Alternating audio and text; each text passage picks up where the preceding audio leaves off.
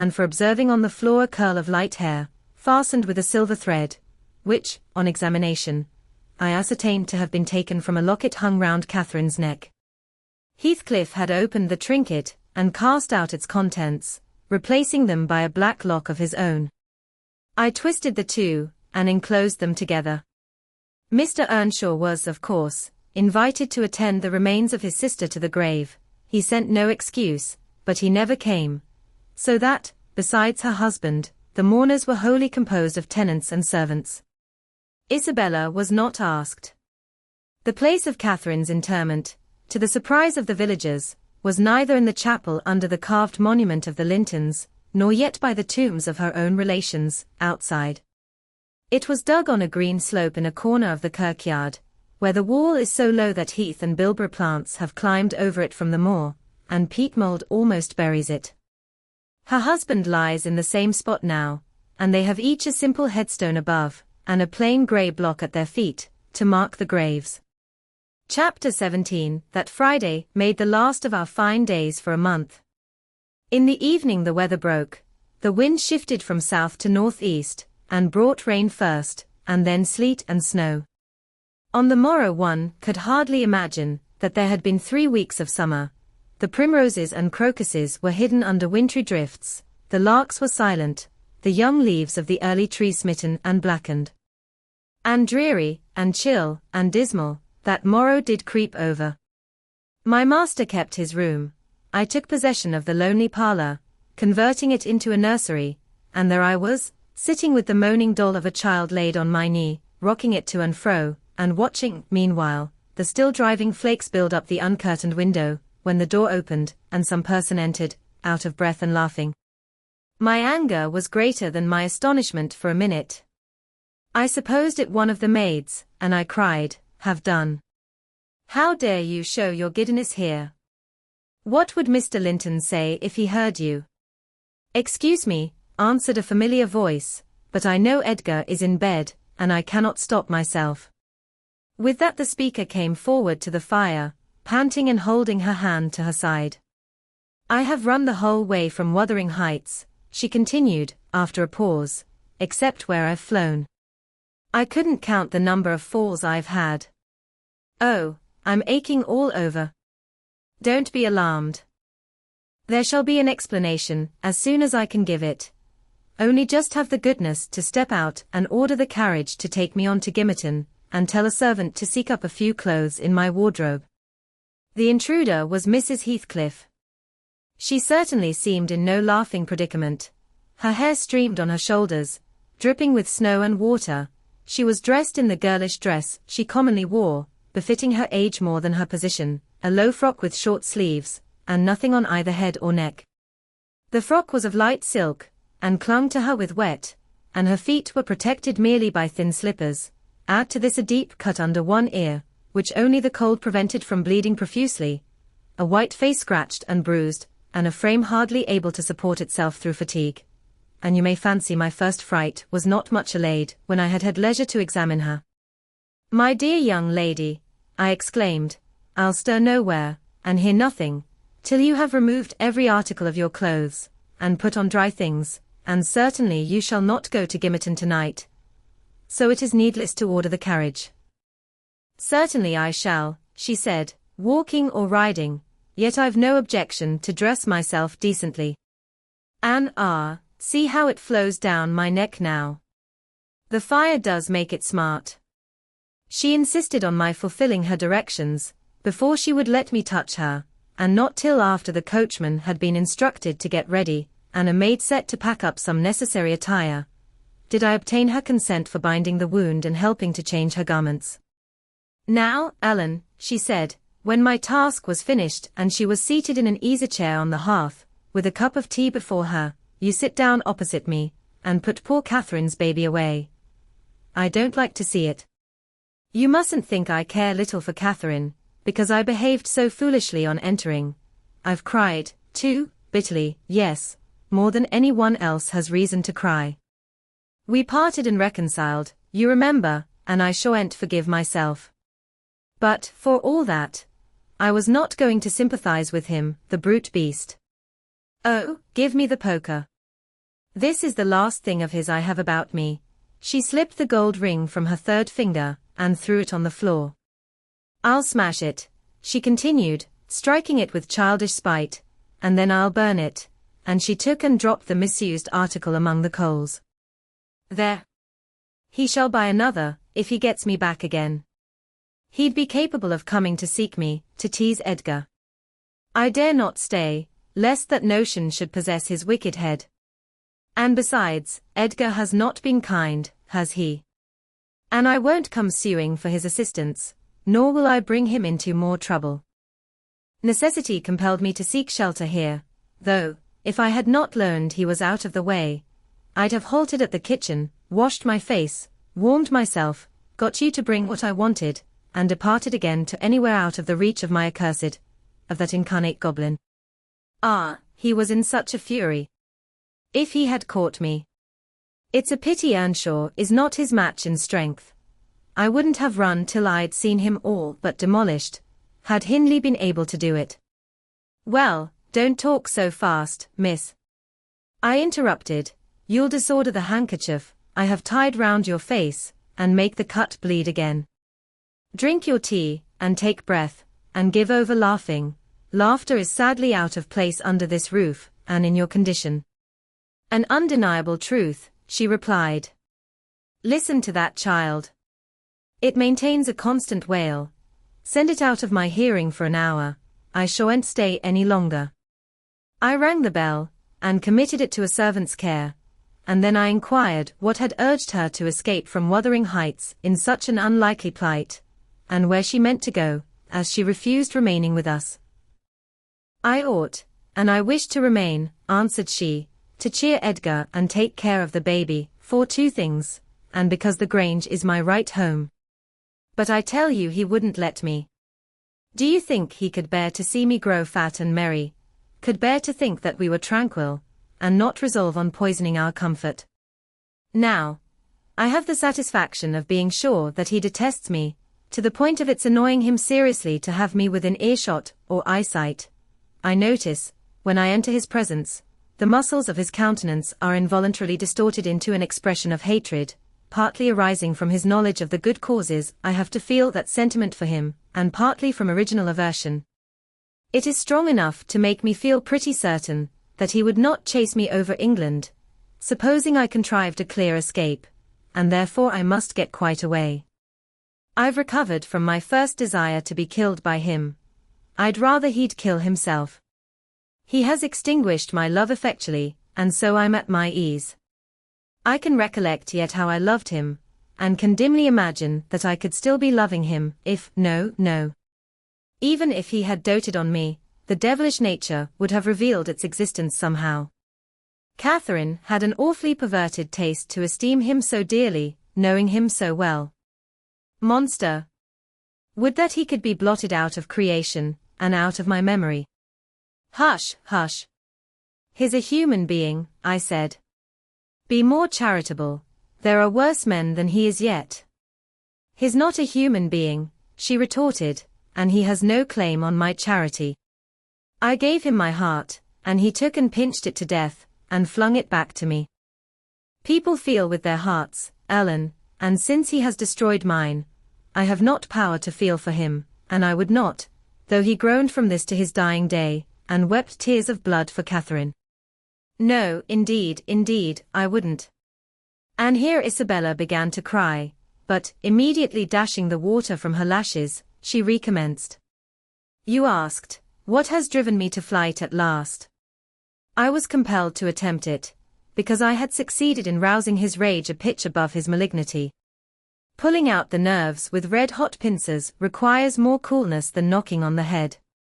He was worked up to forget the fiendish prudence he boasted of, and proceeded to murderous violence. I experienced pleasure in being able to exasperate him, the sense of pleasure woke my instinct of self-preservation, so I fairly broke free, and if ever I come into his hands again, he is welcome to a signal revenge. Yesterday, you know, Mr. Earnshaw should have been at the funeral. He kept himself sober for the purpose, tolerably sober, not going to bed mad at 6 o'clock, and getting up drunk at 12. Consequently, He rose, in suicidal low spirits, as fit for the church as for a dance, and instead, he sat down by the fire and swallowed gin or brandy by tumblerfuls. Heathcliff, I shudder to name him, has been a stranger in the house from last Sunday till today. Whether the angels have fed him, or his kin beneath, I cannot tell, but he has not eaten a meal with us for nearly a week. He has just come home at dawn, and gone upstairs to his chamber, locking himself in, as if anybody dreamt of coveting his company. There he has continued, praying like a Methodist. Only the deity he implored is senseless dust and ashes, and God, when addressed, was curiously confounded with his own black father. After concluding these precious orisons, and they lasted generally till he grew hoarse and his voice was strangled in his throat, he would be off again, always straight down to the Grange. I wonder Edgar did not send for a constable, and give him into custody. For me, grieved as I was about Catherine, it was impossible to avoid regarding this season of deliverance from degrading oppression as a holiday. I recovered spirits sufficient to hear Joseph's eternal lectures without weeping, and to move up and down the house less with the foot of a frightened thief than formerly. You wouldn't think that I should cry at anything Joseph could say, but he and Hareton are detestable companions. I'd rather sit with Hindley, and hear his awful talk, than with Little Maester, and his staunch supporter, that odious old man. When Heathcliff is in, I'm often obliged to seek the kitchen and their society, or starve among the damp uninhabited chambers. When he is not, as was the case this week, I establish a table and chair at one corner of the house fire, and never mind how Mr. Earnshaw may occupy himself, and he does not interfere with my arrangements.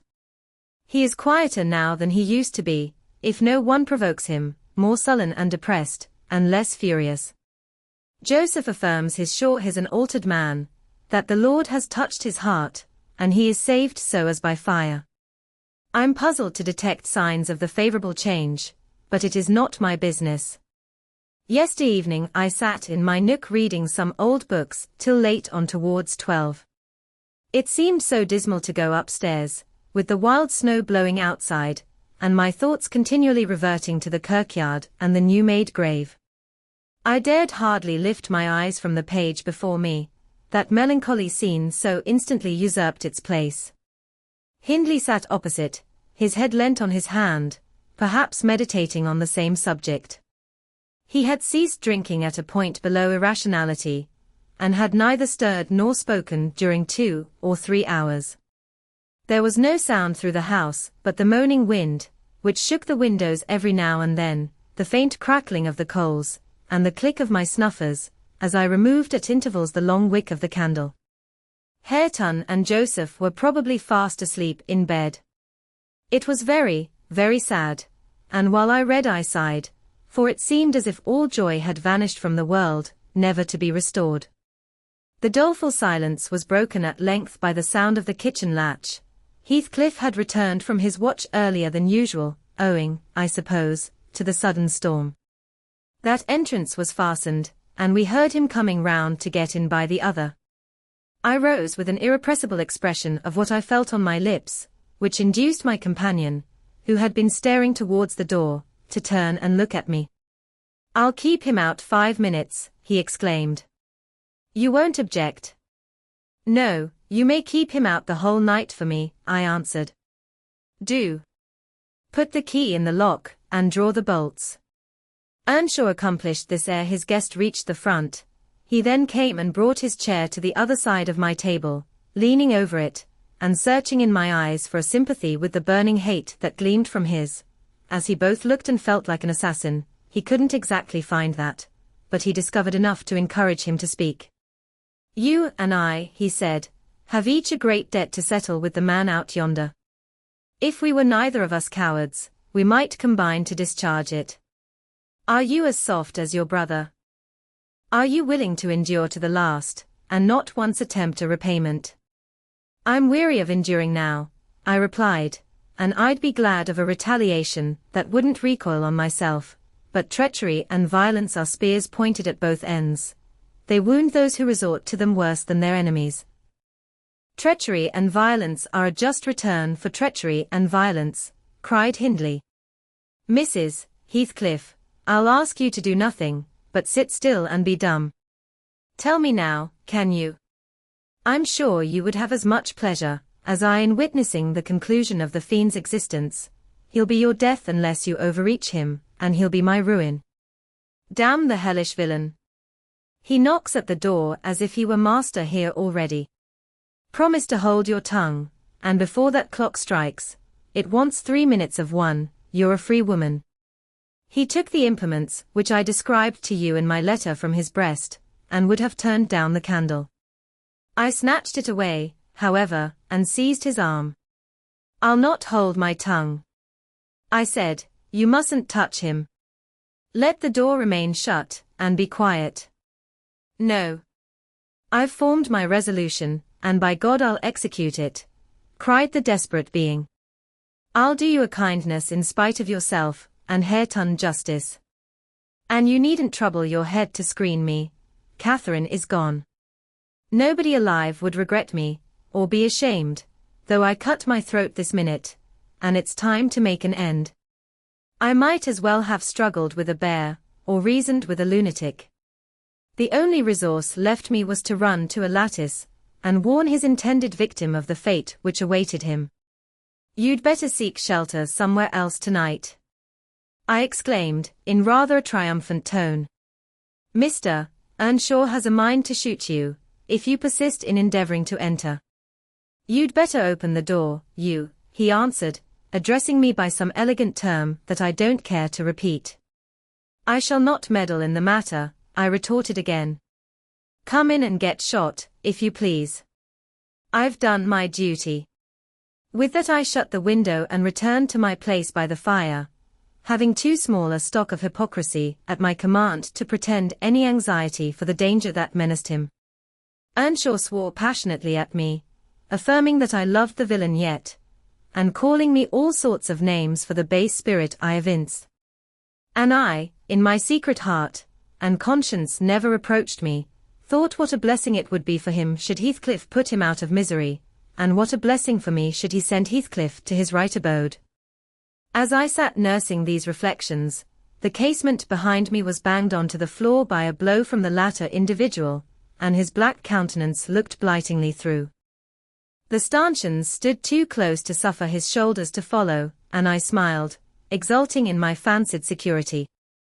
His hair and clothes were whitened with snow, and his sharp cannibal teeth, revealed by cold and wrath, gleamed through the dark.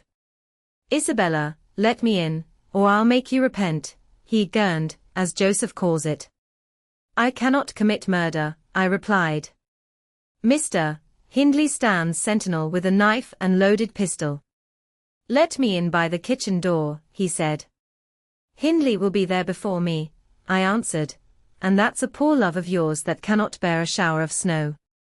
We were left at peace in our beds as long as the summer moon shone, but the moment a blast of winter returns, you must run for shelter. Heathcliff, if I were you, I'd go stretch myself over her grave and die like a faithful dog. The world is surely not worth living in now, is it? You had distinctly impressed on me the idea that Catherine was the whole joy of your life. I can't imagine how you think of surviving her loss. Is he, exclaimed my companion, rushing to the gap. If I can get my arm out I can hit him. I'm afraid, Ellen, you'll set me down as really wicked, but you don't know all, so don't judge. I wouldn't have aided or abetted an attempt on even his life for anything. Wish that he were dead, I must, and therefore I was fearfully disappointed, and unnerved by terror for the consequences of my taunting speech, when he flung himself on Earnshaw's weapon, and wrenched it from his grasp. The charge exploded, and the knife, in springing back, closed into its owner's wrist. Heathcliff pulled it away by main force, slitting up the flesh as it passed on, and thrust it dripping into his pocket. He then took a stone, struck down the division between two windows, and sprang in. His adversary had fallen senseless with excessive pain and the flow of blood that gushed from an artery, or a large vein. The ruffian kicked and trampled on him, and dashed his head repeatedly against the flags, holding me with one hand, meantime, to prevent me summoning Joseph. He exerted preterhuman self-denial in abstaining from finishing him completely, but getting out of breath, he finally desisted, and dragged the apparently inanimate body onto the settle. There he tore off the sleeve of Earnshaw's coat, and bound up the wound with brutal roughness, spitting and cursing during the operation, as energetically as he had kicked before. Being at liberty, I lost no time in seeking the old servant, who, having gathered by degrees the purport of my hasty tale, hurried below, gasping, as he descended the steps two at once. "What is there to do now? What is there to do now?" "There's this to do," thundered Heathcliff, "that your master's mad, and should he last another month, I'll have him to an asylum." "And how the devil did you come to fasten me out, you toothless hound? Don't stand muttering and mumbling there. Come, I'm not going to nurse him. Wash that stuff away, and mind the sparks of your candle, it is more than half brandy." "And so ye've been murthering on him," exclaimed Joseph, lifting his hands and eyes in horror. "If I seed a seat loiker this. May the Lord—" Heathcliff gave him a push onto his knees in the middle of the blood, and flung a towel to him, but instead of proceeding to dry it up, he joined his hands and began a prayer, which excited my laughter from its odd phraseology. I was in the condition of mind to be shocked at nothing. In fact, I was as reckless as some malefactors show themselves at the foot of the gallows. "Oh, I forgot you," said the tyrant. "You shall do that. Down with you. And you conspire with him against me, do you, viper? There, that is work fit for you." He shook me till my teeth rattled, and pitched me beside Joseph, who steadily concluded his supplications, and then rose, vowing he would set off for the Grange directly. Mr. Linton was a magistrate, and though he had 50 wives dead, he should inquire into this. He was so obstinate in his resolution, that Heathcliff deemed it expedient to compel from my lips a recapitulation of what had taken place, standing over me, heaving with malevolence, as I reluctantly delivered the account in answer to his questions. It required a great deal of labor to satisfy the old man that Heathcliff was not the aggressor, especially with my hardly wrung replies. However, Mr. Earnshaw soon convinced him that he was alive still. Joseph hastened to administer a dose of spirits, and by their succor his master presently regained motion and consciousness. Heathcliff, aware that his opponent was ignorant of the treatment received while insensible, called him deliriously intoxicated, and said he should not notice his atrocious conduct further, but advised him to get to bed. To my joy, he left us, after giving this judicious counsel, and Hindley stretched himself on the hearthstone. I departed to my own room, marveling that I had escaped so easily. This morning, when I came down, about half an hour before noon, Mr. Earnshaw was sitting by the fire, deadly sick, his evil genius, almost as gaunt and ghastly, leant against the chimney. Neither appeared inclined to dine, and, having waited till all was cold on the table, I commenced alone. Nothing hindered me from eating heartily, and I experienced a certain sense of satisfaction and superiority, as, at intervals, I cast a look towards my silent companions, and felt the comfort of a quiet conscience within me. After I had done, I ventured on the unusual liberty of drawing near the fire, going round Earnshaw's seat, and kneeling in the corner beside him. Heathcliff did not glance my way, and I gazed up, and contemplated his features, almost as confidently as if they had been turned to stone. His forehead, that I once thought so manly, and that I now think so diabolical, was shaded with a heavy cloud. His basilisk eyes were nearly quenched by sleeplessness and weeping, perhaps, for the lashes were wet then, his lips devoid of their ferocious sneer, and sealed in an expression of unspeakable sadness. Had it been another, I would have covered my face in the presence of such grief. In his case, I was gratified, and ignoble as it seems to insult a fallen enemy, I couldn't miss this chance of sticking in a dart. His weakness was the only time when I could taste the delight of paying wrong for wrong. Fie, miss," I interrupted. "One might suppose you had never opened a Bible in your life. If God afflict your enemies, surely that ought to suffice you. It is both mean and presumptuous to add your torture to his. In general I'll allow that it would be, Ellen, she continued, but what misery laid on Heathcliff could content me, unless I have a hand in it. I'd rather he suffered less, if I might cause his sufferings, and he might know that I was the cause. Oh, I owe him so much. On only one condition can I hope to forgive him. It is, if I may take an eye for an eye, a tooth for a tooth, for every wrench of agony return a wrench, reduce him to my level. As he was the first to injure, make him the first to implore pardon, and then, why then, Ellen, I might show you some generosity. But it is utterly impossible I can ever be revenged, and therefore I cannot forgive him. Hindley wanted some water, and I handed him a glass, and asked him how he was. Not as ill as I wish, he replied. But leaving out my arm, every inch of me is as sore as if I had been fighting with a legion of imps. Yes, no wonder, was my next remark. Catherine used to boast that she stood between you and bodily harm. She meant that certain persons would not hurt you for fear of offending her. It's well people don't really rise from their grave, or, last night, she might have witnessed a repulsive scene. Are not you bruised, and cut over your chest and shoulders? I can't say, he answered, but what do you mean? Did he dare to strike me when I was down? He trampled on and kicked you, and dashed you on the ground, I whispered. And his mouth watered to tear you with his teeth, because he's only half man, not so much, and the rest fiend. Mr. Earnshaw looked up, like me, to the countenance of our mutual foe, who, absorbed in his anguish, seemed insensible to anything around him. The longer he stood, the plainer his reflections revealed their blackness through his features. Oh, if God would but give me strength to strangle him in my last agony, I'd go to hell with joy, groaned the impatient man, writhing to rise, and sinking back in despair, convinced of his inadequacy for the struggle.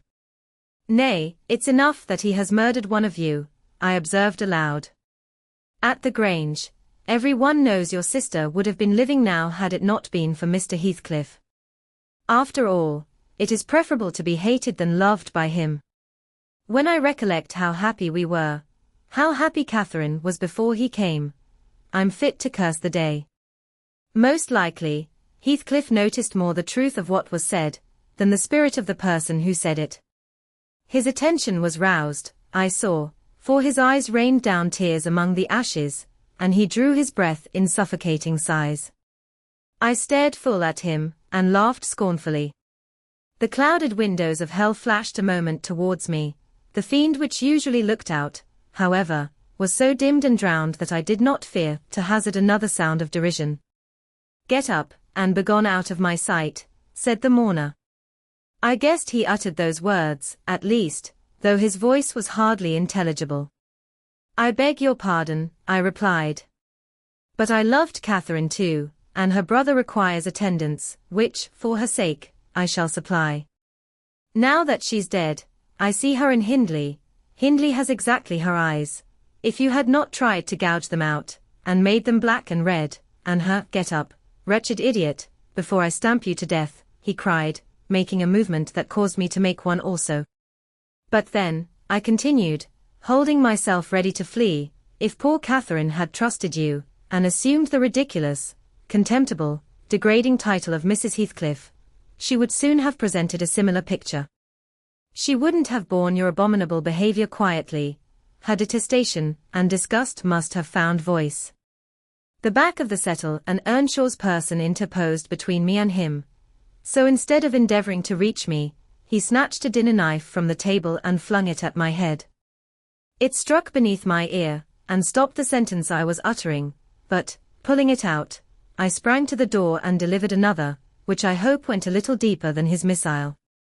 The last glimpse I caught of him was a furious rush on his part, checked by the embrace of his host, and both fell locked together on the hearth.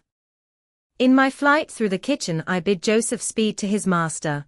I knocked over Hareton, who was hanging a litter of puppies from a chair back in the doorway, and, blessed as a soul escaped from purgatory, I bounded, leaped, and flew down the steep road, then, quitting its windings, shot direct across the moor, rolling over banks, and wading through marshes, precipitating myself, in fact, towards the beacon light of the Grange.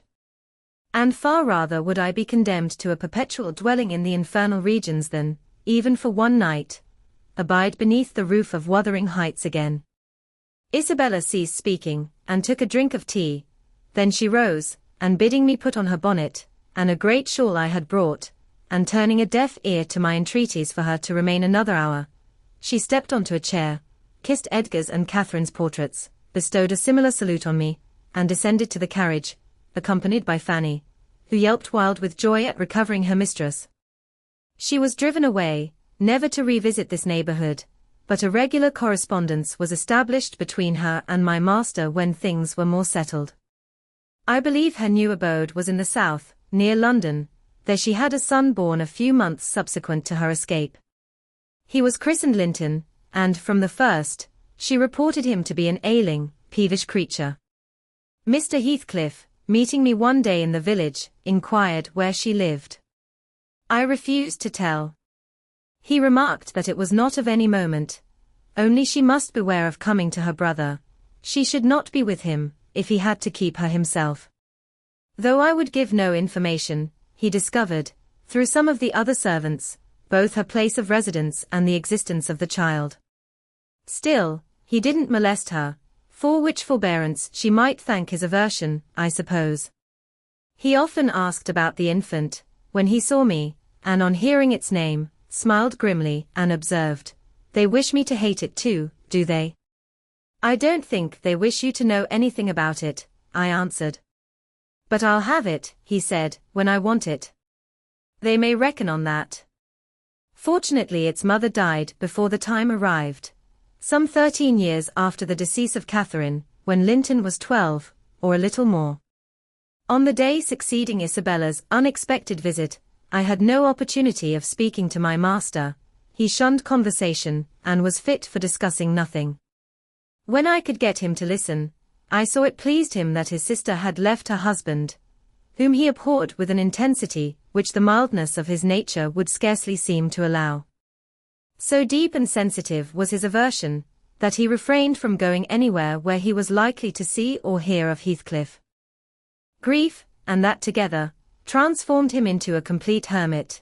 He threw up his office of magistrate, ceased even to attend church, avoided the village on all occasions, and spent a life of entire seclusion within the limits of his park and grounds, only varied by solitary rambles on the moors, and visits to the grave of his wife, mostly at evening, or early morning before other wanderers were abroad. But he was too good to be thoroughly unhappy long. He didn't pray for Catherine's soul to haunt him. Time brought resignation, and a melancholy sweeter than common joy. He recalled her memory with ardent, tender love, and hopeful aspiring to the better world, where he doubted not she was gone. And he had earthly consolation and affections also. For a few days, I said, he seemed regardless of the puny successor to the departed. That coldness melted as fast as snow in April, and ere the tiny thing could stammer a word or totter a step it wielded a despot's scepter in his heart. It was named Catherine, but he never called it the name in full, as he had never called the first Catherine short, probably because Heathcliff had a habit of doing so. The little one was always Cathy. It formed to him a distinction from the mother, and yet a connection with her, and his attachment sprang from its relation to her, far more than from its being his own. I used to draw a comparison between him and Hindley Earnshaw, and perplex myself to explain satisfactorily why their conduct was so opposite in similar circumstances. They had both been fond husbands, and were both attached to their children, and I could not see how they shouldn't both have taken the same road, for good or evil. But, I thought in my mind, Hindley, with apparently the stronger head, has shown himself sadly the worse and the weaker man. When his ship struck, the captain abandoned his post, and the crew, instead of trying to save her, rushed into riot and confusion, leaving no hope for their luckless vessel. Linton, on the contrary, displayed the true courage of a loyal and faithful soul. He trusted God, and God comforted him. One hoped, and the other despaired. They chose their own lots, and were righteously doomed to endure them. But you'll not want to hear my moralizing, Mr. Lockwood. You'll judge, as well as I can, all these things, at least, you'll think you will, and that's the same. The end of Earnshaw was what might have been expected. It followed fast on his sister's. There were scarcely 6 months between them. We, at the Grange, never got a very succinct account of his state preceding it. All that I did learn was on occasion of going to aid in the preparations for the funeral. Mr. Kenneth came to announce the event to my master. "Well, Nelly," said he, riding into the yard one morning, too early not to alarm me with an instant presentiment of bad news, "it's yours and my turn to go into mourning at present. Who's given us the slip now, do you think?" "Who?" I asked in a flurry. "Why, guess," he returned, dismounting, and slinging his bridle on a hook by the door. "And nip up the corner of your apron, I'm certain you'll need it." "Not Mr. Heathcliff, surely?" I exclaimed. "What? Would you have tears for him?" said the doctor. "No, Heathcliff's a tough young fellow, he looks blooming today. I've just seen him. He's rapidly regaining flesh since he lost his better half." "Who is it, then, Mr. Kenneth?" I repeated impatiently. "Hindley Earnshaw."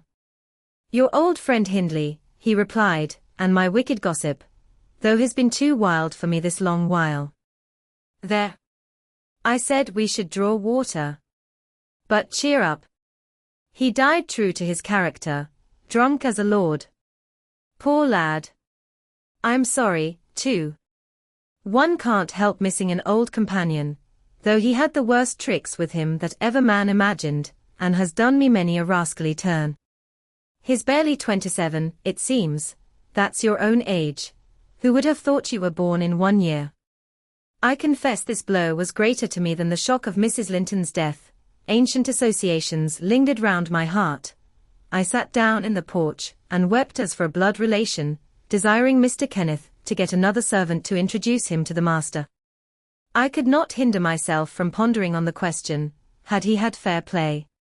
Whatever I did, that idea would bother me. It was so tiresomely pertinacious that I resolved on requesting leave to go to Wuthering Heights, and assist in the last duties to the dead. Mr. Linton was extremely reluctant to consent, but I pleaded eloquently for the friendless condition in which he lay, and I said my old master and foster brother had a claim on my services as strong as his own. Besides, I reminded him that the child Hareton was his wife's nephew, and in the absence of nearer kin, he ought to act as its guardian, and he ought to and must inquire how the property was left, and look over the concerns of his brother-in-law. He was unfit for attending to such matters then, but he bid me speak to his lawyer, and at length permitted me to go. His lawyer had been Earnshaw's also. I called at the village, and asked him to accompany me.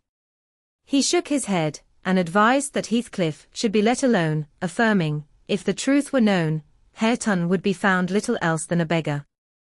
His father died in debt, he said. The whole property is mortgaged, and the sole chance for the natural heir is to allow him an opportunity of creating some interest in the creditor's heart, that he may be inclined to deal leniently towards him. When I reached the Heights, I explained that I had come to see everything carried on decently, and Joseph, who appeared in sufficient distress, expressed satisfaction at my presence. Mr. Heathcliff said he did not perceive that I was wanted, but I might stay and order the arrangements for the funeral, if I chose. Correctly, he remarked, that fool's body should be buried at the crossroads, without ceremony of any kind. I happened to leave him 10 minutes yesterday afternoon, and in that interval he fastened the 2 doors of the house against me, and he has spent the night in drinking himself to death deliberately. We broke in this morning, for we heard him snorting like a horse, and there he was, laid over the settle. Flaying and scalping would not have wakened him. I sent for Kenneth, and he came, but not till the beast had changed into carrion. He was both dead and cold, and stark, and so you'll allow it was useless making more stir about him. The old servant confirmed this statement, but muttered, I'd rather he'd go'n hisseln for tea, doctor. I said ha teen tent o tea maister better nor him, and he warn't deed when I left, naught o' tea sort. I insisted on the funeral being respectable. Mr. Heathcliff said I might have my own way there too, only, he desired me to remember that the money for the whole affair came out of his pocket. He maintained a hard, careless deportment, indicative of neither joy nor sorrow. If anything, it expressed a flinty gratification at a piece of difficult work successfully executed. I observed once, indeed, something like exultation in his aspect. It was just when the people were bearing the coffin from the house.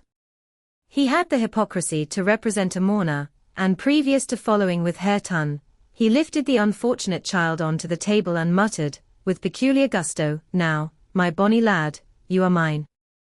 And we'll see if one tree won't grow as crooked as another, with the same wind to twist it."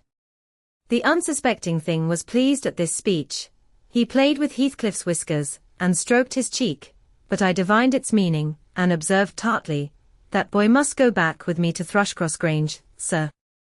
There is nothing in the world less yours than he is." "Does Linton say so?" he demanded. "Of course, he has ordered me to take him," I replied. "Well," said the scoundrel, "we'll not argue the subject now, but I have a fancy to try my hand at rearing a young one, so intimate to your master that I must supply the place of this with my own, if he attempt to remove it. I don't engage to let Hareton go undisputed, but I'll be pretty sure to make the other come. Remember to tell him." This hint was enough to bind our hands. I repeated its substance on my return, and Edgar Linton, little interested at the commencement, spoke no more of interfering. I'm not aware that he could have done it to any purpose, had he been ever so willing. The guest was now the master of Wuthering Heights. He held firm possession, and proved to the attorney, who, in his turn, proved it to Mr. Linton, that Earnshaw had mortgaged every yard of land he owned for cash to supply his mania for gaming, and he, Heathcliff, was the mortgagee. In that manner Hareton, who should now be the first gentleman in the neighbourhood, was reduced to a state of complete dependence on his father's inveterate enemy, and lives in his own house as a servant, deprived of the advantage of wages, quite unable to right himself, because of his friendlessness, and his ignorance that he has been wronged. Chapter 18. The 12 years, continued Mrs. Dean, following that dismal period were the happiest of my life. My greatest troubles in their passage rose from our little lady's trifling illnesses, which she had to experience in common with all children, rich and poor. For the rest, after the first 6 months, she grew like a larch, and could walk and talk too, in her own way, before the heath blossomed a second time over Mrs. Linton's dust. She was the most winning thing that ever brought sunshine into a desolate house. A real beauty in face, with the Earnshaw's handsome dark eyes, but the Lintons' fair skin, and small features, and yellow curling hair. Her spirit was high, though not rough, and qualified by a heart sensitive and lively to excess in its affections. That capacity for intense attachments reminded me of her mother. Still she did not resemble her, for she could be soft and mild as a dove, and she had a gentle voice and pensive expression. Her anger was never furious, her love never fierce, it was deep and tender. However, it must be acknowledged, she had faults to foil her gifts. A propensity to be saucy was one, and a perverse will, that indulged children invariably acquire, whether they be good-tempered or cross. If a servant chanced to vex her, it was always, "I shall tell Papa." And if he reproved her, even by a look, you would have thought it a heart-breaking business. I don't believe he ever did speak a harsh word to her. He took her education entirely on himself, and made it an amusement. Fortunately, curiosity and a quick intellect made her an apt scholar. She learned rapidly and eagerly, and did honor to his teaching. Till she reached the age of 13, she had not once been beyond the range of the park by herself. Mr. Linton would take her with him a mile or so outside, on rare occasions, but he trusted her to no one else. Gimmerton was an unsubstantial name in her ears, the chapel, the only building she had approached or entered, except her own home. Wuthering Heights and Mr. Heathcliff did not exist for her. She was a perfect recluse, and apparently, perfectly contented. Sometimes, indeed, while surveying the country from her nursery window, she would observe, "Ellen, how long will it be before I can walk to the top of those hills? I wonder what lies on the other side. Is it the sea?" "No, Miss Cathy," I would answer, "it is hills again, just like these." "And what are those golden rocks like when you stand under them?" she once asked. The abrupt descent of Penistone Crags particularly attracted her notice, especially when the setting sun shone on it and the topmost heights, and the whole extent of landscape besides lay in shadow. I explained that they were bare masses of stone, with hardly enough earth in their clefts to nourish a stunted tree. "And why are they bright so long after it is evening here?" she pursued. "Because they are a great deal higher up than we are," replied I. "You could not climb them, they are too high and steep. In winter the frost is always there before it comes to us, and deep into summer, I have found snow under that black hollow on the northeast side." "Oh, you have been on them," she cried gleefully. "Then I can go, too, when I am a woman." "Has Papa been, Ellen?" "Papa would tell you, miss," I answered, hastily, "that they are not worth the trouble of visiting. The moors, where you ramble with him, are much nicer, and Thrushcross Park is the finest place in the world." "But I know the park, and I don't know those," she murmured to herself. "And I should delight to look round me from the brow of that tallest point. My little pony Minnie shall take me some time." One of the maids mentioning the fairy cave, quite turned her head with a desire to fulfill this project. She teased Mr. Linton about it, and he promised she should have the journey when she got older. But Miss Catherine measured her age by months, and now, "Am I old enough to go to Penistone Crags?" was the constant question in her mouth. The road thither wound close by Wuthering Heights. Edgar had not the heart to pass it, so she received as constantly the answer, "Not yet, love, not yet." I said Mrs. Heathcliff lived above a dozen years after quitting her husband. Her family were of a delicate constitution. She and Edgar both lacked the ruddy health that you will generally meet in these parts. What her last illness was, I am not certain. I conjecture they died of the same thing, a kind of fever, slow at its commencement, but incurable, and rapidly consuming life towards the close.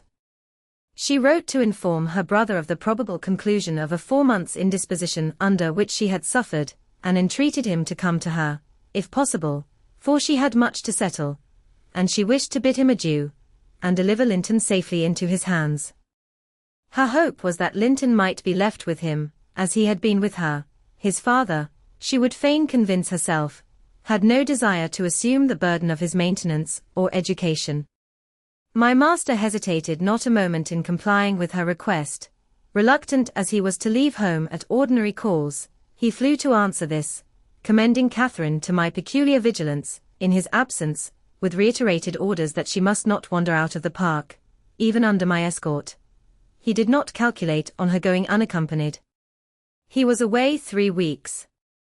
The first day or two my charge sat in a corner of the library, too sad for either reading or playing.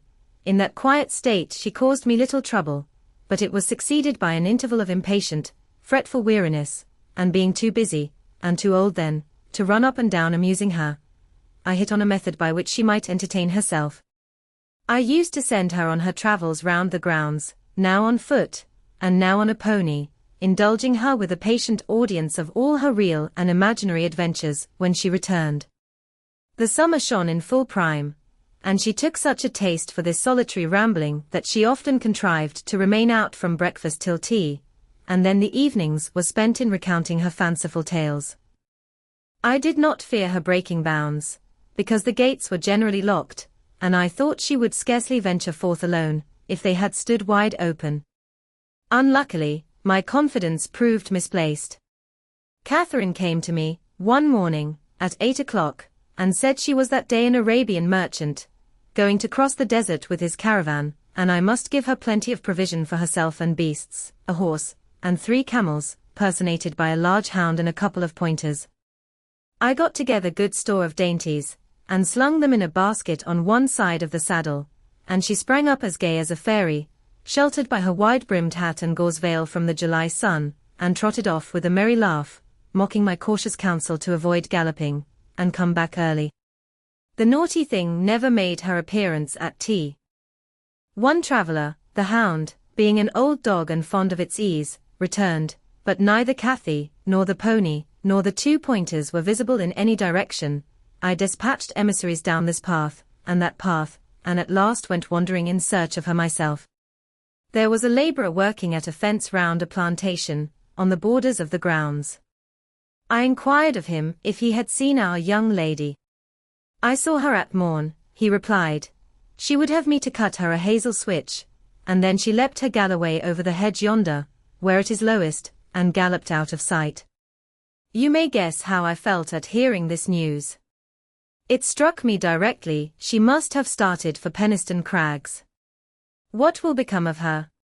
I ejaculated, pushing through a gap which the man was repairing, and making straight to the high road. I walked as if for a wager, mile after mile, till a turn brought me in view of the heights, but no Catherine could I detect, far or near. The crags lie about 1.5 miles beyond Mr. Heathcliff's place, and that is far from the Grange, so I began to fear night would fall ere I could reach them. And what if she should have slipped in clambering among them, I reflected, and been killed, or broken some of her bones? My suspense was truly painful, and at first, it gave me delightful relief to observe, in hurrying by the farmhouse, Charlie, the fiercest of the pointers, lying under a window, with swelled head and bleeding ear. I opened the wicket and ran to the door, knocking vehemently for admittance.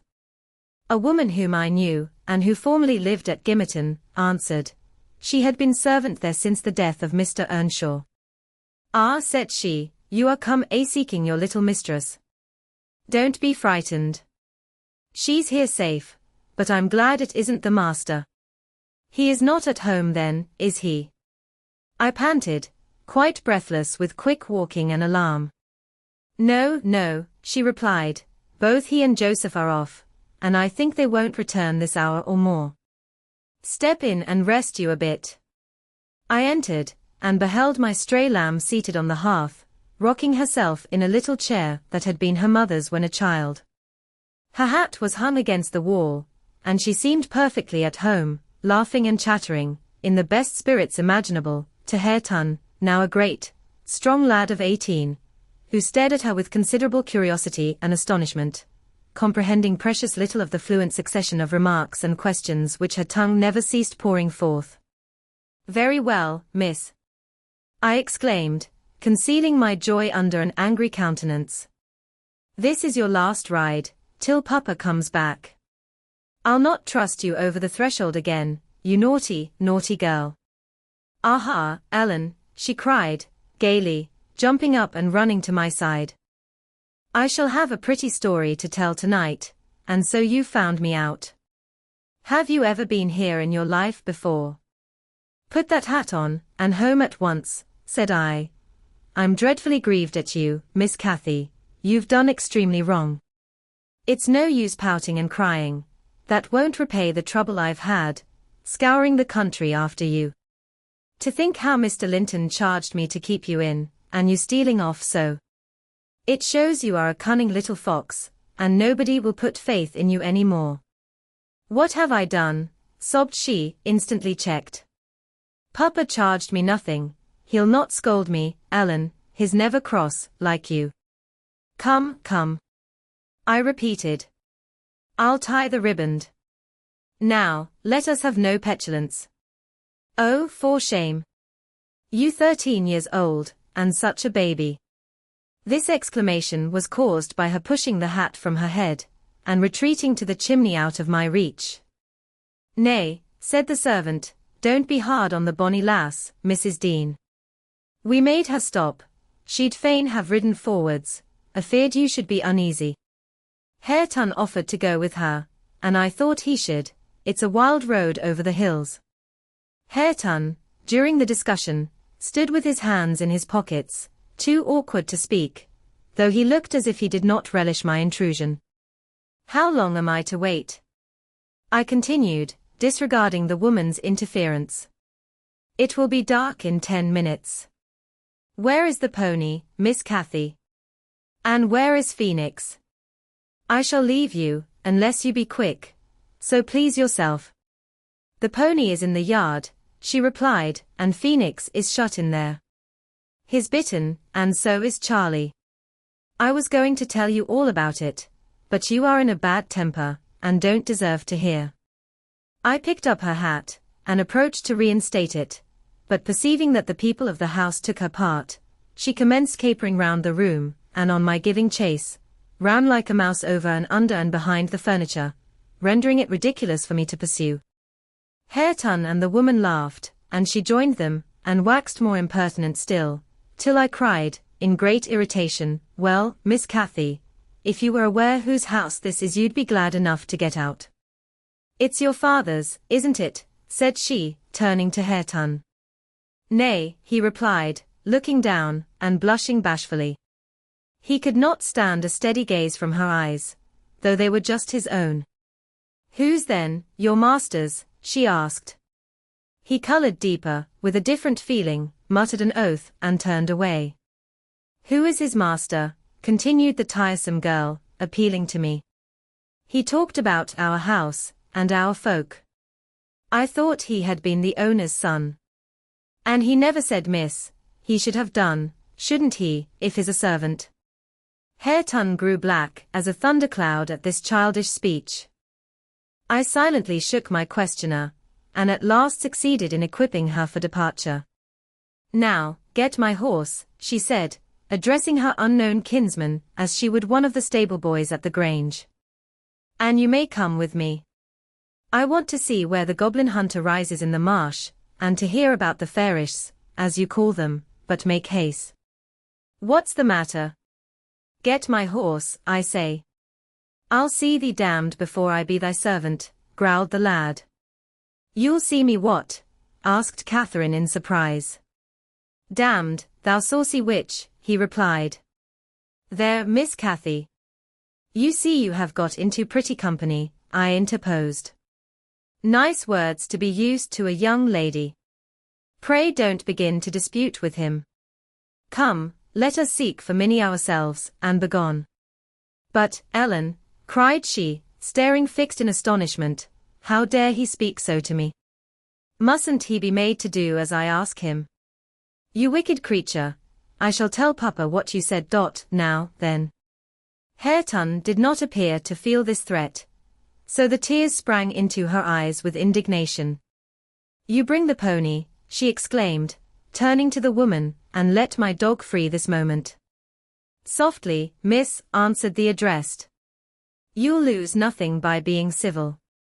Though Mr. Hareton, there, be not the master's son, he's your cousin, and I was never hired to serve you."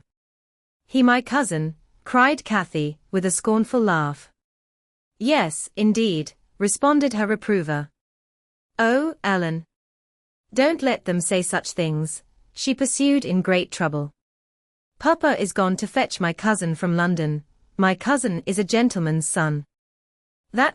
She stopped, and wept outright, upset at the bare notion of relationship with such a clown. "Hush, hush," I whispered.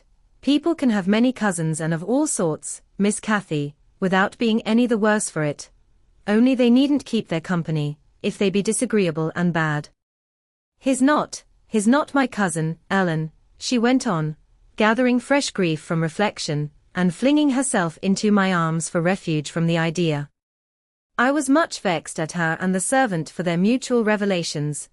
Having no doubt of Linton's approaching arrival, communicated by the former, being reported to Mr. Heathcliff, and feeling as confident that Catherine's first thought on her father's return would be to seek an explanation of the latter's assertion concerning her rude-bred kindred.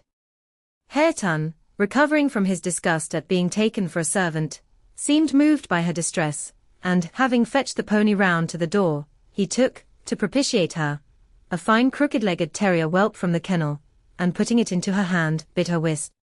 For he meant naught. Pausing in her lamentations, she surveyed him with a glance of awe and horror, then burst forth anew. I could scarcely refrain from smiling at this antipathy to the poor fellow, who was a well-made, athletic youth, good-looking in features, and stout and healthy, but attired in garments befitting his daily occupations of working on the farm and lounging among the moors after rabbits and game. Still, I thought I could detect in his physiognomy a mind owning better qualities than his father ever possessed. Good things lost amid a wilderness of weeds, to be sure, whose rankness far overtopped their neglected growth, yet, notwithstanding, evidence of a wealthy soil, that might yield luxuriant crops under other and favourable circumstances. Mr. Heathcliff, I believe, had not treated him physically ill, thanks to his fearless nature, which offered no temptation to that course of oppression. He had none of the timid susceptibility that would have given zest to ill-treatment, in Heathcliff's judgment. He appeared to have bent his malevolence on making him a brute. He was never taught to read or write, never rebuked for any bad habit which did not annoy his keeper, never led a single step towards virtue, or guarded by a single precept against vice. And from what I heard, Joseph contributed much to his deterioration, by a narrow-minded partiality which prompted him to flatter and pet him, as a boy, because he was the head of the old family. And as he had been in the habit of accusing Catherine Earnshaw and Heathcliff, when children, of putting the master past his patience, and compelling him to seek solace in drink, by what he termed their awful ways, so at present he laid the whole burden of Hareton's faults on the shoulders of the usurper of his property. If the lad swore, he wouldn't correct him, nor however culpably he behaved. It gave Joseph satisfaction, apparently, to watch him go the worst lengths. He allowed that the lad was ruined, that his soul was abandoned to perdition, but then he reflected that Heathcliff must answer for it. Hareton's blood would be required at his hands, and there lay immense consolation in that thought. Joseph had instilled into him a pride of name, and of his lineage. He would, had he dared, have fostered hate between him and the present owner of the Heights, but his dread of that owner amounted to superstition, and he confined his feelings regarding him to muttered innuendos and private comminations. I don't pretend to be intimately acquainted with the mode of living customary in those days at Wuthering Heights. I only speak from hearsay, for I saw little. The villagers affirmed Mr. Heathcliff was near, and a cruel hard landlord to his tenants, but the house, inside, had regained its ancient aspect of comfort under female management, and the scenes of riot common in Hindley's time were not now enacted within its walls. The master was too gloomy to seek companionship with any people, good or bad, and he is yet. This, however, is not making progress with my story. Miss Cathy rejected the peace offering of the terrier, and demanded her own dogs, Charlie and Phoenix. They came limping and hanging their heads, and we set out for home, sadly out of sorts, every one of us. I could not wring from my little lady how she had spent the day, except that, as I supposed, the goal of her pilgrimage was Penistone Crags, and she arrived without adventure to the gate of the farmhouse, when Hareton happened to issue forth, attended by some canine followers, who attacked her train. They had a smart battle, before their owners could separate them, that formed an introduction. Catherine told Hareton who she was, and where she was going, and asked him to show her the way, finally, beguiling him to accompany her. He opened the mysteries of the fairy cave, and 20 other queer places. But, being in disgrace, I was not favoured with a description of the interesting objects she saw. I could gather, however, that her guide had been a favourite till she hurt his feelings by addressing him as a servant, and Heathcliff's housekeeper hurt hers by calling him her cousin. Then the language he had held to her rankled in her heart, she who was always love, and darling, and queen, and angel, with everybody at the Grange, to be insulted so shockingly by a stranger. She did not comprehend it, and hard work, I had to obtain a promise that she would not lay the grievance before her father. I explained how he objected to the whole household at the Heights, and how sorry he would be to find she had been there, but I insisted most on the fact, that if she revealed my negligence of his orders, he would perhaps be so angry that I should have to leave, and Cathy couldn't bear that prospect. She pledged her word, and kept it for my sake. After all, she was a sweet little girl. Chapter 19. A letter, edged with black, announced the day of my master's return. Isabella was dead, and he wrote to bid me get mourning for his daughter, and arrange a room, and other accommodations, for his youthful nephew. Catherine ran wild with joy at the idea of welcoming her father back, and indulged most sanguine anticipations of the innumerable excellences of her real cousin. The evening of their expected arrival came. Since early morning, she had been busy ordering her own small affairs, and now attired in her new black frock, poor thing. Her aunt's death impressed her with no definite sorrow. She obliged me, by constant worrying, to walk with her down through the grounds to meet them. Linton is just 6 months younger than I am, she chattered, as we strolled leisurely over the swells and hollows of mossy turf, under shadow of the trees. How delightful it will be to have him for a playfellow. Aunt Isabella sent Papa a beautiful lock of his hair. It was lighter than mine, more flaxen, and quite as fine. I have it carefully preserved in a little glass box, and I've often thought what a pleasure it would be to see its owner. Oh! I am happy, and Papa, dear, dear Papa. Come, Ellen, let us run. Come, run. She ran, and returned and ran again, many times before my sober footsteps reached the gate, and then she seated herself on the grassy bank beside the path, and tried to wait patiently, but that was impossible. She couldn't be still a minute. How long they are, she exclaimed. Ah, I see some dust on the road, they are coming. No. When will they be here? May we not go a little way, half a mile, Ellen, only just half a mile? Do say yes, to that clump of birches at the turn. I refused staunchly. At length her suspense was ended, the travelling carriage rolled in sight. Miss Cathy shrieked and stretched out her arms as soon as she caught her father's face looking from the window. He descended, nearly as eager as herself, and a considerable interval elapsed ere they had a thought to spare for any but themselves. While they exchanged caresses, I took a peep in to see after Linton. He was asleep in a corner, wrapped in a warm, fur-lined cloak, as if it had been winter. A pale, delicate, effeminate boy, who might have been taken for my master's younger brother, so strong was the resemblance, but there was a sickly peevishness in his aspect that Edgar Linton never had. The latter saw me looking, and having shaken hands, advised me to close the door, and leave him undisturbed, for the journey had fatigued him. Cathy would fain have taken one glance, but her father told her to come, and they walked together up the park, while I hastened before to prepare the servants. Now, darling, said Mr. Linton, addressing his daughter, as they halted at the bottom of the front steps, your cousin is not so strong or so merry as you are, and he has lost his mother, remember, a very short time since, therefore, don't expect him to play and run about with you directly. And don't harass him much by talking. Let him be quiet this evening, at least, will you? Yes, yes, Papa, answered Catherine, but I do want to see him, and he hasn't once looked out.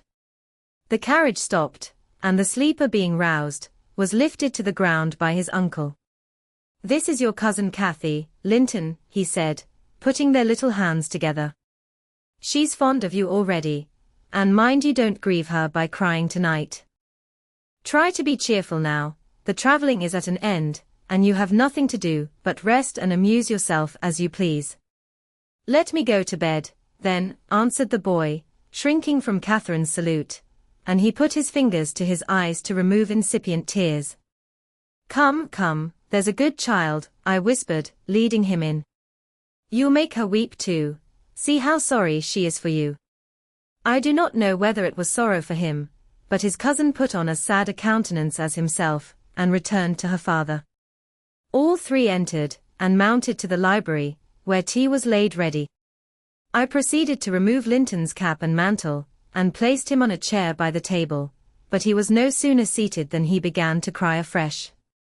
My master inquired what was the matter. I can't sit on a chair, sobbed the boy. Go to the sofa, then, and Ellen shall bring you some tea, answered his uncle patiently. He had been greatly tried, during the journey, I felt convinced, by his fretful ailing charge. Linton slowly trailed himself off, and lay down. Cathy carried a footstool and her cup to his side. At first she sat silent, but that could not last. She had resolved to make a pet of her little cousin, as she would have him to be, and she commenced stroking his curls, and kissing his cheek, and offering him tea in her saucer, like a baby. This pleased him, for he was not much better. He dried his eyes, and lightened into a faint smile. "Oh, he'll do very well," said the master to me, after watching them a minute. "Very well, if we can keep him, Ellen. The company of a child of his own age will instill new spirit into him soon, and by wishing for strength he'll gain it. If we can keep him." I mused to myself, and saw misgivings came over me that there was slight hope of that. And then, I thought, however will that weakling live at Wuthering Heights? Between his father and Hareton, what playmates and instructors they'll be. Our doubts were presently decided, even earlier than I expected. I had just taken the children upstairs, after tea was finished, and seen Linton asleep. He would not suffer me to leave him till that was the case. I had come down, and was standing by the table in the hall, lighting a bedroom candle for Mr. Edgar, when a maid stepped out of the kitchen and informed me that Mr. Heathcliff's servant Joseph was at the door, and wished to speak with the master. "I shall ask him what he wants first," I said, in considerable trepidation. A very unlikely hour to be troubling people, and the instant they have returned from a long journey. "I don't think the master can see him." Joseph had advanced through the kitchen as I uttered these words, and now presented himself in the hall. He was donned in his Sunday garments, with his most sanctimonious and sourest face, and holding his hat in one hand, and his stick in the other, he proceeded to clean his shoes on the mat. "Good evening, Joseph," I said, coldly. "What business brings you here tonight?" "It's Maester Linton I mun spake to," he answered, waving me disdainfully aside. "Mr. Linton is going to bed. Unless you have something particular to say, I'm sure he won't hear it now," I continued. "You had better sit down in there, and entrust your message to me." "Which is his ram?" pursued the fellow, surveying the range of closed doors. I perceived he was bent on refusing my mediation, so very reluctantly I went up to the library, and announced the unseasonable visitor, advising that he should be dismissed till next day. Mr. Linton had no time to empower me to do so, for Joseph mounted close at my heels, and, pushing into the apartment, planted himself at the far side of the table, with his two fists clapped on the head of his stick, and began in an elevated tone, as if anticipating opposition, "Heathcliff has sent me for his lad, and I munt go back about him." Edgar Linton was silent a minute. An expression of exceeding sorrow overcast his features. He would have pitied the child on his own account, but, recalling Isabella's hopes and fears, and anxious wishes for her son, and her commendations of him to his care, he grieved bitterly at the prospect of yielding him up, and searched in his heart how it might be avoided. No plan offered itself. The very exhibition of any desire to keep him would have rendered the claimant more peremptory. There was nothing left but to resign him. However, he was not going to rouse him from his sleep. "Tell Mr. Heathcliff," he answered calmly, "that his son shall come to Wuthering Heights tomorrow. He is in bed, and too tired to go the distance now. You may also tell him that the mother of Linton desired him to remain under my guardianship, and at present, his health is very precarious." "Noah," said Joseph, giving a thud with his prop on the floor, and assuming an authoritative air. "Noah. That means naught. Heathcliff makes no account o' t mother, nor ye norther, but he'll have his lad, and I mun tak him, so now ye know." "You shall not tonight," answered Linton decisively. "Walk downstairs at once, and repeat to your master what I have said.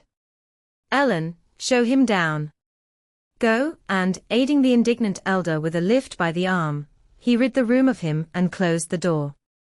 "Vara wheel," shouted Joseph, as he slowly drew off. "To morn, his come hisseln, and thrust him out, if ye dar." Chapter 20. To obviate the danger of this threat being fulfilled, Mr. Linton commissioned me to take the boy home early, on Catherine's pony, and, said he, as we shall now have no influence over his destiny, good or bad, you must say nothing of where he is gone to my daughter. She cannot associate with him hereafter. and it is better for her to remain in ignorance of his proximity, lest she should be restless and anxious to visit the Heights. Merely tell her his father sent for him suddenly, and he has been obliged to leave us." Linton was very reluctant to be roused from his bed at 5 o'clock, and astonished to be informed that he must prepare for further travelling, but I softened off the matter by stating that he was going to spend some time with his father, Mr. Heathcliff, who wished to see him so much. He did not like to defer the pleasure till he should recover from his late journey. "My father," he cried, in strange perplexity. "Mamma never told me I had a father. Where does he live?" "I'd rather stay with uncle." "He lives a little distance from the Grange," I replied, "just beyond those hills, not so far, but you may walk over here when you get hearty. And you should be glad to go home, and to see him. You must try to love him, as you did your mother, and then he will love you." "But why have I not heard of him before?" asked Linton. "Why didn't Mamma and he live together, as other people do?" "He had business to keep him in the north," I answered, "and your mother's health required her to reside in the south." "And why didn't Mamma speak to me about him?" persevered the child. "She often talked of uncle, and I learnt to love him long ago." "How am I to love Papa? I don't know him." "Oh, all children love their parents," I said. "Your mother, perhaps, thought you would want to be with him if she mentioned him often to you. Let us make haste. An early ride on such a beautiful morning is much preferable to an hour's more sleep." "Is she to go with us?" he demanded, "the little girl I saw yesterday?" "Not now," replied I. "Is uncle?" he continued. "No, I shall be your companion there," I said. Linton sank back on his pillow and fell into a brown study. "I won't go without uncle," he cried at length. "I can't tell where you mean to take me." I attempted to persuade him of the naughtiness of showing reluctance to meet his father. Still he obstinately resisted any progress towards dressing, and I had to call for my master's assistance in coaxing him out of bed. The poor thing was finally got off, with several delusive assurances that his absence should be short, that Mr. Edgar and Cathy would visit him, and other promises, equally ill-founded, which I invented and reiterated at intervals throughout the way. The pure heather-scented air, the bright sunshine, and the gentle canter of Minnie, relieved his despondency after a while. He began to put questions concerning his new home, and its inhabitants, with greater interest and liveliness. "Is Wuthering Heights as pleasant a place as Thrushcross Grange?" he inquired, turning to take a last glance into the valley, whence a light mist mounted and formed a fleecy cloud on the skirts of the blue. "It is not so buried in trees," I replied, "and it is not quite so large, but you can see the country beautifully all round, and the air is healthier for you, fresher and drier. You will, perhaps, think the building old and dark at first, though it is a respectable house, the next best in the neighbourhood. And you will have such nice rambles on the moors. Hareton Earnshaw, that is, Miss Cathy's other cousin, and so yours in a manner, will show you all the sweetest spots, and you can bring a book in fine weather, and make a green hollow your study, and now and then your uncle may join you in a walk. He does, frequently, walk out on the hills." "And what is my father like?" he asked. "Is he as young and handsome as uncle?" "He's as young," said I, "but he has black hair and eyes, and looks sterner, and he is taller and bigger altogether. He'll not seem to you so gentle and kind at first, perhaps, because it is not his way. Still, mind you, be frank and cordial with him, and naturally he'll be fonder of you than any uncle, for you are his own." "Black hair and eyes," mused Linton. "I can't fancy him. Then I am not like him, am I?" "Not much," I answered, "not a morsel," I thought, surveying with regret the white complexion and slim frame of my companion, and his large languid eyes, his mother's eyes, save that, unless a morbid touchiness kindled them a moment, they had not a vestige of her sparkling spirit. "How strange that he should never come to see Mamma and me," he murmured. "Has he ever seen me? If he has, I must have been a baby. I remember not a single thing about him." "Why, Master Linton," said I, 300 miles is a great distance, and 10 years seem very different in length to a grown-up person compared with what they do to you. It is probable Mr. Heathcliff proposed going from summer to summer, but never found a convenient opportunity, and now it is too late. Don't trouble him with questions on the subject. It will disturb him, for no good. The boy was fully occupied with his own cogitations for the remainder of the ride, till we halted before the farmhouse garden gate. I watched to catch his impressions in his countenance. He surveyed the carved front and low-browed lattices, the straggling gooseberry bushes and crooked firs, with solemn intentness, and then shook his head. His private feelings entirely disapproved of the exterior of his new abode. But he had sense to postpone complaining. There might be compensation within. Before he dismounted, I went and opened the door. It was 6:30. The family had just finished breakfast. The servant was clearing and wiping down the table. Joseph stood by his master's chair telling some tale concerning a lame horse, and Hareton was preparing for the hayfield. "Hello, Nelly," said Mr. Heathcliff, when he saw me. "I feared I should have to come down and fetch my property myself. You've brought it, have you? Let us see what we can make of it." He got up and strode to the door. Hareton and Joseph followed in gaping curiosity. Poor Linton ran a frightened eye over the faces of the three. "Shall I?" said Joseph after a grave inspection, his swapped ye, maester, and yon's his lass. Heathcliff, having stared his son into an ague of confusion, uttered a scornful laugh. "God! What a beauty!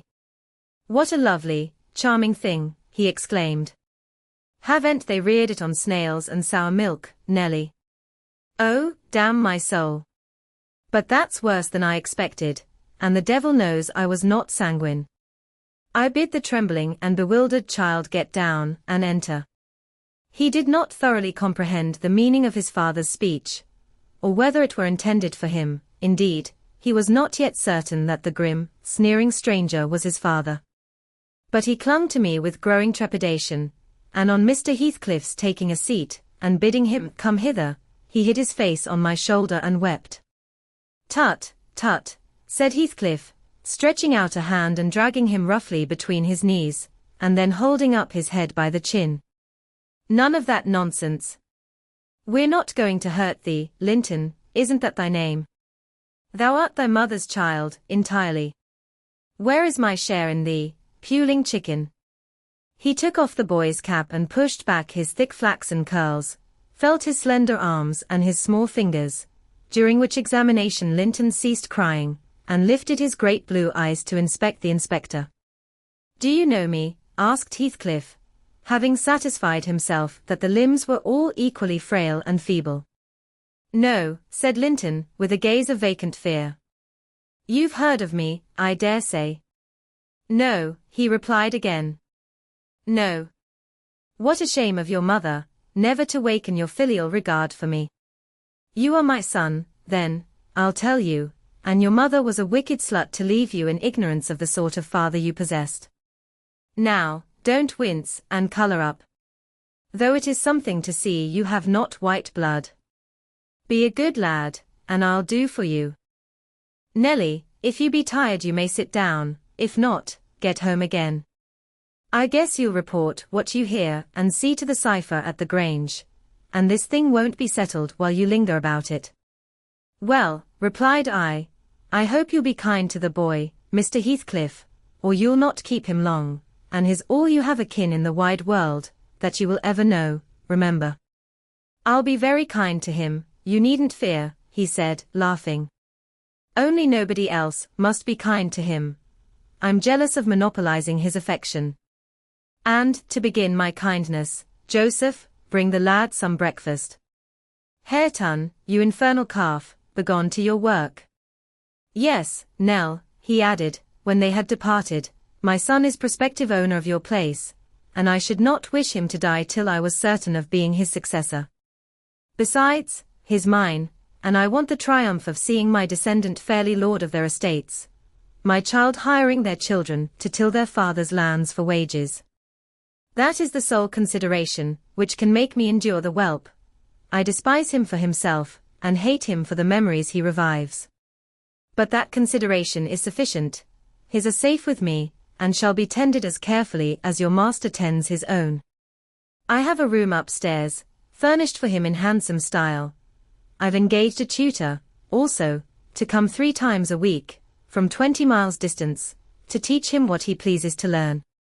I've ordered Hareton to obey him, and in fact I've arranged everything with a view to preserve the superior, and the gentleman in him, above his associates. I do regret, however, that he so little deserves the trouble. If I wished any blessing in the world, it was to find him a worthy object of pride, and I'm bitterly disappointed with the way-faced, whining wretch. While he was speaking, Joseph returned bearing a basin of milk porridge, and placed it before Linton, who stirred round the homely mess with a look of aversion, and affirmed he could not eat it. I saw the old manservant shared largely in his master's scorn of the child, though he was compelled to retain the sentiment in his heart, because Heathcliff plainly meant his underlings to hold him in honour. "Cannot eat it," repeated he, peering in Linton's face, and subduing his voice to a whisper, for fear of being overheard. "But Maester Hareton niver ate naught else, when he were a little un, and what were good in you for him's good in you for ye, I's rather think." "I shan't eat it," answered Linton, snappishly. "Take it away." Joseph snatched up the food indignantly, and brought it to us. "Is there aught ails victuals?" he asked, thrusting the tray under Heathcliff's nose. "What should ail them?" he said.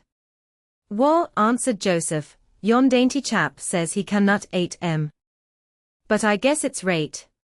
His mother were just soa, we were a'most too mucky to sow tea corn for macking her breed." "Don't mention his mother to me," said the master, angrily. "Get him something that he can eat, that's all." "What is his usual food, Nelly?" I suggested boiled milk or tea, and the housekeeper received instructions to prepare some. Come, I reflected, his father's selfishness may contribute to his comfort. He perceives his delicate constitution, and the necessity of treating him tolerably. I'll console Mr. Edgar by acquainting him with the turn Heathcliff's humour has taken.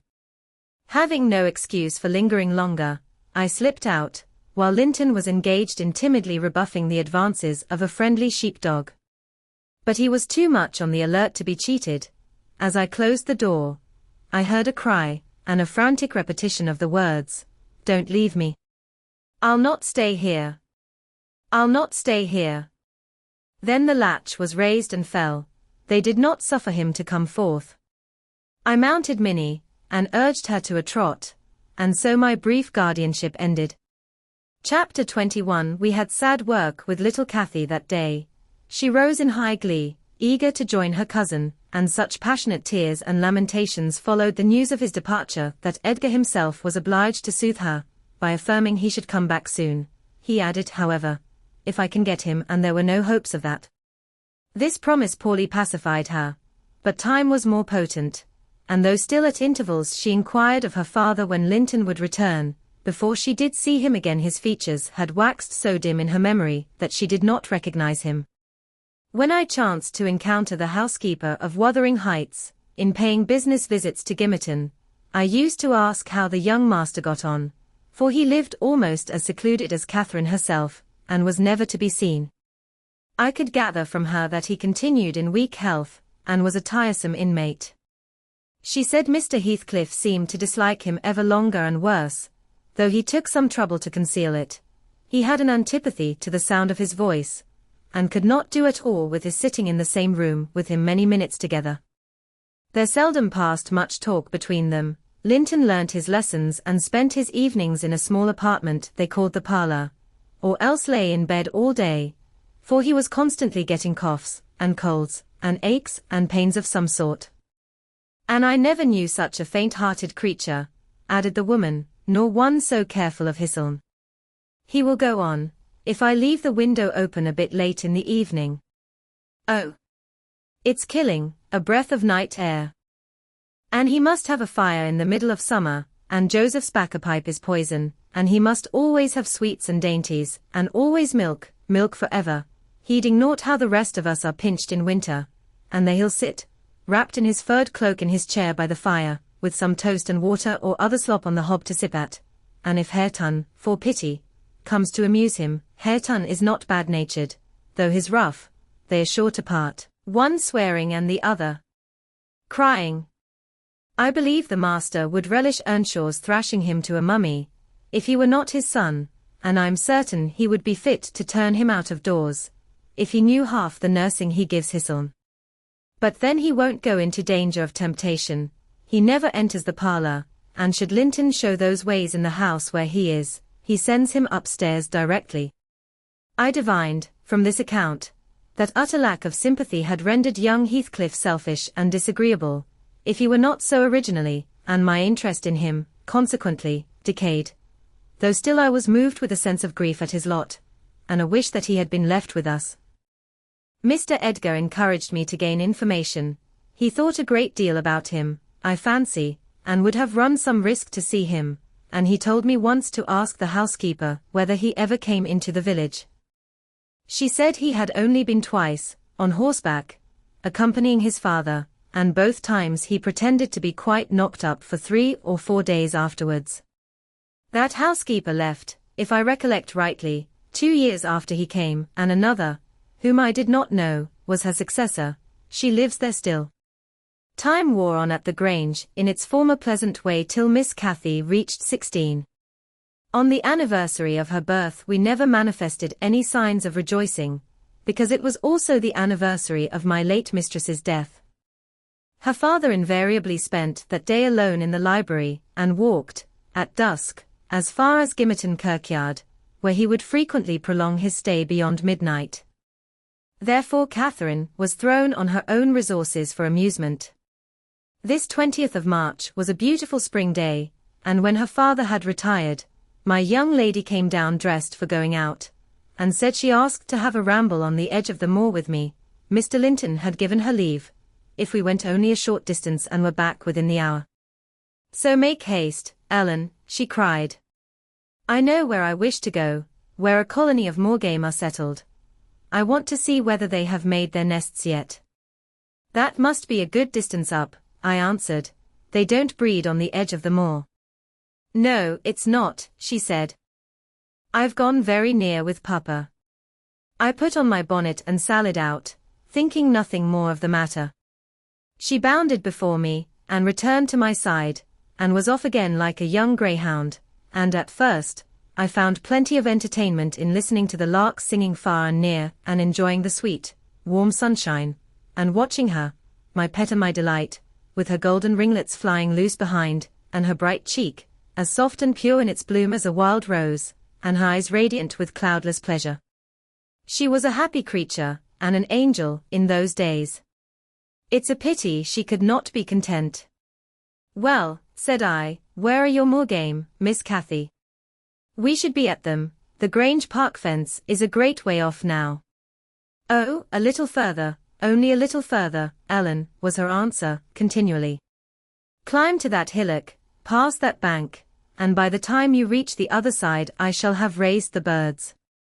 But there were so many hillocks and banks to climb and pass, that, at length, I began to be weary, and told her we must halt, and retrace our steps. I shouted to her, as she had outstripped me a long way. She either did not hear, or did not regard, for she still sprang on, and I was compelled to follow. Finally, she dived into a hollow, and before I came in sight of her again, she was 2 miles nearer Wuthering Heights than her own home, and I beheld a couple of persons arrest her, one of whom I felt convinced was Mr. Heathcliff himself. Cathy had been caught in the fact of plundering, or, at least, hunting out the nests of the grouse. The Heights were Heathcliff's land, and he was reproving the poacher. I've neither taken any nor found any, she said, as I toiled to them, expanding her hands in corroboration of the statement. I didn't mean to take them, but Papa told me there were quantities up here, and I wished to see the eggs. Heathcliff glanced at me with an ill-meaning smile, expressing his acquaintance with the party, and, consequently, his malevolence towards it, and demanded who Papa was.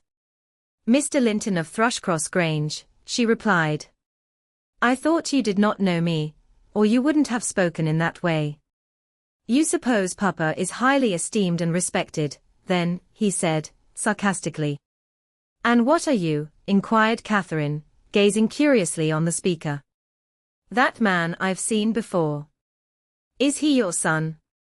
She pointed to Hareton, the other individual, who had gained nothing but increased bulk and strength by the addition of 2 years to his age. He seemed as awkward and rough as ever. Miss Cathy, I interrupted, it will be 3 hours instead of 1 that we are out, presently. We really must go back. No, that man is not my son, answered Heathcliff, pushing me aside. But I have one, and you have seen him before too, and though your nurse is in a hurry, I think both you and she would be the better for a little rest. Will you just turn this nab of Heath, and walk into my house? You'll get home earlier for the ease, and you shall receive a kind welcome. I whispered Catherine that she mustn't, on any account, accede to the proposal. It was entirely out of the question. Why? She asked, aloud. I'm tired of running, and the ground is dewy. I can't sit here. Let us go, Ellen. Besides, he says I have seen his son.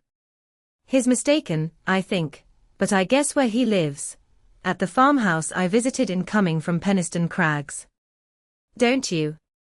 I do. Come, Nelly, hold your tongue. It will be a treat for her to look in on us. Hareton, get forwards with the lass. You shall walk with me, Nelly. No, she's not going to any such place, I cried, struggling to release my arm, which he had seized, but she was almost at the doorstones already, scampering round the brow at full speed. Her appointed companion did not pretend to escort her. He shied off by the roadside and vanished. Mr. Heathcliff, it's very wrong, I continued, you know you mean no good. And there she'll see Linton, and all will be told as soon as ever we return, and I shall have the blame. I want her to see Linton, he answered. He's looking better these few days, it's not often he's fit to be seen. And we'll soon persuade her to keep the visit secret. Where is the harm of it? The harm of it is, that her father would hate me if he found I suffered her to enter your house, and I am convinced you have a bad design in encouraging her to do so, I replied. My design is as honest as possible. I'll inform you of its whole scope, he said. That the 2 cousins may fall in love, and get married. I'm acting generously to your master. His young chit has no expectations, and should she second my wishes she'll be provided for at once as joint successor with Linton. If Linton died, I answered, and his life is quite uncertain, Catherine would be the heir. No, she would not, he said. There is no clause in the will to secure it so, his property would go to me, but, to prevent disputes, I desire their union and am resolved to bring it about. And I'm resolved she shall never approach your house with me again, I returned, as we reached the gate, where Miss Cathy waited our coming. Heathcliff bade me be quiet, and, preceding us up the path, hastened to open the door. My young lady gave him several looks, as if she could not exactly make up her mind what to think of him, but now he smiled when he met her eye, and softened his voice in addressing her, and I was foolish enough to imagine the memory of her mother might disarm him from desiring her injury. Linton stood on the hearth. He had been out walking in the fields, for his cap was on, and he was calling to Joseph to bring him dry shoes. He had grown tall of his age, still wanting some months of 16. His features were pretty yet, and his eye and complexion brighter than I remembered them, though with merely temporary lustre borrowed from the salubrious air and genial sun. Now, who is that? Asked Mr. Heathcliff, turning to Cathy. Can you tell? Your son, she said, having doubtfully surveyed, first one and then the other. Yes, yes, answered he, but is this the only time you have beheld him? Think. Ah? You have a short memory. Linton, don't you recall your cousin, that you used to tease us so with wishing to see? What, Linton? Cried Cathy, kindling into joyful surprise at the name. Is that little Linton? He's taller than I am. Are you Linton? The youth stepped forward and acknowledged himself. She kissed him fervently, and they gazed with wonder at the change time had wrought in the appearance of each. Catherine had reached her full height. Her figure was both plump and slender, elastic as steel, and her whole aspect sparkling with health and spirits. Linton's looks and movements were very languid, and his form extremely slight, but there was a grace in his manner that mitigated these defects, and rendered him not unpleasing. After exchanging numerous marks of fondness with him, his cousin went to Mr. Heathcliff, who lingered by the door, dividing his attention between the objects inside and those that lay without, pretending, that is, to observe the latter, and really noting the former alone. "And you are my uncle, then," she cried, reaching up to salute him. "I thought I liked you, though you were cross at first. Why don't you visit at the Grange with Linton? To live all these years such close neighbours, and never see us, is odd. What have you done so for?" "I visited it once or twice too often before you were born," he answered. "There, damn it. If you have any kisses to spare, give them to Linton, they are thrown away on me."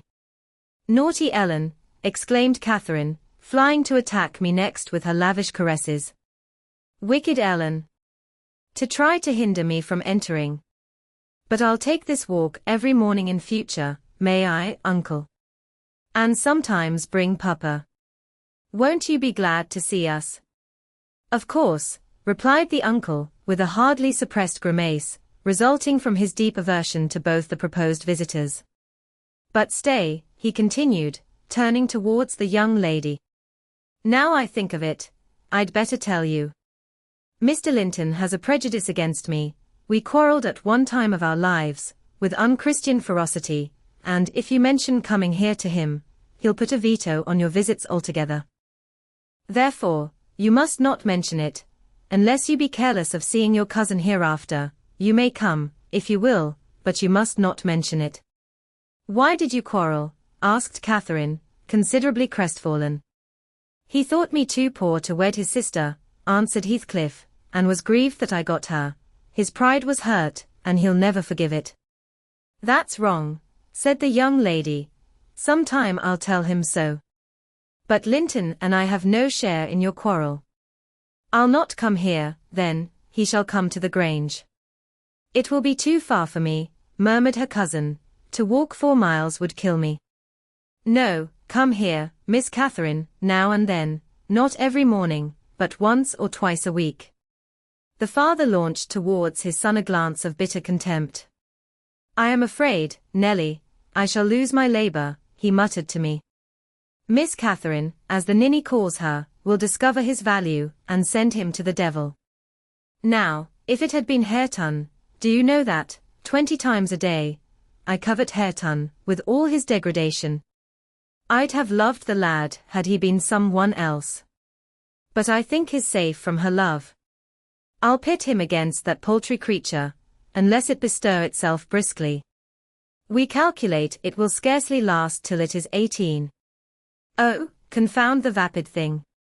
He's absorbed in drying his feet, and never looks at her. Linton." "Yes, father," answered the boy. "Have you nothing to show your cousin anywhere about, not even a rabbit, or a weasel's nest? Take her into the garden, before you change your shoes, and into the stable to see your horse." "Wouldn't you rather sit here?" asked Linton, addressing Cathy in a tone which expressed reluctance to move again. "I don't know," she replied, casting a longing look to the door, and evidently eager to be active. He kept his seat, and shrank closer to the fire. Heathcliff rose, and went into the kitchen, and from thence to the yard, calling out for Hareton. Hareton responded, and presently the two re-entered. The young man had been washing himself, as was visible by the glow on his cheeks and his wetted hair. "Oh, I'll ask you, uncle," cried Miss Cathy, recollecting the housekeeper's assertion. "That is not my cousin, is he?" "Yes," he replied, "your mother's nephew." "Don't you like him?" Catherine looked queer. "Is he not a handsome lad?" he continued. The uncivil little thing stood on tiptoe, and whispered a sentence in Heathcliff's ear. He laughed. Hareton darkened. I perceived he was very sensitive to suspected slights, and had obviously a dim notion of his inferiority. But his master or guardian chased the frown by exclaiming, "You'll be the favourite among us, Hareton. She says you are what was it? Well, something very flattering. Here. You go with her round the farm. And behave like a gentleman, mind. Don't use any bad words, and don't stare when the young lady is not looking at you, and be ready to hide your face when she is, and when you speak, say your words slowly, and keep your hands out of your pockets. Be off, and entertain her as nicely as you can." He watched the couple walking past the window. Earnshaw had his countenance completely averted from his companion. He seemed studying the familiar landscape with a stranger's and an artist's interest. Catherine took a sly look at him, expressing small admiration. She then turned her attention to seeking out objects of amusement for herself, and tripped merrily on, lilting a tune to supply the lack of conversation. "I've tied his tongue," observed Heathcliff. "He'll not venture a single syllable all the time. Nelly, you recollect me at his age, nay, some years younger. Did I ever look so stupid, so gormless, as Joseph calls it?" "Worse," I replied, because more sullen with it. "I've a pleasure in him," he continued, reflecting aloud. "He has satisfied my expectations. If he were a born fool I should not enjoy it half so much. But he's no fool, and I can sympathize with all his feelings, having felt them myself.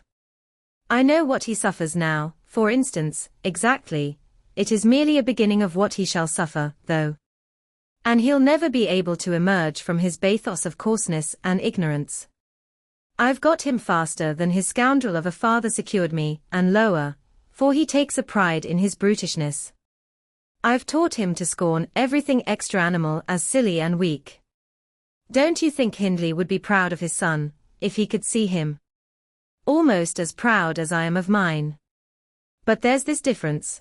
One is gold put to the use of paving stones, and the other is tin polished to ape a service of silver.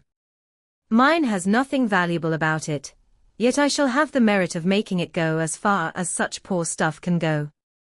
His had first-rate qualities, and they are lost, rendered worse than unavailing. I have nothing to regret. He would have more than any, but I are aware of. And the best of it is, Hareton is damnably fond of me. You'll own that I've outmatched Hindley there. If the dead villain could rise from his grave to abuse me for his offspring's wrongs, I should have the fun of seeing the said offspring fight him back again, indignant that he should dare to rail at the one friend he has in the world." Heathcliff chuckled a fiendish laugh at the idea. I made no reply, because I saw that he expected none. Meantime, our young companion, who sat too removed from us to hear what was said, began to evince symptoms of uneasiness, probably repenting that he had denied himself the treat of Catherine's society for fear of a little fatigue. His father remarked the restless glances wandering to the window, and the hand irresolutely extended towards his cap. "Get up, you idle boy," he exclaimed, with assumed heartiness. "Away after them. They are just at the corner, by the stand of hives." Linton gathered his energies, and left the hearth.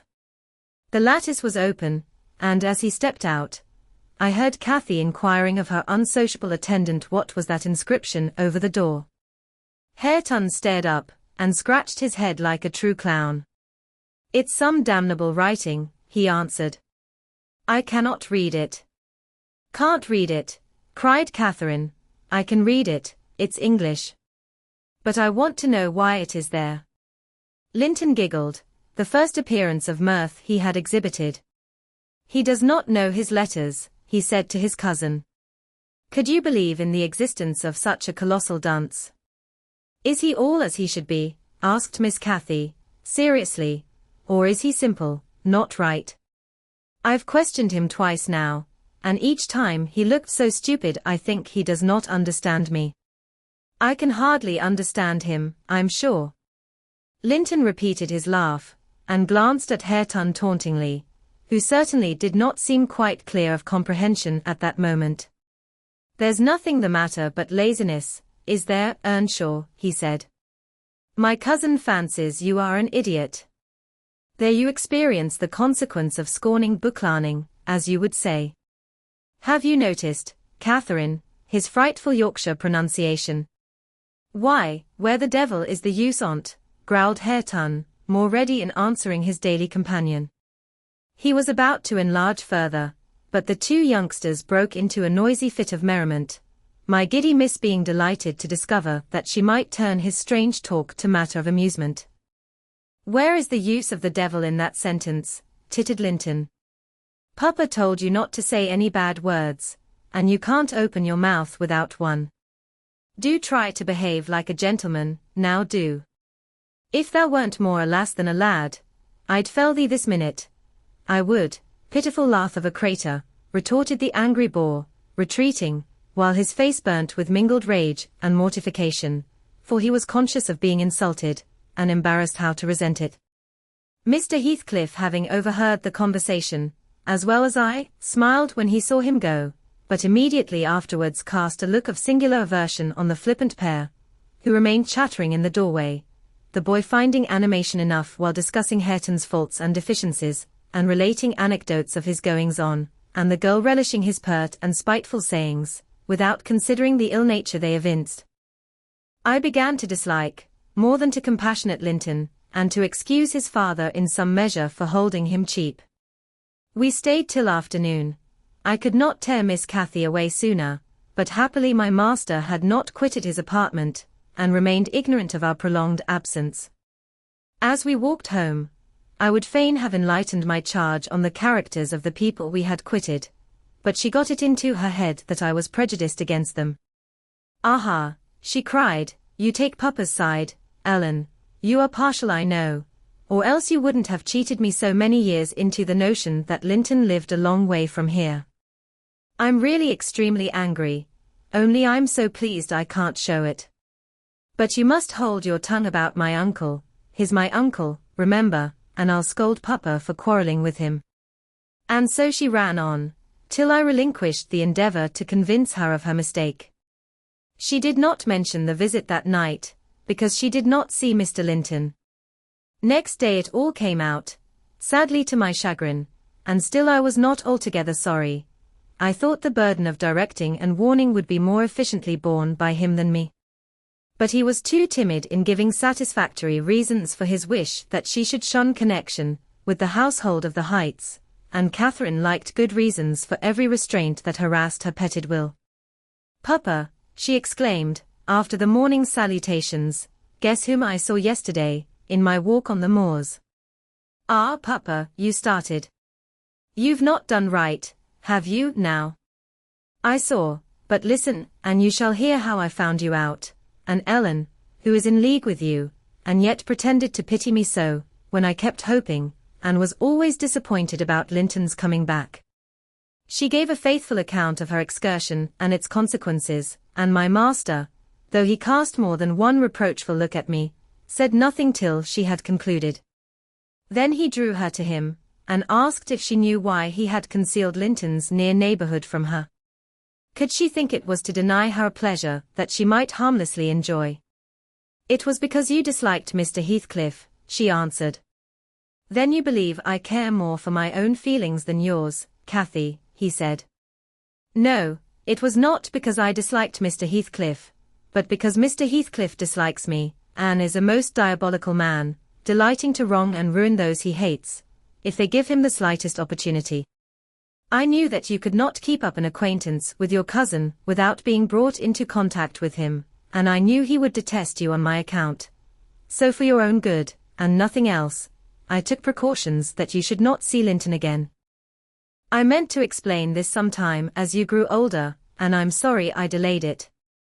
"But Mr. Heathcliff was quite cordial, Papa," observed Catherine, not at all convinced, "and he didn't object to our seeing each other.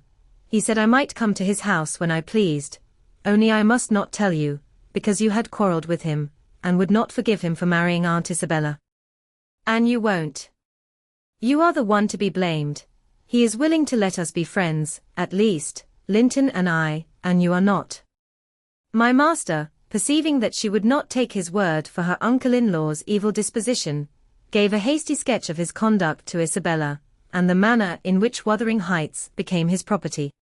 He could not bear to discourse long upon the topic, for though he spoke little of it, he still felt the same horror and detestation of his ancient enemy that had occupied his heart ever since Mrs. Linton's death. She might have been living yet, if it had not been for him, was his constant bitter reflection, and in his eyes, Heathcliff seemed a murderer. Miss Cathy, conversant with no bad deeds except her own slight acts of disobedience, injustice, and passion, arising from hot temper and thoughtlessness, and repented of on the day they were committed, was amazed at the blackness of spirit that could brood on and cover revenge for years, and deliberately prosecute its plans without a visitation of remorse. She appeared so deeply impressed and shocked at this new view of human nature, excluded from all her studies and all her ideas till now, that Mr. Edgar deemed it unnecessary to pursue the subject. He merely added, "You will know hereafter, darling, why I wish you to avoid his house and family. Now return to your old employments and amusements, and think no more about them." Catherine kissed her father, and sat down quietly to her lessons for a couple of hours, according to custom. Then she accompanied him into the grounds, and the whole day passed as usual. But in the evening, when she had retired to her room, and I went to help her to undress, I found her crying, on her knees by the bedside. "Oh, fie, silly child!" I exclaimed. "If you had any real griefs, you'd be ashamed to waste a tear on this little contrariety. You never had one shadow of substantial sorrow, Miss Catherine. Suppose, for a minute, that master and I were dead, and you were by yourself in the world. How would you feel, then? Compare the present occasion with such an affliction as that, and be thankful for the friends you have, instead of coveting more." "I'm not crying for myself, Ellen," she answered, "it's for him. He expected to see me again tomorrow, and there he'll be so disappointed, and he'll wait for me, and I shan't come." "Nonsense," said I, "do you imagine he has thought as much of you as you have of him? Hasn't he Hareton for a companion? Not one in 100 would weep at losing a relation they had just seen twice, for 2 afternoons. Linton will conjecture how it is, and trouble himself no further about you." "But may I not write a note to tell him why I cannot come?" she asked, rising to her feet. "And just send those books I promised to lend him. His books are not as nice as mine, and he wanted to have them extremely, when I told him how interesting they were." "May I not, Ellen?" "No, indeed. No, indeed," replied I with decision. "Then he would write to you, and there'd never be an end of it. No, Miss Catherine, the acquaintance must be dropped entirely. So Papa expects, and I shall see that it is done." "But how can one little note," she recommenced, putting on an imploring countenance. "Silence," I interrupted. "We'll not begin with your little notes. Get into bed." She threw at me a very naughty look, so naughty that I would not kiss her good night at first. I covered her up, and shut her door, in great displeasure, but, repenting halfway, I returned softly and low. There was Miss standing at the table with a bit of blank paper before her and a pencil in her hand, which she guiltily slipped out of sight on my entrance. "You'll get nobody to take that, Catherine," I said, "if you write it, and at present I shall put out your candle." I set the extinguisher on the flame, receiving as I did so a slap on my hand and a petulant cross thing. I then quitted her again, and she drew the bolt in one of her worst, most peevish humors. The letter was finished and forwarded to its destination by a milk fetcher, who came from the village, but that I didn't learn till some time afterwards. Weeks passed on, and Cathy recovered her temper, though she grew wondrous fond of stealing off to corners by herself, and often, if I came near her suddenly while reading, she would start and bend over the book, evidently desirous to hide it, and I detected edges of loose paper sticking out beyond the leaves. She also got a trick of coming down early in the morning and lingering about the kitchen, as if she were expecting the arrival of something, and she had a small drawer in a cabinet in the library, which she would trifle over for hours, and whose key she took special care to remove when she left it. One day, as she inspected this drawer, I observed that the playthings and trinkets, which recently formed its contents, were transmuted into bits of folded paper. My curiosity and suspicions were roused. I determined to take a peep at her mysterious treasures, so, at night, as soon as she and my master were safe upstairs, I searched, and readily found among my house keys one that would fit the lock. Having opened, I emptied the whole contents into my apron, and took them with me to examine at leisure in my own chamber. Though I could not but suspect, I was still surprised to discover that they were a mass of correspondence, daily almost, it must have been, from Linton Heathcliff, answers to documents forwarded by her. The earlier dated were embarrassed and short. Gradually, however, they expanded into copious love letters, foolish, as the age of the writer rendered natural, yet with touches here and there which I thought were borrowed from a more experienced source. Some of them struck me as singularly odd compounds of ardor and flatness, commencing in strong feeling, and concluding in the affected, wordy style that a schoolboy might use to a fancied, incorporeal sweetheart. Whether they satisfied Cathy I don't know, but they appeared very worthless trash to me.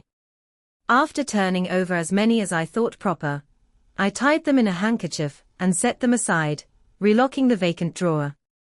Following her habit, my young lady descended early, and visited the kitchen. I watched her go to the door, on the arrival of a certain little boy, and while the dairymaid filled his can, she tucked something into his jacket pocket, and plucked something out.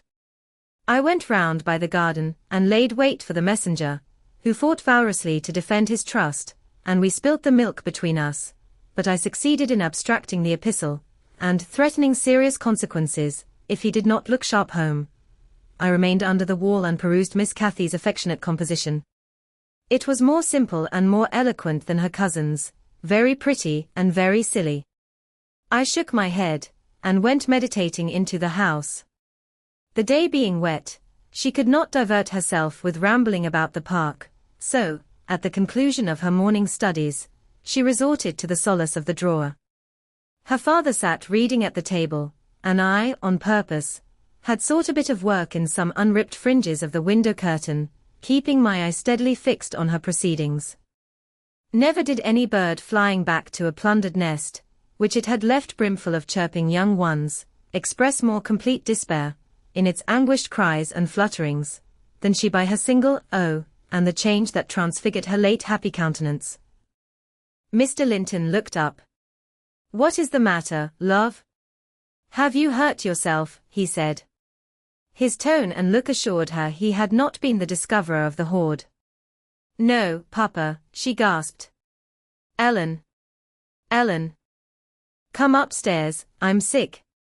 I obeyed her summons, and accompanied her out. "Oh, Ellen. You have got them," she commenced immediately, dropping on her knees, when we were enclosed alone. "Oh, give them to me, and I'll never do so again." "Don't tell Papa." "You have not told Papa, Ellen. Say you have not." "I've been exceedingly naughty, but I won't do it any more." With a grave severity in my manner I bade her stand up. "So," I exclaimed, "Miss Catherine, you are tolerably far on, it seems. You may well be ashamed of them.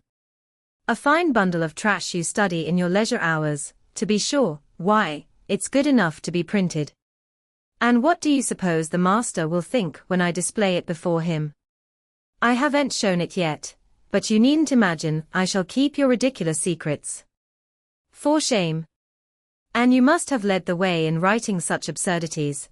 He would not have thought of beginning, I'm certain." I didn't, sobbed Cathy, fit to break her heart. "I didn't once think of loving him till, loving," cried I, as scornfully as I could utter the word. "Loving. Did anybody ever hear the like? I might just as well talk of loving the miller, who comes once a year to buy our corn. Pretty loving, indeed. And both times together, you have seen Linton hardly 4 hours in your life. Now here is the babyish trash. I'm going with it to the library, and we'll see what your father says to such loving." She sprang at her precious epistles, but I held them above my head, and then she poured out further frantic entreaties that I would burn them, do anything rather than show them. And being really fully as much inclined to laugh as scold, for I esteemed it all girlish vanity, I at length relented in a measure, and asked, "If I consent to burn them, will you promise faithfully neither to send nor receive a letter again, nor a book, for I perceive you have sent him books, nor locks of hair, nor rings, nor playthings?" "We don't send playthings," cried Catherine, her pride overcoming her shame. "Nor anything at all, then, my lady," I said. "Unless you will, here I go." "I promise, Ellen," she cried, catching my dress. "Oh, put them in the fire, do."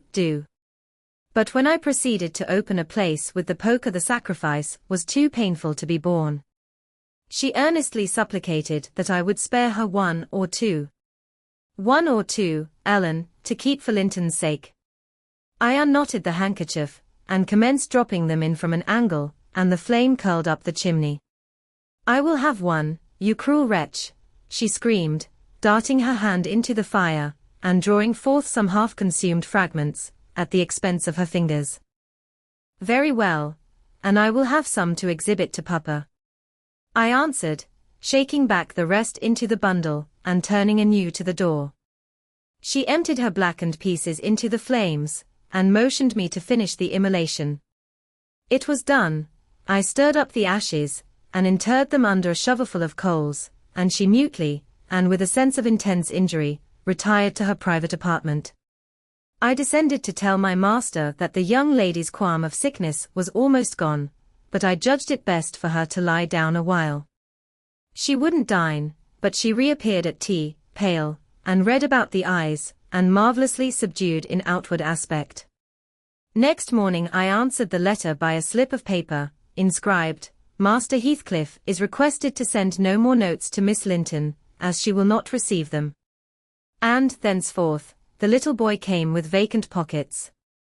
Chapter 22. Summer drew to an end, and early autumn. It was past Michaelmas, but the harvest was late that year, and a few of our fields were still uncleared. Mr. Linton and his daughter would frequently walk out among the reapers. At the carrying of the last sheaves they stayed till dusk, and the evening happening to be chill and damp, my master caught a bad cold, that settled obstinately on his lungs, and confined him indoors throughout the whole of the winter, nearly without intermission. Poor Cathy, frightened from her little romance, had been considerably sadder and duller since its abandonment, and her father insisted on her reading less, and taking more exercise. She had his companionship no longer. I esteemed it a duty to supply its lack, as much as possible, with mine, an inefficient substitute, for I could only spare 2 or 3 hours, from my numerous diurnal occupations, to follow her footsteps, and then my society was obviously less desirable than his. On an afternoon in October, or the beginning of November, a fresh watery afternoon, when the turf and paths were rustling with moist, withered leaves, and the cold blue sky was half hidden by clouds, dark grey streamers, rapidly mounting from the west, and boding abundant rain, I requested my young lady to forego her ramble, because I was certain of showers. She refused, and I unwillingly donned a cloak, and took my umbrella to accompany her on a stroll to the bottom of the park, a formal walk which she generally affected if low-spirited, and that she invariably was when Mr. Edgar had been worse than ordinary, a thing never known from his confession, but guessed both by her and me from his increased silence and the melancholy of his countenance. She went sadly on. There was no running or bounding now, though the chill wind might well have tempted her to race. And often, from the side of my eye, I could detect her raising a hand, and brushing something off her cheek. I gazed round for a means of diverting her thoughts. On one side of the road rose a high, rough bank, where hazels and stunted oaks, with their roots half exposed, held uncertain tenure. The soil was too loose for the latter, and strong winds had blown some nearly horizontal. In summer Miss Catherine delighted to climb along these trunks, and sit in the branches, swinging 20 feet above the ground, and I, pleased with her agility and her light, childish heart, still considered it proper to scold every time I caught her at such an elevation, but so that she knew there was no necessity for descending. From dinner to tea she would lie in her breeze-rocked cradle, doing nothing except singing old songs, my nursery lore, to herself, or watching the birds, joint tenants, feed and entice their young ones to fly, or nestling with closed lids, half thinking, half dreaming, happier than words can express. "Look, miss," I exclaimed, pointing to a nook under the roots of one twisted tree. "Winter is not here yet. There's a little flower up yonder, the last bud from the multitude of bluebells that clouded those turf steps in July with a lilac mist. Will you clamber up, and pluck it to show to Papa?" Cathy stared a long time at the lonely blossom trembling in its earthy shelter, and replied, at length, "No, I'll not touch it, but it looks melancholy, does it not, Ellen?" "Yes," I observed, "about as starved and sackless as you. Your cheeks are bloodless.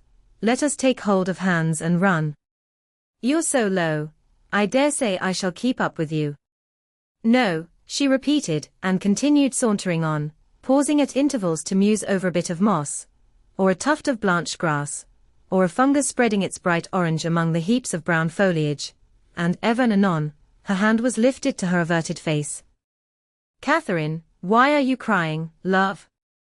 I asked, approaching and putting my arm over her shoulder. "You mustn't cry because Papa has a cold, be thankful it is nothing worse." She now put no further restraint on her tears, her breath was stifled by sobs. "Oh, it will be something worse," she said. "And what shall I do when Papa and you leave me, and I am by myself? I can't forget your words, Ellen, they are always in my ear. How life will be changed, how dreary the world will be, when Papa and you are dead." "None can tell whether you won't die before us," I replied. "It's wrong to anticipate evil. We'll hope there are years and years to come before any of us go. Master is young, and I am strong, and hardly 45. My mother lived till 80, a canty dame to the last. And suppose Mr. Linton was spared till he saw 60, that would be more years than you have counted, miss. And would it not be foolish to mourn a calamity above 20 years beforehand?" But Aunt Isabella was younger than Papa, she remarked, gazing up with timid hope to seek further consolation. "Aunt Isabella had not you and me to nurse her," I replied. "She wasn't as happy as Master, she hadn't as much to live for. All you need do, is to wait well on your father, and cheer him by letting him see you cheerful, and avoid giving him anxiety on any subject. Mind that, Cathy. I'll not disguise, but you might kill him if you were wild and reckless, and cherished a foolish, fanciful affection for the son of a person who would be glad to have him in his grave, and allowed him to discover that you fretted over the separation he has judged it expedient to make." "I fret about nothing on earth except Papa's illness," answered my companion. "I care for nothing in comparison with Papa. And I'll never, never, oh, never, while I have my senses, do an act or say a word to vex him. I love him better than myself, Ellen, and I know it by this. I pray every night that I may live after him, because I would rather be miserable than that he should be. That proves I love him better than myself." "Good words," I replied. "But deeds must prove it also, and after he is well, remember you don't forget resolutions formed in the hour of fear." As we talked, we neared a door that opened on the road, and my young lady, lightening into sunshine again, climbed up and seated herself on the top of the wall, reaching over to gather some hips that bloomed scarlet on the summit branches of the wild rose trees shadowing the highway side. The lower fruit had disappeared, but only birds could touch the upper, except from Cathy's present station. In stretching to pull them, her hat fell off, and as the door was locked, she proposed scrambling down to recover it. I bid her be cautious lest she got a fall, and she nimbly disappeared. But the return was no such easy matter.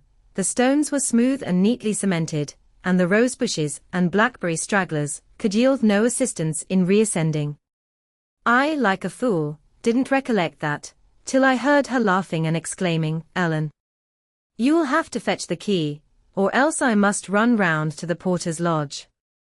I can't scale the ramparts on this side. Stay where you are, I answered. I have my bundle of keys in my pocket. Perhaps I may manage to open it, if not, I'll go. Catherine amused herself with dancing to and fro before the door, while I tried all the large keys in succession. I had applied the last, and found that none would do, so, repeating my desire that she would remain there, I was about to hurry home as fast as I could, when an approaching sound arrested me. It was the trot of a horse. Cathy's dance stopped also. "Who is that?" I whispered. "Ellen, I wish you could open the door," whispered back my companion, anxiously. "Ho, Miss Linton," cried a deep voice, "the riders, I'm glad to meet you. Don't be in haste to enter, for I have an explanation to ask and obtain." "I shan't speak to you, Mr. Heathcliff," answered Catherine. "Papa says you are a wicked man, and you hate both him and me, and Ellen says the same." "That is nothing to the purpose," said Heathcliff. He it was. "I don't hate my son, I suppose, and it is concerning him that I demand your attention." "Yes, you have cause to blush. 2 or 3 months since, were you not in the habit of writing to Linton? Making love in play, eh? You deserved, both of you, flogging for that. You especially, the elder, and less sensitive, as it turns out. I've got your letters, and if you give me any pertness, I'll send them to your father. I presume you grew weary of the amusement and dropped it, didn't you? Well, you dropped Linton with it into a slough of despond. He was in earnest, in love, really. As true as I live, he's dying for you, breaking his heart at your fickleness, not figuratively, but actually.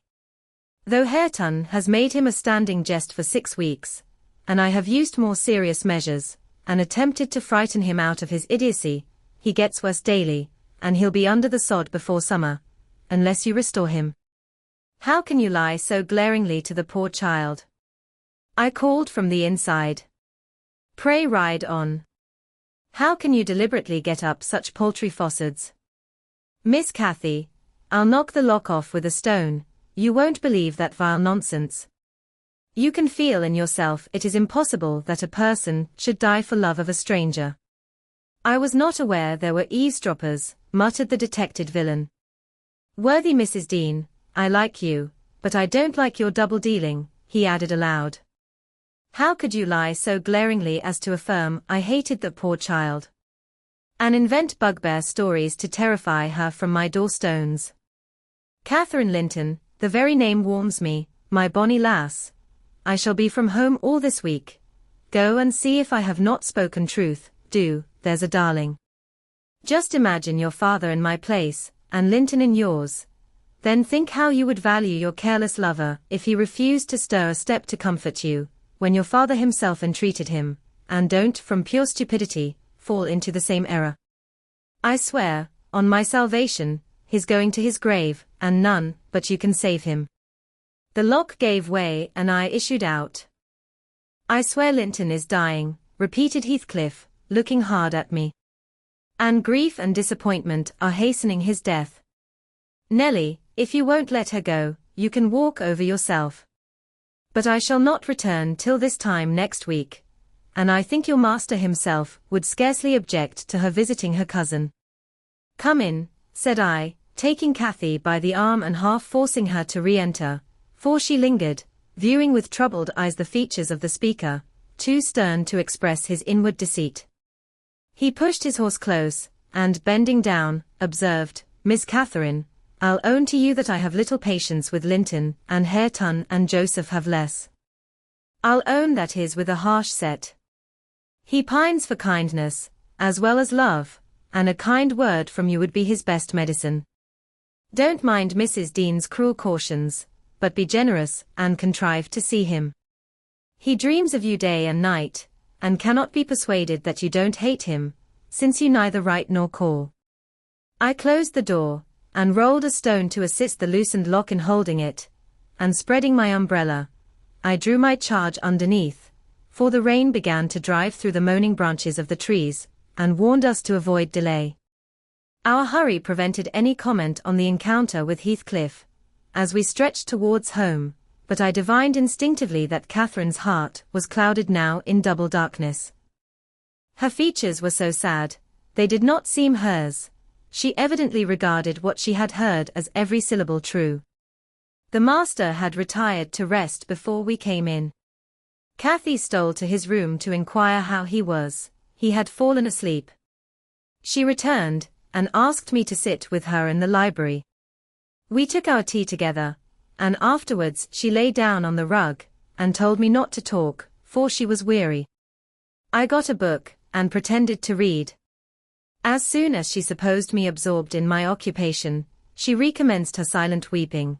It appeared, at present, her favorite diversion. I suffered her to enjoy it a while, then I expostulated, deriding and ridiculing all Mr. Heathcliff's assertions about his son, as if I was certain she would coincide. Alas! I hadn't skill to counteract the effect his account had produced. It was just what he intended. You may be right, Ellen, she answered, but I shall never feel at ease till I know. And I must tell Linton it is not my fault that I don't write, and convince him that I shall not change. What use were anger and protestations against her silly credulity? We parted that night, hostile, but next day beheld me on the road to Wuthering Heights, by the side of my wilful young mistress's pony. I couldn't bear to witness her sorrow, to see her pale, dejected countenance, and heavy eyes, and I yielded, in the faint hope that Linton himself might prove, by his reception of us, how little of the tale was founded on fact. Chapter 23. The rainy night had ushered in a misty morning, half frost, half drizzle, and temporary brooks crossed our path, gurgling from the uplands. My feet were thoroughly wetted. I was cross and low, exactly the humour suited for making the most of these disagreeable things.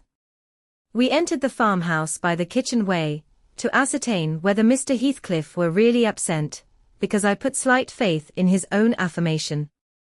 Joseph seemed sitting in a sort of Elysium alone, beside a roaring fire, a quart of ale on the table near him, bristling with large pieces of toasted oatcake, and his black, short pipe in his mouth.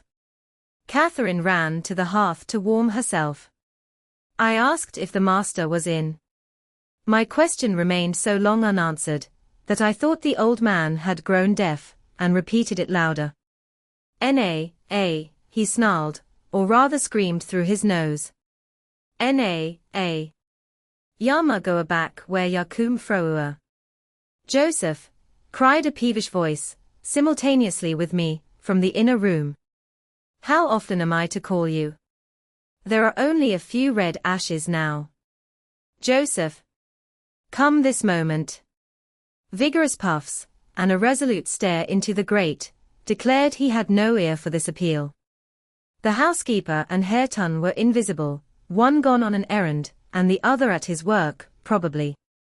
We knew Linton's tones, and entered. Oh, I hope you'll die in a garret, starved to death, said the boy, mistaking our approach for that of his negligent attendant. He stopped on observing his error. His cousin flew to him. Is that you, Miss Linton? He said, raising his head from the arm of the great chair, in which he reclined. No, don't kiss me, it takes my breath. Dear me. Papa said you would call, continued he, after recovering a little from Catherine's embrace, while she stood by looking very contrite. Will you shut the door, if you please? You left it open, and those detestable creatures won't bring coals to the fire. It's so cold. I stirred up the cinders, and fetched a scuttleful myself.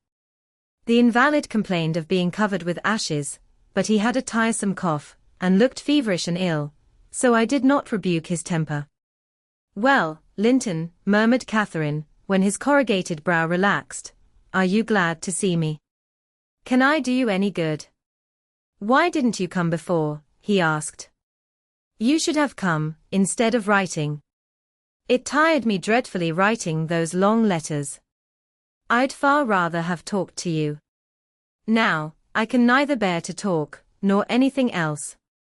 I wonder where Zillah is. Will you, looking at me, Step into the kitchen and see. I had received no thanks for my other service, and being unwilling to run to and fro at his behest, I replied, "Nobody is out there but Joseph." "I want to drink," he exclaimed fretfully, turning away. "Zillah is constantly gadding off to Gimmerton since Papa went. It's miserable. And I'm obliged to come down here." They resolved never to hear me upstairs. "Is your father attentive to you, Master Heathcliff?" I asked, perceiving Catherine to be checked in her friendly advances. "Attentive? He makes them a little more attentive at least," he cried. "The wretches! Do you know, Miss Linton, that brute Hareton laughs at me. I hate him. Indeed, I hate them all. They are odious beings." Cathy began searching for some water. She lighted on a pitcher in the dresser, filled a tumbler, and brought it. He bid her add a spoonful of wine from a bottle on the table, and having swallowed a small portion, appeared more tranquil, and said she was very kind. "And are you glad to see me?" asked she, reiterating her former question, and pleased to detect the faint dawn of a smile. "Yes, I am. It's something new to hear a voice like yours," he replied. "But I have been vexed, because you wouldn't come. And Papa swore it was owing to me. He called me a pitiful, shuffling, worthless thing, and said you despised me, and if he had been in my place, he would be more the master of the Grange than your father by this time." "But you don't despise me, do you, miss?" "I wish you would say Catherine, or Cathy," interrupted my young lady. "Despise you? No. Next to Papa and Ellen, I love you better than anybody living. I don't love Mr. Heathcliff, though, and I dare not come when he returns. Will he stay away many days?" "Not many," answered Linton, "but he goes on to the moors frequently, since the shooting season commenced, and you might spend an hour or two with me in his absence." "Do say you will. I think I should not be peevish with you. You'd not provoke me, and you'd always be ready to help me, wouldn't you?" "Yes," said Catherine, stroking his long soft hair, "if I could only get Papa's consent, I'd spend half my time with you." "Pretty Linton. I wish you were my brother. And then you would like me as well as your father," observed he, more cheerfully. "But Papa says you would love me better than him and all the world, if you were my wife, so I'd rather you were that." "No, I should never love anybody better than Papa," she returned gravely. "And people hate their wives, sometimes, but not their sisters and brothers, and if you were the latter, you would live with us, and Papa would be as fond of you as he is of me." Linton denied that people ever hated their wives, but Cathy affirmed they did, and in her wisdom, instanced his own father's aversion to her aunt. I endeavored to stop her thoughtless tongue. I couldn't succeed till everything she knew was out. Master Heathcliff, much irritated, asserted her relation was false. "Papa told me, and Papa does not tell falsehoods," she answered pertly. "My Papa scorns yours," cried Linton. "He calls him a sneaking fool." "Yours is a wicked man," retorted Catherine, "and you are very naughty to dare to repeat what he says. He must be wicked to have made Aunt Isabella leave him as she did." "She didn't leave him," said the boy, "you shan't contradict me." "She did," cried my young lady. "Well, I'll tell you something," said Linton. "Your mother hated your father, now then." "Oh," exclaimed Catherine, too enraged to continue. "And she loved mine," added he. "You little liar. I hate you now," she panted, and her face grew red with passion. "She did. She did," sang Linton, sinking into the recess of his chair, and leaning back his head to enjoy the agitation of the other disputant, who stood behind. "Hush, Master Heathcliff," I said, "that's your father's tale, too, I suppose." "It isn't, you hold your tongue," he answered. She did, Catherine. She did. Cathy, beside herself, gave the chair a violent push, and caused him to fall against one arm. He was immediately seized by a suffocating cough, that soon ended his triumph. It lasted so long that it frightened even me. As to his cousin, she wept with all her might, aghast at the mischief she had done, though she said nothing. I held him till the fit exhausted itself. Then he thrust me away, and leant his head down silently. Catherine quelled her lamentations also, took a seat opposite, and looked solemnly into the fire. "How do you feel now, Master Heathcliff?" I inquired, after waiting 10 minutes. "I wish he felt as I do," he replied. "Spiteful, cruel thing. Hareton never touches me, he never struck me in his life. And I was better today, and there," his voice died in a whimper. "I didn't strike you," muttered Cathy, chewing her lip to prevent another burst of emotion. He sighed and moaned like one under great suffering, and kept it up for a quarter of an hour, on purpose to distress his cousin apparently, for whenever he caught a stifled sob from her he put renewed pain and pathos into the inflections of his voice. "I'm sorry I hurt you, Linton," she said at length, racked beyond endurance. "But I couldn't have been hurt by that little push, and I had no idea that you could, either. You're not much, are you, Linton? Don't let me go home thinking I've done you harm. Answer. Speak to me." "I can't speak to you," he murmured. "You've hurt me so that I shall lie awake all night choking with this cough. If you had it you'd know what it was, but you'll be comfortably asleep while I'm in agony, and nobody near me. I wonder how you would like to pass those fearful nights." And he began to wail aloud, for very pity of himself. "Since you are in the habit of passing dreadful nights," I said, "it won't be Miss who spoils your ease. You'd be the same had she never come. However, she shall not disturb you again, and perhaps you'll get quieter when we leave you." "Must I go?" asked Catherine dolefully, bending over him. "Do you want me to go, Linton?" "You can't alter what you've done," he replied pettishly, shrinking from her, "unless you alter it for the worse by teasing me into a fever." "Well, then, I must go," she repeated. "Let me alone, at least," said he. "I can't bear your talking." She lingered, and resisted my persuasions to departure a tiresome while, but as he neither looked up nor spoke, she finally made a movement to the door, and I followed. We were recalled by a scream. Linton had slid from his seat onto the hearthstone, and lay writhing in the mere perverseness of an indulged plague of a child, determined to be as grievous and harassing as it can. I thoroughly gauged his disposition from his behavior, and saw at once it would be folly to attempt humoring him.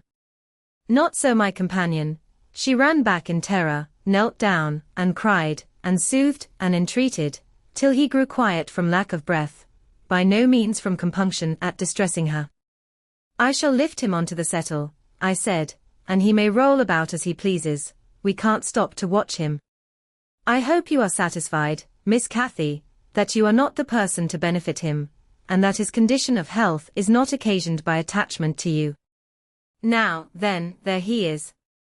Come away. As soon as he knows there is nobody by to care for his nonsense, he'll be glad to lie still." She placed a cushion under his head, and offered him some water. He rejected the latter, and tossed uneasily on the former, as if it were a stone or a block of wood. She tried to put it more comfortably. "I can't do with that," he said, "it's not high enough." Catherine brought another to lay above it. "That's too high," murmured the provoking thing. "How must I arrange it, then?" she asked despairingly. He twined himself up to her, as she half knelt by the settle, and converted her shoulder into a support. "No, that won't do," I said. "You'll be content with the cushion, Master Heathcliff. Miss has wasted too much time on you already. We cannot remain 5 minutes longer." Yes, we can," replied Cathy. "He's good and patient now. He's beginning to think I shall have far greater misery than he will tonight, if I believe he is the worse for my visit, and then I dare not come again. Tell the truth about it, Linton, for I mustn't come, if I have hurt you." "You must come, to cure me," he answered. "You ought to come, because you have hurt me, you know you have extremely. I was not as ill when you entered as I am at present, was I?" But you've made yourself ill by crying and being in a passion. I didn't do it all, said his cousin. However, we'll be friends now. And you want me, you would wish to see me sometimes, really? I told you I did, he replied impatiently.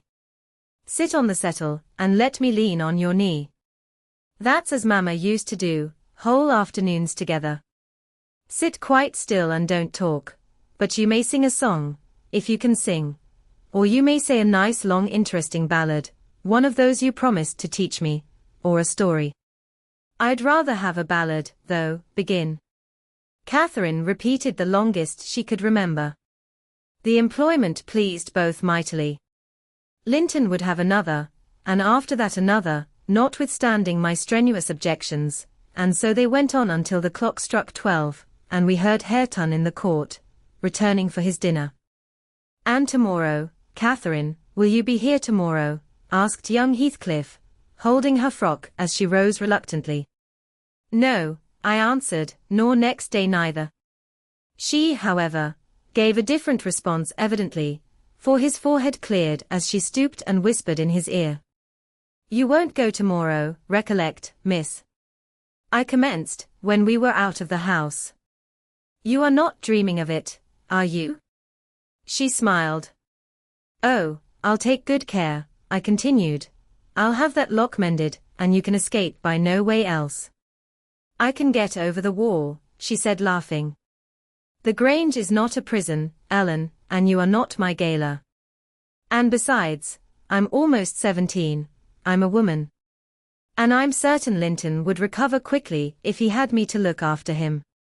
I'm older than he is, you know, and wiser, less childish, am I not?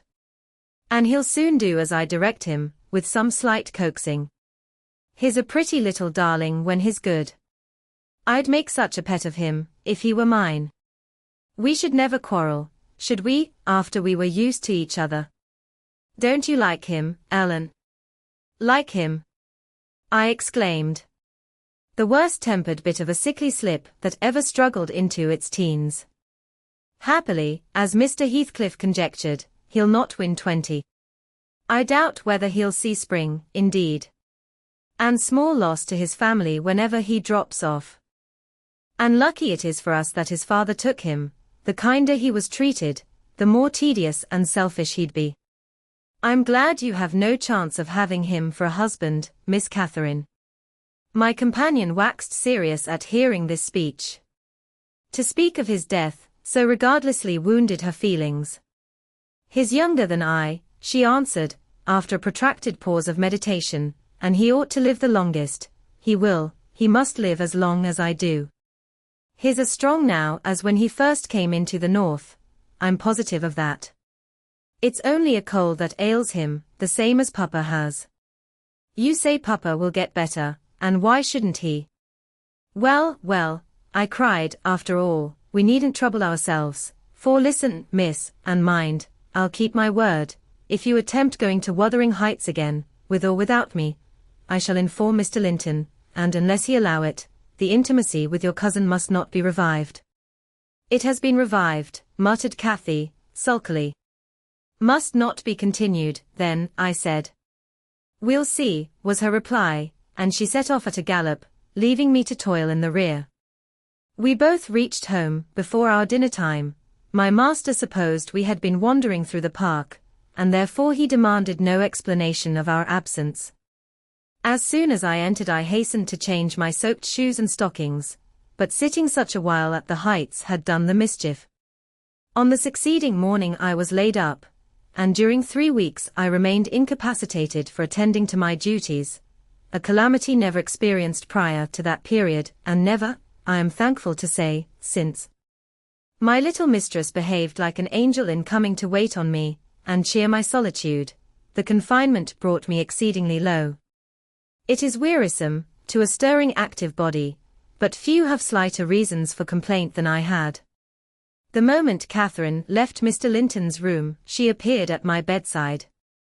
Her day was divided between us, no amusement usurped a minute, she neglected her meals, her studies and her play, and she was the fondest nurse that ever watched. She must have had a warm heart, when she loved her father so, to give so much to me? I said her days were divided between us, but the master retired early, and I generally needed nothing after 6 o'clock, thus the evening was her own. Poor thing! I never considered what she did with herself after tea. And though frequently, when she looked in to bid me good night, I remarked a fresh colour in her cheeks and a pinkness over her slender fingers, instead of fancying the hue borrowed from a cold ride across the moors, I laid it to the charge of a hot fire in the library. Chapter 24. At the close of 3 weeks, I was able to quit my chamber and move about the house. And on the first occasion of my sitting up in the evening I asked Catherine to read to me, because my eyes were weak.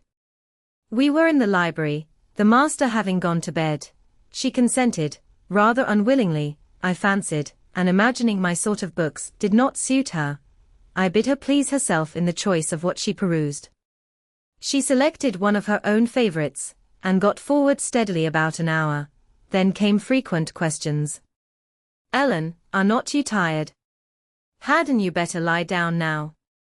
You'll be sick, keeping up so long, Ellen." "No, no, dear, I'm not tired," I returned, continually. Perceiving me immovable, she essayed another method of showing her disrelish for her occupation. It changed to yawning, and stretching, and, "Ellen, I'm tired." "Give over then and talk," I answered. That was worse. She fretted and sighed, and looked at her watch till 8, and finally went to her room, completely overdone with sleep, judging by her peevish, heavy look, and the constant rubbing she inflicted on her eyes. The following night she seemed more impatient still, and on the third from recovering my company she complained of a headache and left me. I thought her conduct odd, and having remained alone a long while, I resolved on going and inquiring whether she were better, and asking her to come and lie on the sofa, instead of upstairs in the dark. No Catherine could I discover upstairs, and none below. The servants affirmed they had not seen her. I listened at Mr. Edgar's door, all was silence. I returned to her apartment, extinguished my candle, and seated myself in the window. The moon shone bright, a sprinkling of snow covered the ground, and I reflected that she might, possibly, have taken it into her head to walk about the garden, for refreshment. I did detect a figure creeping along the inner fence of the park, but it was not my young mistress. On its emerging into the light, I recognized one of the grooms. He stood a considerable period, viewing the carriage road through the grounds, then started off at a brisk pace, as if he had detected something, and reappeared presently, leading Mrs. Pony, and there she was, just dismounted, and walking by its side. The man took his charge stealthily across the grass towards the stable. Cathy entered by the casement window of the drawing-room, and glided noiselessly up to where I awaited her. She put the door gently to, slipped off her snowy shoes, untied her hat, and was proceeding, unconscious of my espionage, to lay aside her mantle, when I suddenly rose and revealed myself. The surprise petrified her an instant. She uttered an inarticulate exclamation and stood fixed. "My dear Miss Catherine," I began, too vividly impressed by her recent kindness to break into a scold, "where have you been riding out at this hour? And why should you try to deceive me by telling a tale? Where have you been? Speak." "To the bottom of the park," she stammered. "I didn't tell a tale." "And nowhere else?" I demanded. "No," was the muttered reply. "Oh, Catherine," I cried, sorrowfully. "You know you have been doing wrong, or you wouldn't be driven to uttering an untruth to me. That does grieve me. I'd rather be 3 months ill, than hear you frame a deliberate lie." She sprang forward, and bursting into tears, threw her arms round my neck. "Well, Ellen, I'm so afraid of you being angry," she said. "Promise not to be angry, and you shall know the very truth. I hate to hide it."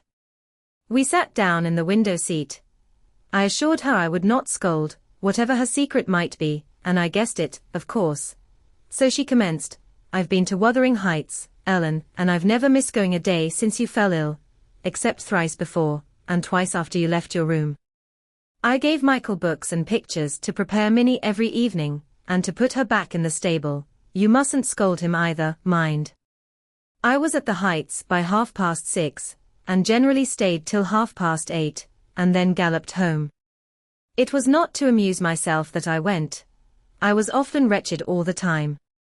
Now and then I was happy, once in a week perhaps. At first, I expected there would be sad work persuading you to let me keep my word to Linton, for I had engaged to call again next day, when we quitted him, but as you stayed upstairs on the morrow, I escaped that trouble. While Michael was refastening the lock of the park door in the afternoon, I got possession of the key, and told him how my cousin wished me to visit him, because he was sick, and couldn't come to the Grange, and how Papa would object to my going, and then I negotiated with him about the pony. He is fond of reading, and he thinks of leaving soon to get married. So he offered, if I would lend him books out of the library, to do what I wished, but I preferred giving him my own, and that satisfied him better. On my second visit Linton seemed in lively spirits, and Zillah, that is their housekeeper, made us a clean room and a good fire, and told us that, as Joseph was out at a prayer meeting and Catherine Earnshaw was off with his dogs, robbing our woods of pheasants, as I heard afterwards, we might do what we liked. She brought me some warm wine and gingerbread, and appeared exceedingly good-natured, and Linton sat in the armchair, and I in the little rocking chair on the hearthstone, and we laughed and talked so merrily, and found so much to say. We planned where we would go, and what we would do in summer. I needn't repeat that, because you would call it silly. One time, however, we were near quarrelling. He said the pleasantest manner of spending a hot July day was lying from morning till evening on a bank of heath in the middle of the moors, with the bees humming dreamily about among the bloom, and the larks singing high up overhead, and the blue sky and bright sun shining steadily and cloudlessly. That was his most perfect idea of heaven's happiness. Mine was rocking in a rustling green tree, with a west wind blowing, and bright white clouds flitting rapidly above, and not only larks, but throstles, and blackbirds, and linnets, and cuckoos pouring out music on every side, and the moors seen at a distance, broken into cool dusky dells, but close by great swells of long grass undulating in waves to the breeze, and woods and sounding water, and the whole world awake and wild with joy. He wanted all to lie in an ecstasy of peace. I wanted all to sparkle and dance in a glorious jubilee. I said his heaven would be only half alive, and he said mine would be drunk. I said I should fall asleep in his, and he said he could not breathe in mine, and began to grow very snappish. At last, we agreed to try both, as soon as the right weather came, and then we kissed each other and were friends. After sitting still an hour, I looked at the great room with its smooth uncarpeted floor, and thought how nice it would be to play in, if we removed the table, and I asked Linton to call Zillah in to help us, and we'd have a game at blindman's buff. She should try to catch us. You used to, you know, Ellen. He wouldn't. There was no pleasure in it, he said, but he consented to play at ball with me. We found two in a cupboard, among a heap of old toys, tops, and hoops, and battledores and shuttlecocks. One was marked C, and the other H. I wished to have the C, because that stood for Catherine, and the H might be for Heathcliff, his name, but the brown came out of H, and Linton didn't like it. I beat him constantly, and he got cross again, and coughed, and returned to his chair. That night, though, he easily recovered his good humor. He was charmed with 2 or 3 pretty songs, your songs, Ellen, and when I was obliged to go, he begged and entreated me to come the following evening, and I promised. Minnie and I went flying home as light as air, and I dreamt of Wuthering Heights and my sweet, darling cousin, till morning. On the morrow I was sad, partly because you were poorly, and partly that I wished my father knew, and approved of my excursions, but it was beautiful moonlight after tea, and as I rode on, the gloom cleared. I shall have another happy evening, I thought to myself, and what delights me more, my pretty Linton will. I trotted up their garden, and was turning round to the back, when that fellow Earnshaw met me, took my bridle, and bid me go in by the front entrance. He patted Minnie's neck, and said she was a bonny beast, and appeared as if he wanted me to speak to him. I only told him to leave my horse alone, or else it would kick him. He answered in his vulgar accent, "It wouldn't do much hurt if it did," and surveyed its legs with a smile. I was half inclined to make it try, however. He moved off to open the door, and as he raised the latch, he looked up to the inscription above, and said, with a stupid mixture of awkwardness and elation, "Miss Catherine. I can read yon, now." "Wonderful," I exclaimed. "Pray let us hear you, you are grown clever." He spelt, and drawled over by syllables, the name, Hareton Earnshaw. "And the figures?" I cried, encouragingly, perceiving that he came to a dead halt. "I cannot tell them yet," he answered. "Oh, you dunce," I said, laughing heartily at his failure.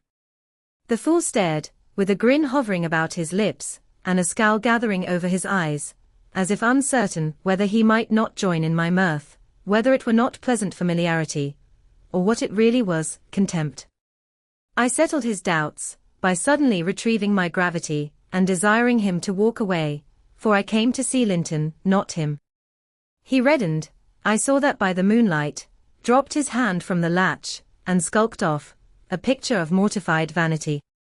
He imagined himself to be as accomplished as Linton, I suppose, because he could spell his own name, and was marvellously discomfited that I didn't think the same.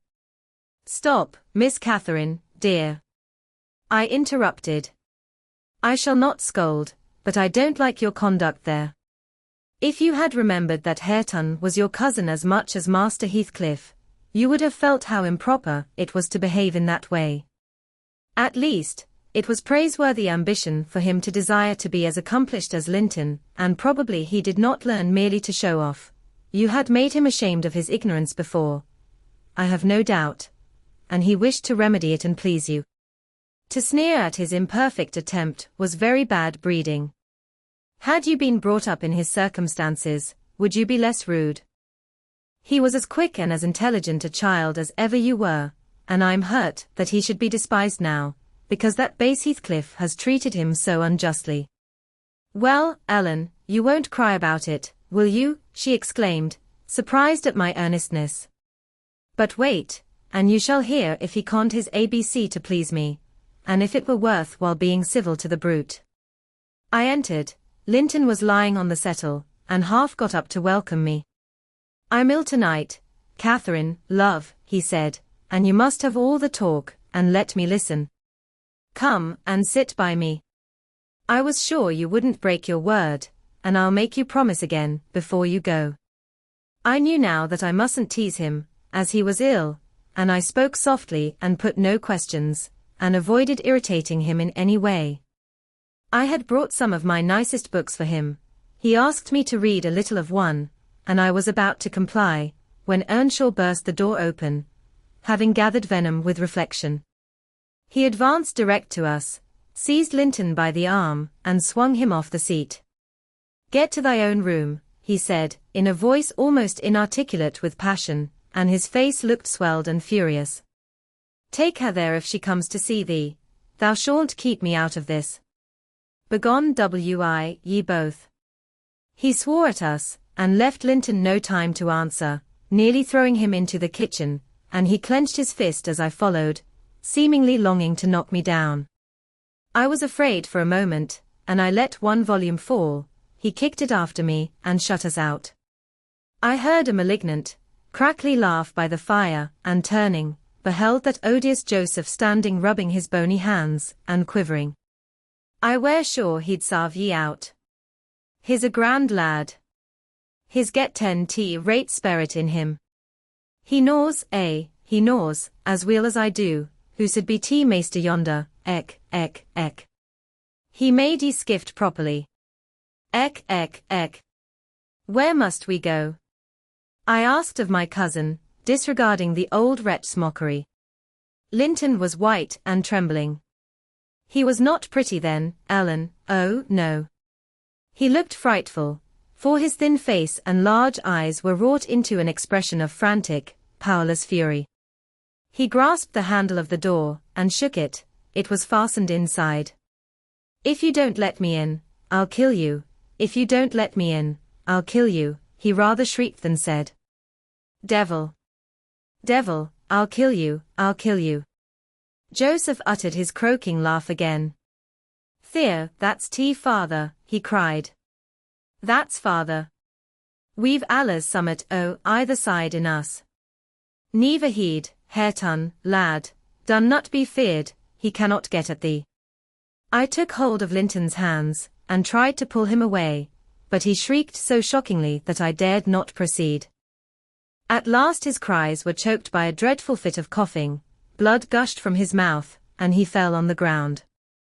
I ran into the yard, sick with terror, and called for Zillah, as loud as I could.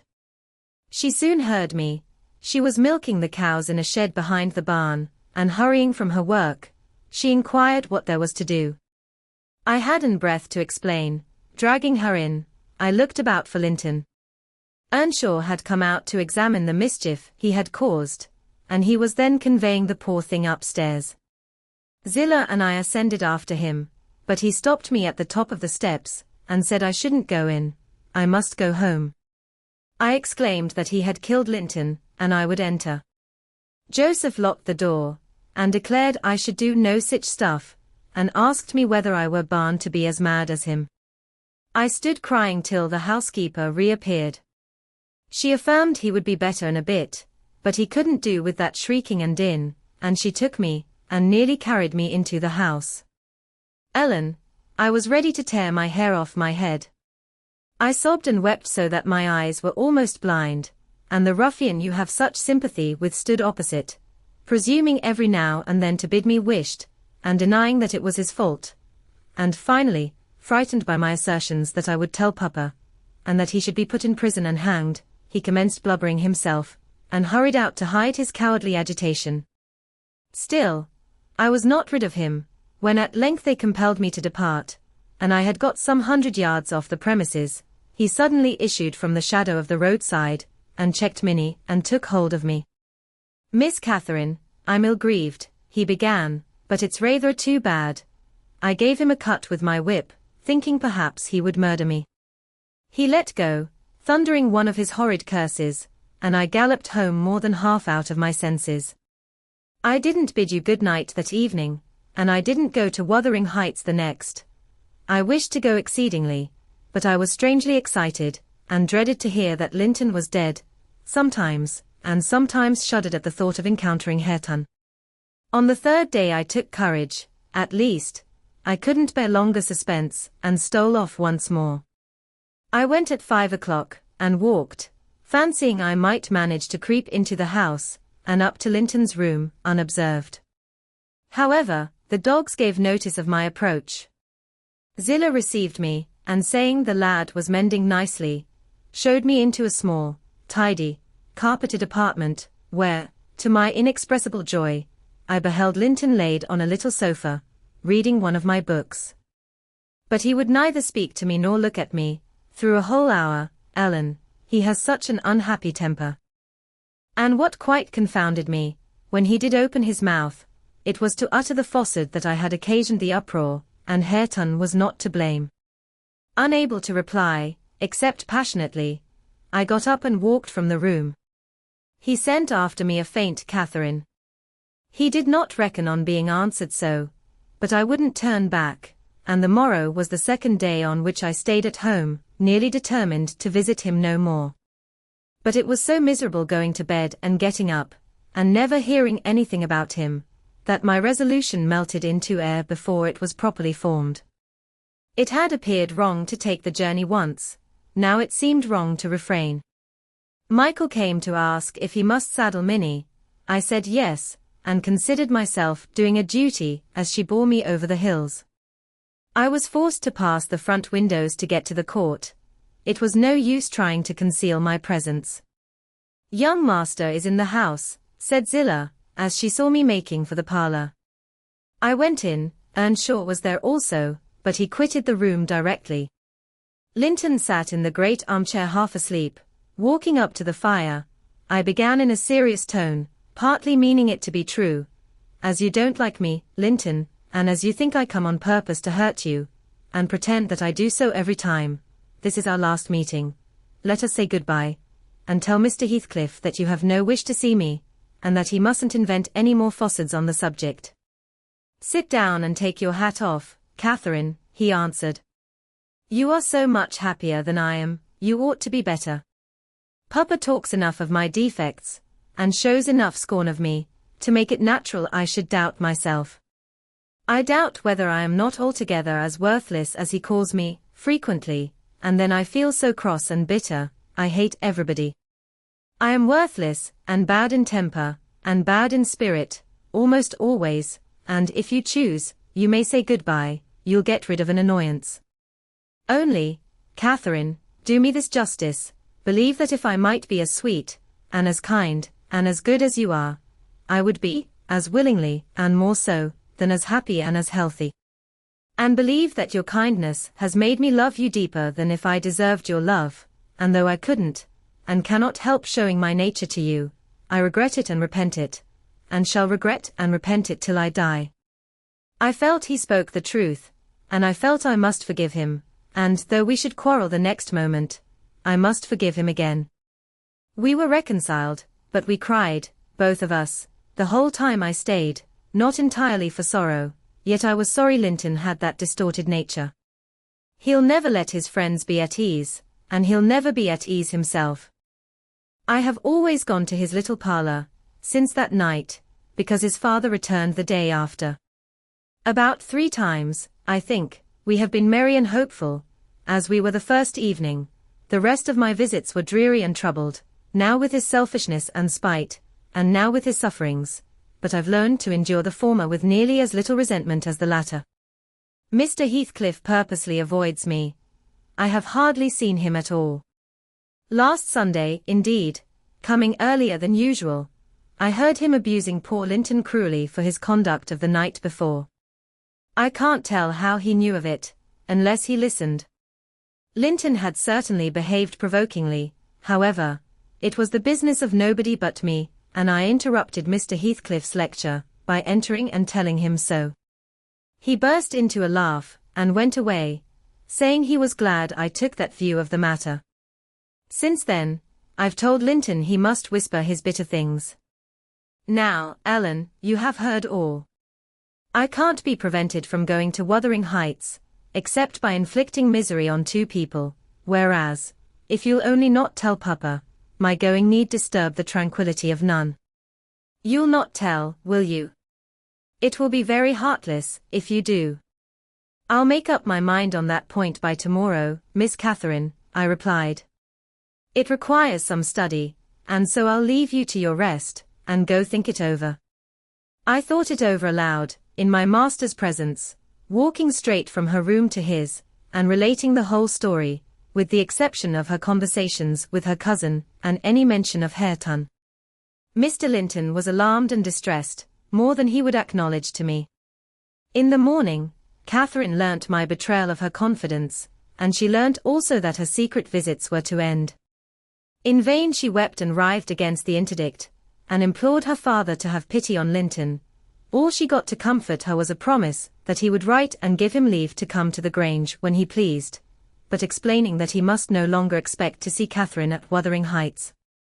Perhaps, had he been aware of his nephew's disposition and state of health, he would have seen fit to withhold even that slight consolation. Chapter 25. These things happened last winter, sir, said Mrs. Dean, hardly more than a year ago. Last winter, I did not think, at another 12 months' end, I should be amusing a stranger to the family with relating them. Yet, who knows how long you'll be a stranger? You're too young to rest always contented, living by yourself, and I some way fancy no one could see Catherine Linton and not love her. You smile, but why do you look so lively and interested when I talk about her? And why have you asked me to hang her picture over your fireplace? And why? Stop, my good friend, I cried. It may be very possible that I should love her, but would she love me? I doubt it too much to venture my tranquillity by running into temptation, and then my home is not here. I'm of the busy world, and to its arms I must return. Go on. Was Catherine obedient to her father's commands? She was, continued the housekeeper. Her affection for him was still the chief sentiment in her heart, and he spoke without anger. He spoke in the deep tenderness of one about to leave his treasure amid perils and foes, where his remembered words would be the only aid that he could bequeath to guide her. He said to me, a few days afterwards, "I wish my nephew would write, Ellen, or call. Tell me, sincerely, what you think of him. Is he changed for the better, or is there a prospect of improvement, as he grows a man?" "He's very delicate, sir," I replied, "and scarcely likely to reach manhood. But this I can say, he does not resemble his father, and if Miss Catherine had the misfortune to marry him, he would not be beyond her control, unless she were extremely and foolishly indulgent. However, master, you'll have plenty of time to get acquainted with him and see whether he would suit her. It wants 4 years and more to his being of age." Edgar sighed, and, walking to the window, looked out towards Gimmerton Kirk. It was a misty afternoon, but the February sun shone dimly, and we could just distinguish the 2 fir trees in the yard, and the sparely scattered gravestones. "I've prayed often," he half soliloquized, "for the approach of what is coming, and now I begin to shrink and fear it. I thought the memory of the hour I came down that Glen a bridegroom would be less sweet than the anticipation that I was soon, in a few months, or possibly weeks, to be carried up and laid in its lonely hollow. Ellen, I've been very happy with my little Cathy. Through winter nights and summer days, she was a living hope at my side. But I've been as happy musing by myself among those stones, under that old church, lying, through the long June evenings, on the green mound of her mother's grave, and wishing, yearning for the time when I might lie beneath it. What can I do for Cathy? How must I quit her? I'd not care one moment for Linton being Heathcliff's son, nor for his taking her from me, if he could console her for my loss. I'd not care that Heathcliff gained his ends, and triumphed in robbing me of my last blessing. But should Linton be unworthy, only a feeble tool to his father, I cannot abandon her to him. And, hard though it be to crush her buoyant spirit, I must persevere in making her sad while I live, and leaving her solitary when I die. Darling, I'd rather resign her to God, and lay her in the earth before me." "Resign her to God as it is, sir," I answered, "and if we should lose you, which may he forbid, under his providence, I'll stand her friend and counsellor to the last. Miss Catherine is a good girl. I don't fear that she will go wilfully wrong, and people who do their duty are always finally rewarded." Spring advanced, yet my master gathered no real strength, though he resumed his walks in the grounds with his daughter. To her inexperienced notions, this itself was a sign of convalescence, and then his cheek was often flushed, and his eyes were bright. She felt sure of his recovering. On her 17th birthday, he did not visit the churchyard. It was raining, and I observed, "You'll surely not go out tonight, sir?" He answered, "No, I'll defer it this year a little longer." He wrote again to Linton, expressing his great desire to see him, and had the invalid been presentable, I've no doubt his father would have permitted him to come. As it was, being instructed, he returned an answer, intimating that Mr. Heathcliff objected to his calling at the Grange, but his uncle's kind remembrance delighted him, and he hoped to meet him sometimes in his rambles, and personally to petition that his cousin and he might not remain long so utterly divided. That part of his letter was simple, and probably his own. Heathcliff knew he could plead eloquently for Catherine's company, then. "I do not ask," he said, "that she may visit here, but am I never to see her, because my father forbids me to go to her home, and you forbid her to come to mine? Do, now and then, ride with her towards the heights, and let us exchange a few words, in your presence. We have done nothing to deserve this separation, and you are not angry with me. You have no reason to dislike me, you allow, yourself. Dear uncle, send me a kind note tomorrow, and leave to join you anywhere you please, except at Thrushcross Grange. I believe an interview would convince you that my father's character is not mine. He affirms I am more your nephew than his son, and though I have faults which render me unworthy of Catherine, she has excused them, and for her sake, you should also. You inquire after my health, it is better, but while I remain cut off from all hope, and doomed to solitude, or the society of those who never did and never will like me, how can I be cheerful and well? Edgar, though he felt for the boy, could not consent to grant his request, because he could not accompany Catherine. He said, in summer, perhaps, they might meet. Meantime, he wished him to continue writing at intervals, and engaged to give him what advice and comfort he was able by letter, being well aware of his hard position in his family. Linton complied, and had he been unrestrained, would probably have spoiled all by filling his epistles with complaints and lamentations, but his father kept a sharp watch over him, and of course, insisted on every line that my master sent being shown.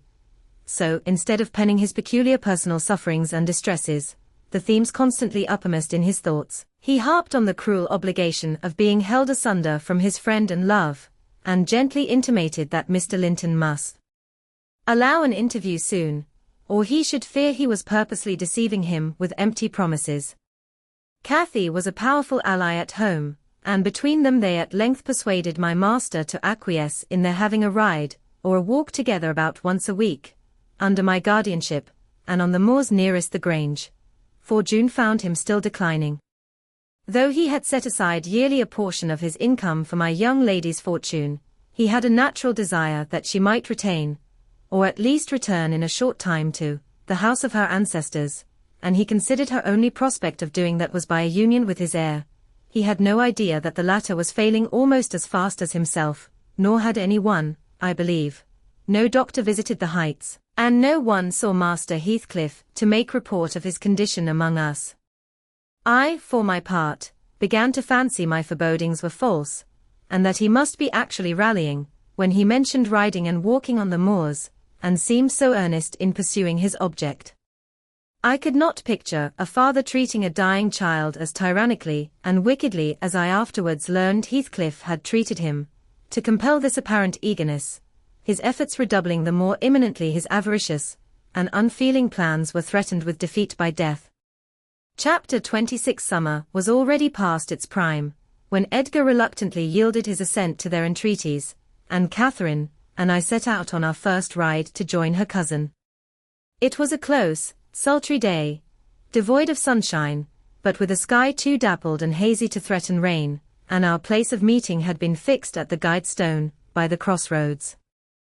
On arriving there, however, a little herd boy, despatched as a messenger, told us that Maester Linton were just this side Heights, and he'd be much obliged to us to gang on a bit further. Then Master Linton has forgot the first injunction of his uncle, I observed. He bid us keep on the Grange land, and here we are off at once. Well, we'll turn our horses' heads round when we reach him, answered my companion. Our excursion shall lie towards home. But when we reached him, and that was scarcely a quarter of a mile from his own door, we found he had no horse, and we were forced to dismount, and leave ours to graze.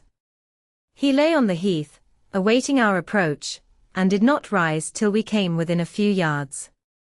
Then he walked so feebly, and looked so pale, that I immediately exclaimed, "Why, Master Heathcliff, you are not fit for enjoying a ramble this morning. How ill you do look." Catherine surveyed him with grief and astonishment. She changed the ejaculation of joy on her lips to one of alarm, and the congratulation on their long-postponed meeting to an anxious inquiry, whether he were worse than usual. "No, better, better," he panted, trembling, and retaining her hand as if he needed its support, while his large blue eyes wandered timidly over her, the hollowness round them transforming to haggard wildness the languid expression they once possessed. "But you have been worse," persisted his cousin, "worse than when I saw you last. You are thinner, and I'm tired," he interrupted, hurriedly. "It is too hot for walking, let us rest here. And in the morning, I often feel sick, Papa says I grow so fast." Badly satisfied, Cathy sat down, and he reclined beside her. "This is something like your paradise," said she, making an effort at cheerfulness. "You recollect the 2 days we agreed to spend in the place and weigh each thought pleasantest. This is nearly yours, only there are clouds, but then they are so soft and mellow, it is nicer than sunshine. Next week, if you can, we'll ride down to the Grange Park, and try mine." Linton did not appear to remember what she talked of, and he had evidently great difficulty in sustaining any kind of conversation. His lack of interest in the subjects she started, and his equal incapacity to contribute to her entertainment, was so obvious that she could not conceal her disappointment. An indefinite alteration had come over his whole person and manner. The pettishness that might be caressed into fondness had yielded to a listless apathy. There was less of the peevish temper of a child which frets and teases on purpose to be soothed, and more of the self-absorbed moroseness of a confirmed invalid, repelling consolation, and ready to regard the good-humoured mirth of others as an insult.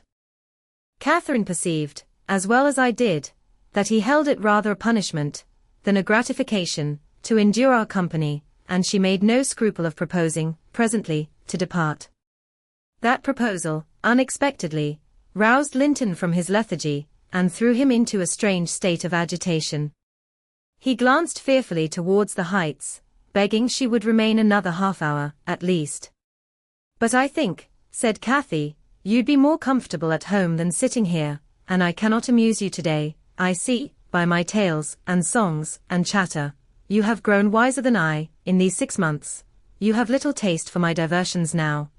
Or else, if I could amuse you, I'd willingly stay." "Stay to rest yourself," he replied. "And, Catherine, don't think or say that I'm very unwell. It is the heavy weather and heat that make me dull, and I walked about, before you came, a great deal for me. Tell uncle I'm in tolerable health, will you?" "I'll tell him that you say so, Linton." "I couldn't affirm that you are," observed my young lady, wondering at his pertinacious assertion of what was evidently an untruth.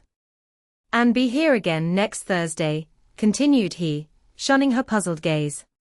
"And give him my thanks for permitting you to come, my best thanks, Catherine. And if you did meet my father, and he asked you about me, don't lead him to suppose that I've been extremely silent and stupid. Don't look sad and downcast, as you are doing, he'll be angry."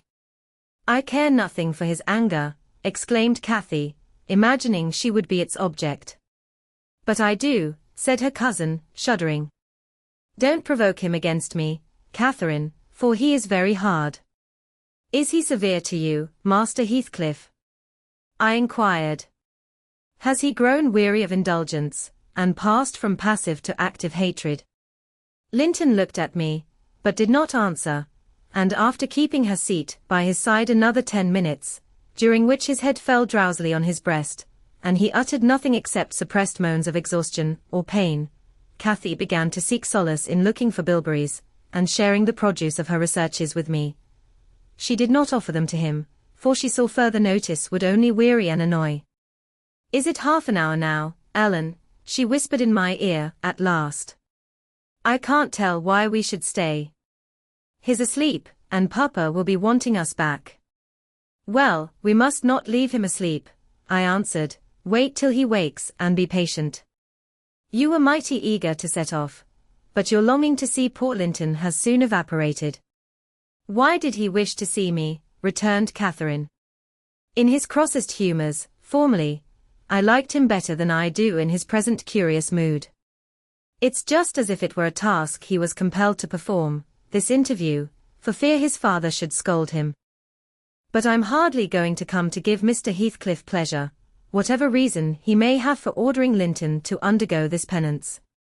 And, though I'm glad he's better in health, I'm sorry he's so much less pleasant, and so much less affectionate to me." "You think he is better in health, then?" I said. "Yes," she answered, "because he always made such a great deal of his sufferings, you know. He is not tolerably well, as he told me to tell Papa, but is better, very likely." "There you differ with me, Miss Cathy," I remarked. "I should conjecture him to be far worse." Linton here started from his slumber in bewildered terror, and asked if any one had called his name. "No," said Catherine, "unless in dreams. I cannot conceive how you manage to doze out of doors, in the morning." "I thought I heard my father," he gasped, glancing up to the frowning nab above us. "You are sure nobody spoke?" Quite sure, replied his cousin. Only Ellen and I were disputing concerning your health. Are you truly stronger, Linton, than when we separated in winter? If you be, I'm certain one thing is not stronger, your regard for me. Speak, are you? The tears gushed from Linton's eyes as he answered, yes, yes, I am. And, still under the spell of the imaginary voice, his gaze wandered up and down to detect its owner. Cathy rose. For today we must part, she said. And I won't conceal that I have been sadly disappointed with our meeting, though I'll mention it to nobody but you, not that I stand in awe of Mr. Heathcliff. Hush, murmured Linton, for God's sake, hush. His coming. And he clung to Catherine's arm, striving to detain her, but at that announcement she hastily disengaged herself, and whistled to Minnie, who obeyed her like a dog. I'll be here next Thursday, she cried, springing to the saddle.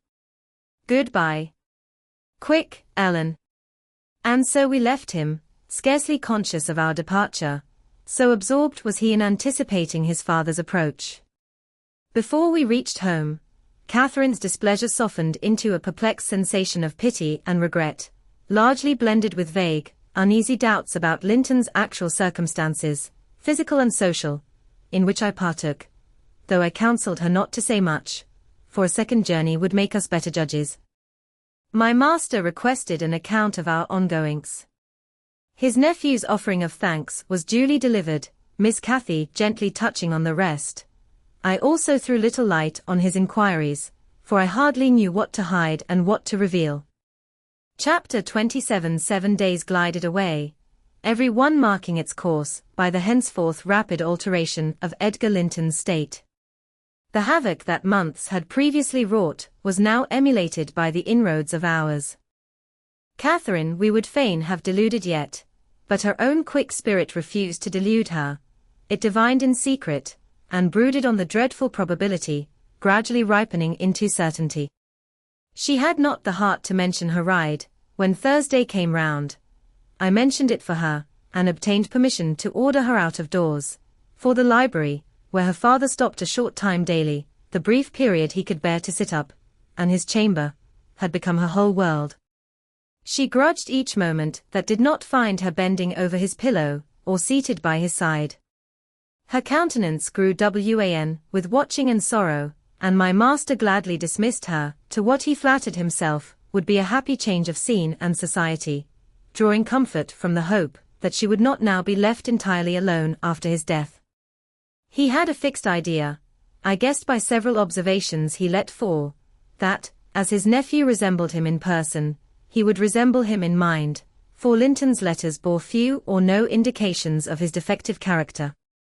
And I, through pardonable weakness, refrained from correcting the error, asking myself what good there would be in disturbing his last moments with information that he had neither power nor opportunity to turn to account.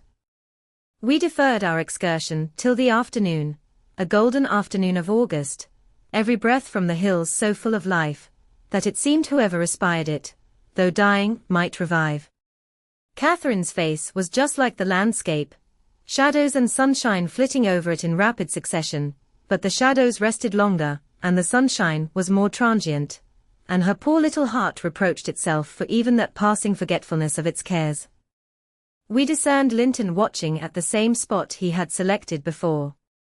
My young mistress alighted and told me that, as she was resolved to stay a very little while, I had better hold the pony and remain on horseback, but I dissented. I wouldn't risk losing sight of the charge committed to me a minute. So we climbed the slope of heath together.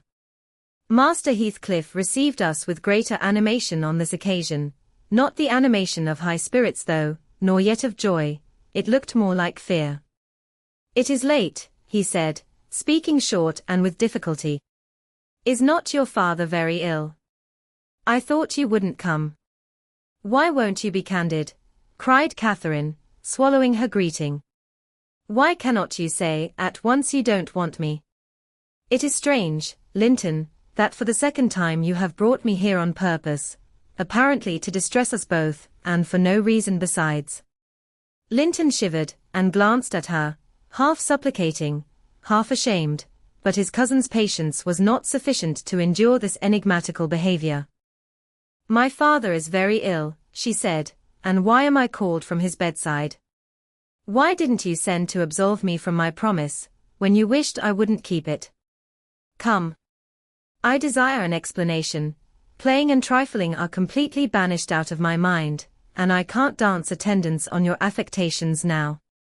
"My affectations," he murmured, "what are they?" "For heaven's sake, Catherine, don't look so angry. Despise me as much as you please. I am a worthless, cowardly wretch. I can't be scorned enough, but I'm too mean for your anger. Hate my father, and spare me for contempt." "Nonsense," cried Catherine in a passion. "Foolish, silly boy. And there. He trembles, as if I were really going to touch him. You needn't bespeak contempt, Linton, anybody will have it spontaneously at your service. Get off. I shall return home. It is folly dragging you from the hearthstone, and pretending. What do we pretend? Let go my frock. If I pitied you for crying and looking so very frightened, you should spurn such pity. Ellen, tell him how disgraceful this conduct is. Rise, and don't degrade yourself into an abject reptile, don't." With streaming face and an expression of agony, Linton had thrown his nerveless frame along the ground. He seemed convulsed with exquisite terror. "Oh," he sobbed, "I cannot bear it. Catherine, Catherine, I'm a traitor, too, and I dare not tell you. But leave me, and I shall be killed. Dear Catherine, my life is in your hands, and you have said you loved me, and if you did, it wouldn't harm you. You'll not go, then? Kind, sweet, good Catherine. And perhaps you will consent, and he'll let me die with you." My young lady, on witnessing his intense anguish, stooped to raise him. The old feeling of indulgent tenderness overcame her vexation, and she grew thoroughly moved and alarmed. "Consent to what?" she asked. "To stay. Tell me the meaning of this strange talk, and I will. You contradict your own words, and distract me. Be calm and frank, and confess at once all that weighs on your heart. You wouldn't injure me, Linton, would you?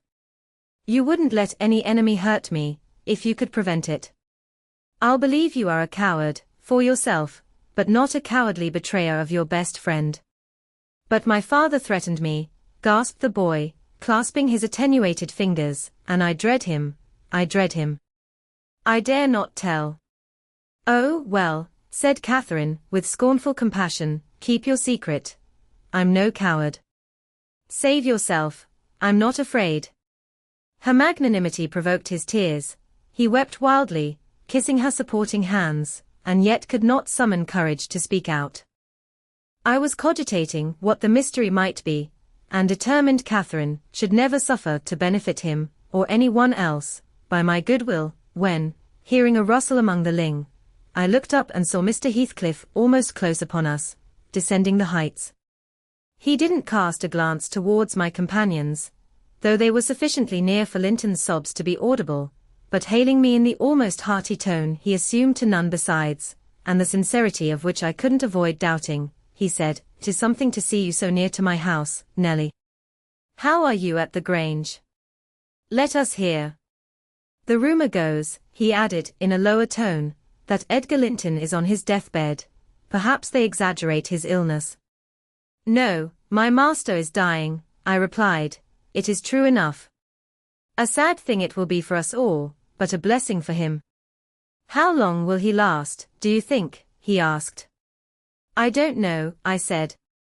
"Because," he continued, looking at the two young people, who were fixed under his eye, "Linton appeared as if he could not venture to stir or raise his head, and Catherine could not move, on his account, because that lad yonder seems determined to beat me, and I'd thank his uncle to be quick, and go before him.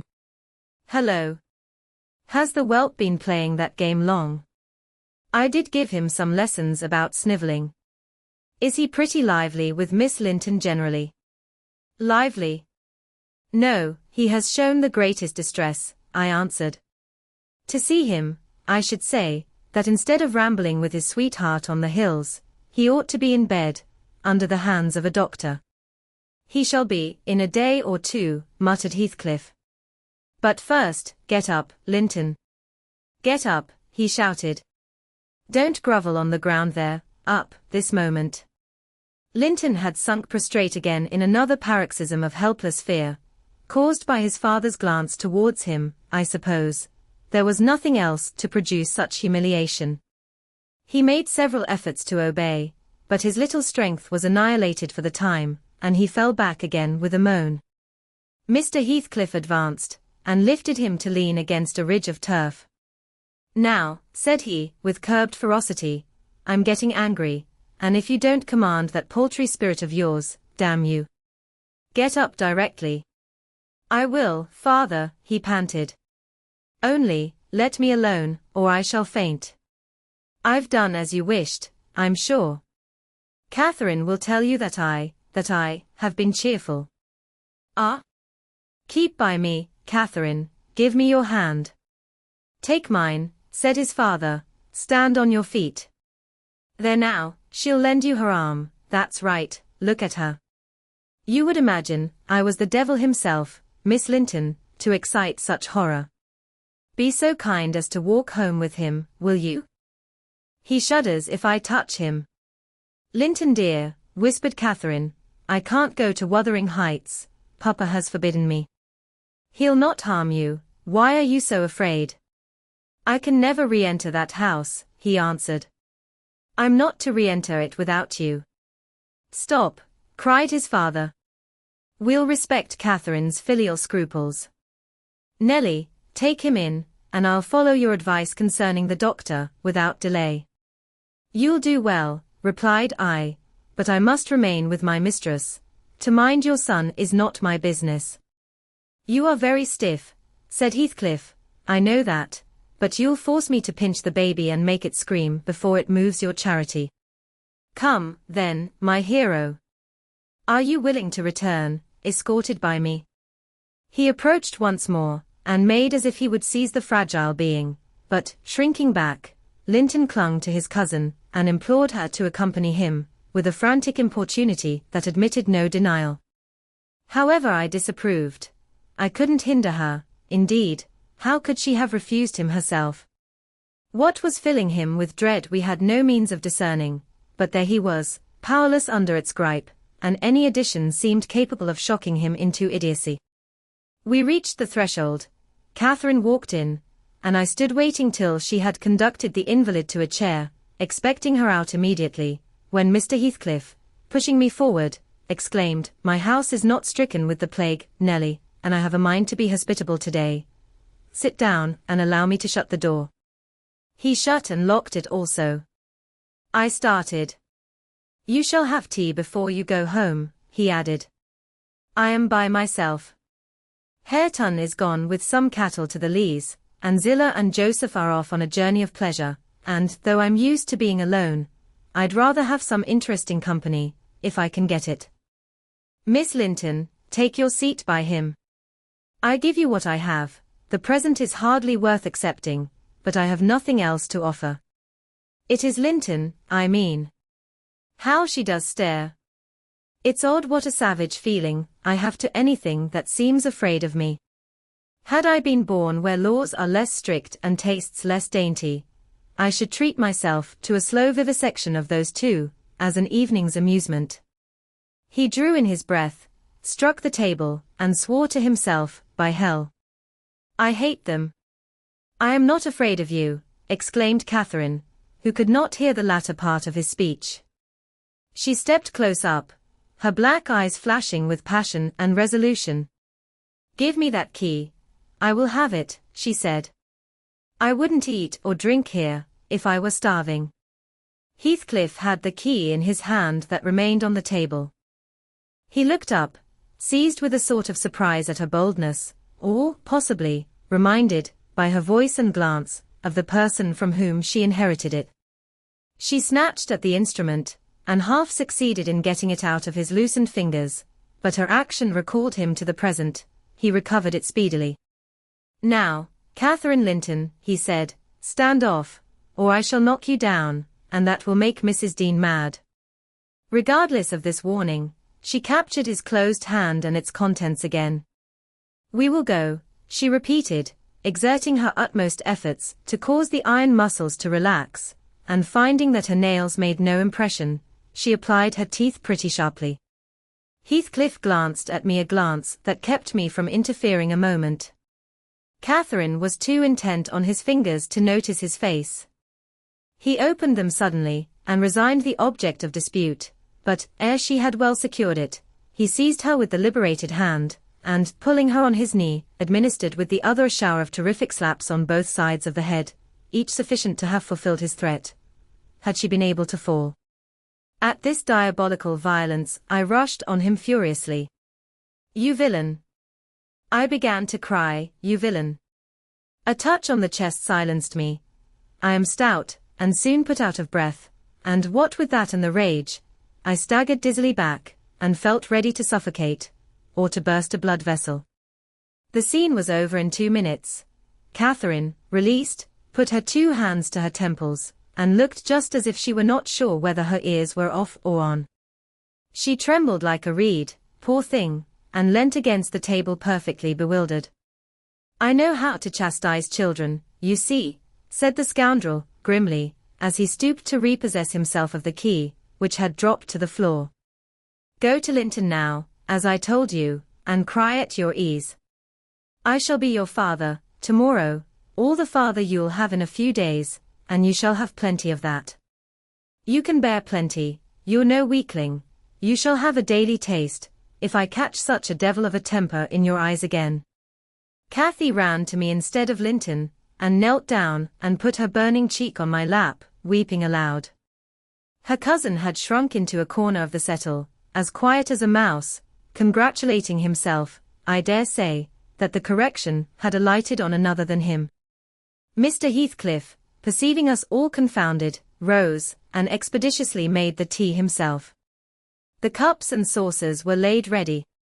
He poured it out, and handed me a cup. "Wash away your spleen," he said. "And help your own naughty pet and mine. It is not poisoned, though I prepared it. I'm going out to seek your horses." Our first thought, on his departure, was to force an exit somewhere. We tried the kitchen door, but that was fastened outside. We looked at the windows, they were too narrow for even Cathy's little figure. "Master Linton," I cried, seeing we were regularly imprisoned, "you know what your diabolical father is after, and you shall tell us, or I'll box your ears, as he has done your cousins." "Yes, Linton, you must tell," said Catherine. "It was for your sake I came, and it will be wickedly ungrateful if you refuse." "Give me some tea, I'm thirsty, and then I'll tell you," he answered. "Mrs. Dean, go away. I don't like you standing over me. Now, Catherine, you are letting your tears fall into my cup. I won't drink that. Give me another."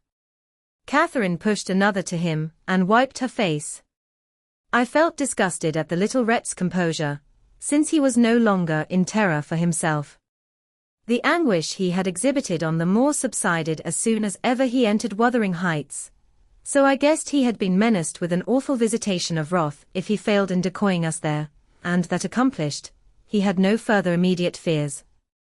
"Papa wants us to be married," he continued, after sipping some of the liquid. "And he knows your papa wouldn't let us marry now, and he's afraid of my dying if we wait. So we are to be married in the morning, and you are to stay here all night, and if you do as he wishes, you shall return home next day, and take me with you." "Take you with her, pitiful changeling!" I exclaimed. "You marry? Why, the man is mad. Or he thinks us fools, every one. And do you imagine that beautiful young lady, that healthy, hearty girl, will tie herself to a little perishing monkey like you? Are you cherishing the notion that anybody, let alone Miss Catherine Linton, would have you for a husband?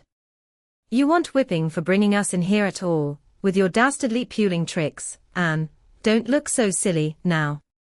I've a very good mind to shake you severely, for your contemptible treachery, and your imbecile conceit. I did give him a slight shaking, but it brought on the cough, and he took to his ordinary resource of moaning and weeping, and Catherine rebuked me. Stay all night? No, she said, looking slowly round. Ellen, I'll burn that door down, but I'll get out. And she would have commenced the execution of her threat directly, but Linton was up in alarm for his dear self again. He clasped her in his two feeble arms, sobbing, "Won't you have me, and save me? Not let me come to the Grange? Oh, darling Catherine. You mustn't go and leave, after all. You must obey my father, you must." "I must obey my own," she replied, "and relieve him from this cruel suspense. The whole night. What would he think? He'll be distressed already. I'll either break or burn a way out of the house. Be quiet. You're in no danger, but if you hinder me, Linton, I love Papa better than you." The mortal terror he felt of Mr. Heathcliff's anger restored to the boy his coward's eloquence. Catherine was near distraught. Still, she persisted that she must go home, and tried entreaty in her turn, persuading him to subdue his selfish agony.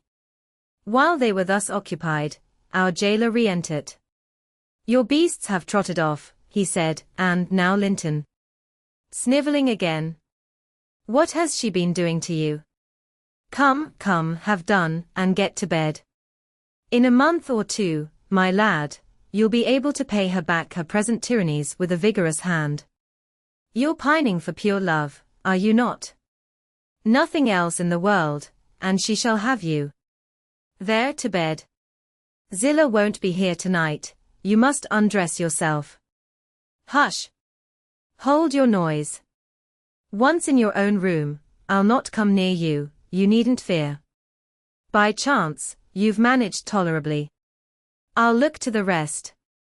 He spoke these words, holding the door open for his son to pass, and the latter achieved his exit exactly as a spaniel might, which suspected the person who attended on it of designing a spiteful squeeze. The lock was resecured. Heathcliff approached the fire, where my mistress and I stood silent. Catherine looked up, and instinctively raised her hand to her cheek. His neighborhood revived a painful sensation. Anybody else would have been incapable of regarding the childish act with sternness, but he scowled on her and muttered, "Oh. You are not afraid of me. Your courage is well disguised, you seem damnably afraid." "I am afraid now," she replied, "because, if I stay, Papa will be miserable, and how can I endure making him miserable, when he, Mr. Heathcliff, let me go home? I promised to marry Linton. Papa would like me to, and I love him. Why should you wish to force me to do what I'll willingly do of myself?" "Let him dare to force you," I cried. "There's law in the land, thank God. There is, though we be in an out-of-the-way place. I'd inform if he were my own son, and it's felony without benefit of clergy." "Silence," said the ruffian. "To the devil with your clamour. I don't want you to speak. Miss Linton, I shall enjoy myself remarkably in thinking your father will be miserable. I shall not sleep for satisfaction. You could have hit on no surer way of fixing your residence under my roof for the next 24 hours than informing me that such an event would follow. As to your promise to marry Linton, I'll take care you shall keep it, for you shall not quit this place till it is fulfilled." "Send Ellen, then, to let Papa know I'm safe," exclaimed Catherine, weeping bitterly. "Or marry me now. Poor Papa. Ellen, he'll think we're lost. What shall we do?" "Not he. He'll think you are tired of waiting on him, and run off for a little amusement," answered Heathcliff. "You cannot deny that you entered my house of your own accord, in contempt of his injunctions to the contrary. And it is quite natural that you should desire amusement at your age, and that you would weary of nursing a sick man, and that man only your father. Catherine, his happiest days were over when your days began. He cursed you, I dare say, for coming into the world. I did, at least, and it would just do if he cursed you as he went out of it. I'd join him. I don't love you. How should I? Weep away. As far as I can see, it will be your chief diversion hereafter, unless Linton make amends for other losses, and your provident parent appears to fancy he may. His letters of advice and consolation entertained me vastly. In his last he recommended my jewel to be careful of his, and kind to her when he got her. Careful and kind, that's paternal. But Linton requires his whole stock of care and kindness for himself. Linton can play the little tyrant well. He'll undertake to torture any number of cats, if their teeth be drawn and their claws pared. You'll be able to tell his uncle fine tales of his kindness, when you get home again, I assure you.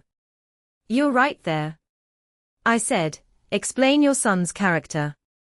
Show his resemblance to yourself, and then, I hope, Miss Cathy will think twice, before she takes the cockatrice. I don't much mind speaking of his amiable qualities now, he answered, because she must either accept him or remain a prisoner, and you along with her, till your master dies. I can detain you both, quite concealed, here. If you doubt, encourage her to retract her word, and you'll have an opportunity of judging. I'll not retract my word, said Catherine. I'll marry him within this hour, if I may go to Thrushcross Grange afterwards. Mr. Heathcliff, you're a cruel man, but you're not a fiend, and you won't, from mere malice, destroy irrevocably all my happiness. If Papa thought I had left him on purpose, and if he died before I returned, could I bear to live? I've given over crying, but I'm going to kneel here, at your knee, and I'll not get up, and I'll not take my eyes from your face till you look back at me. No, don't turn away. Do look. You'll see nothing to provoke you. I don't hate you. I'm not angry that you struck me. Have you never loved anybody in all your life, uncle? Never. Ah? You must look once. I'm so wretched, you can't help being sorry and pitying me. Keep your eft's fingers off, and move, or I'll kick you, cried Heathcliff, brutally repulsing her. I'd rather be hugged by a snake. How the devil can you dream of fawning on me? I detest you. He shrugged his shoulders, shook himself, indeed, as if his flesh crept with aversion, and thrust back his chair, while I got up, and opened my mouth, to commence a downright torrent of abuse.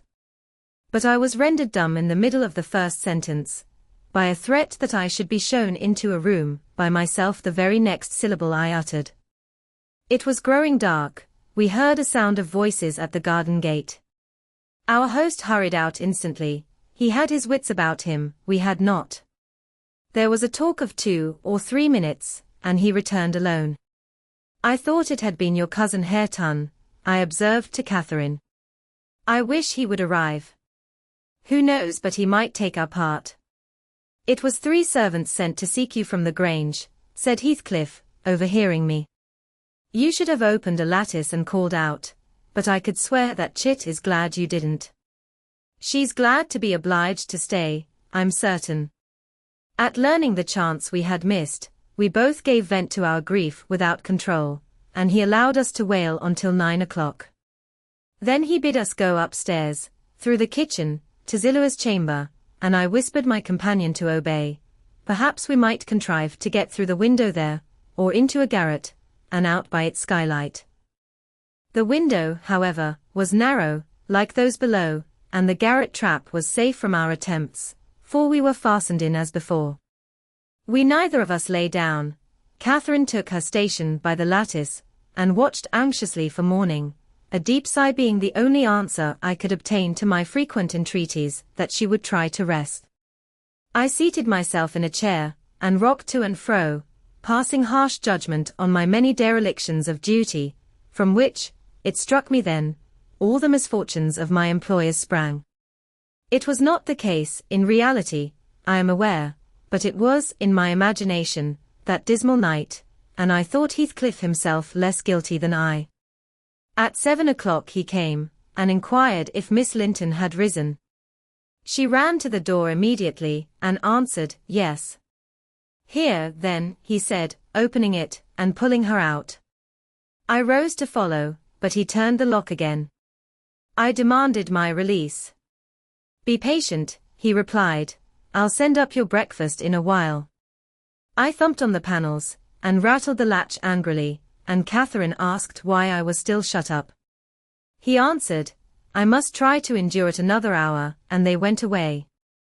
I endured it 2 or 3 hours. At length, I heard a footstep, not Heathcliff's. I've brought you something to eat, said a voice, open tea door. Complying eagerly, I beheld Hareton, laden with food enough to last me all day. Tackle it, he added, thrusting the tray into my hand. Stay 1 minute, I began. Nay, cried he, and retired, regardless of any prayers I could pour forth to detain him. And there I remained enclosed the whole day, and the whole of the next night, and another and another.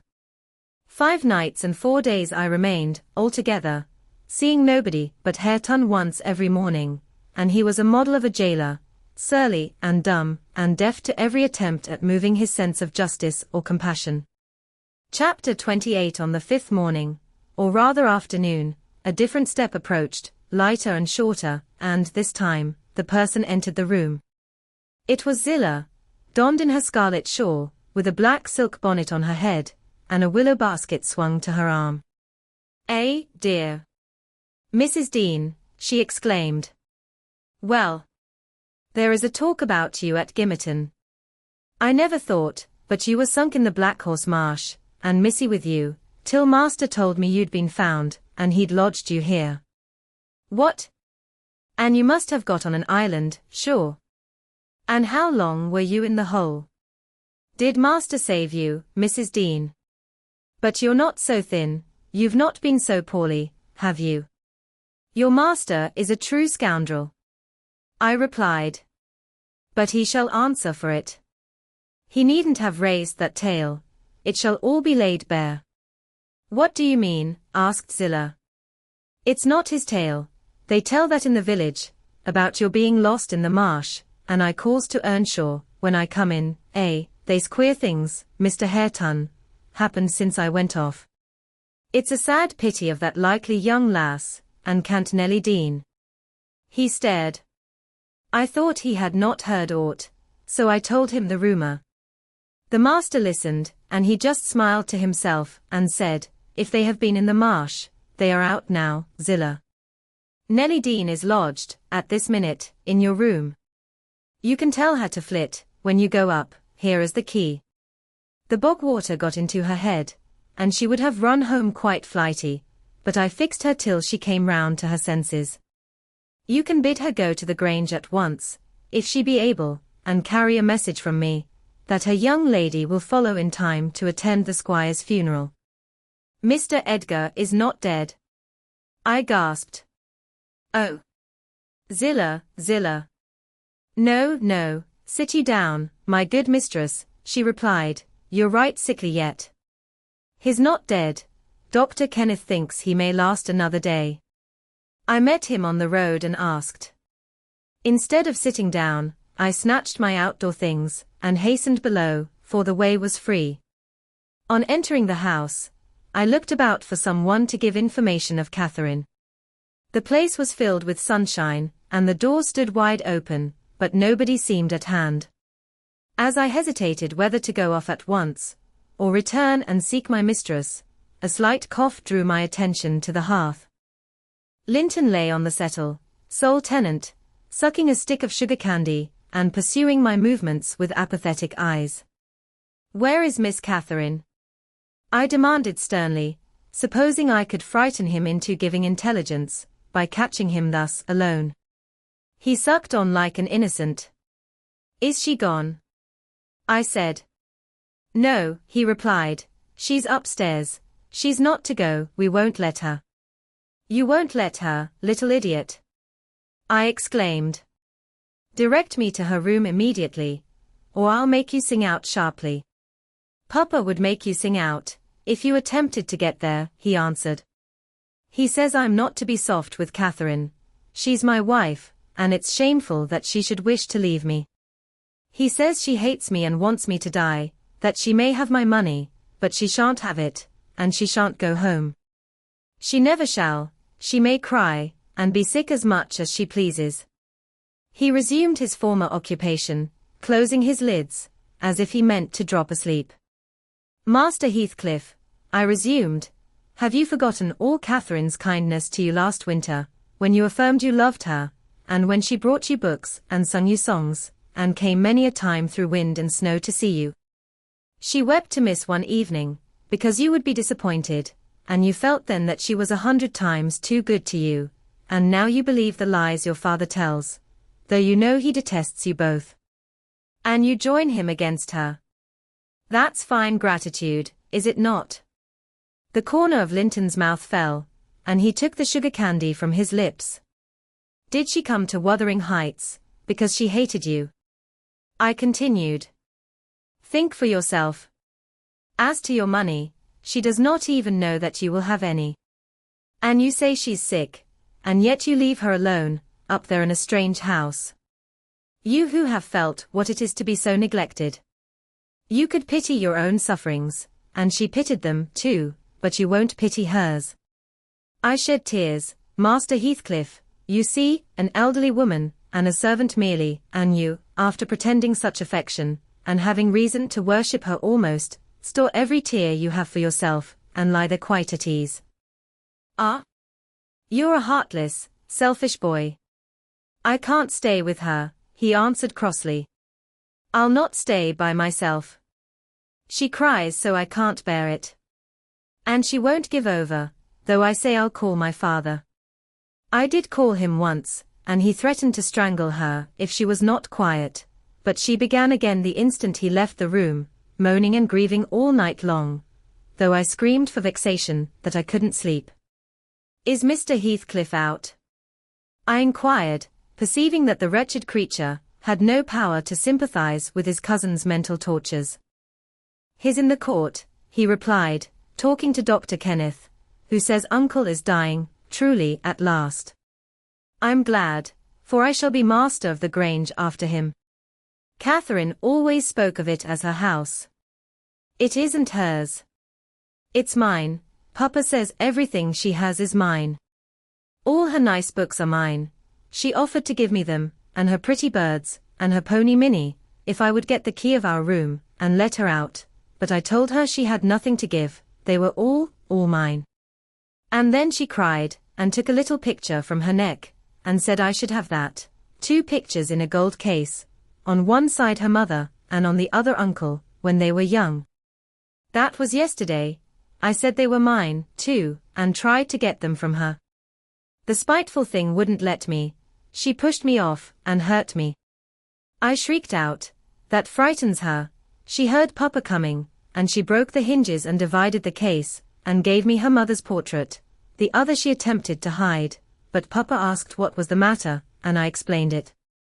He took the one I had away, and ordered her to resign hers to me. She refused, and he struck her down, and wrenched it off the chain, and crushed it with his foot.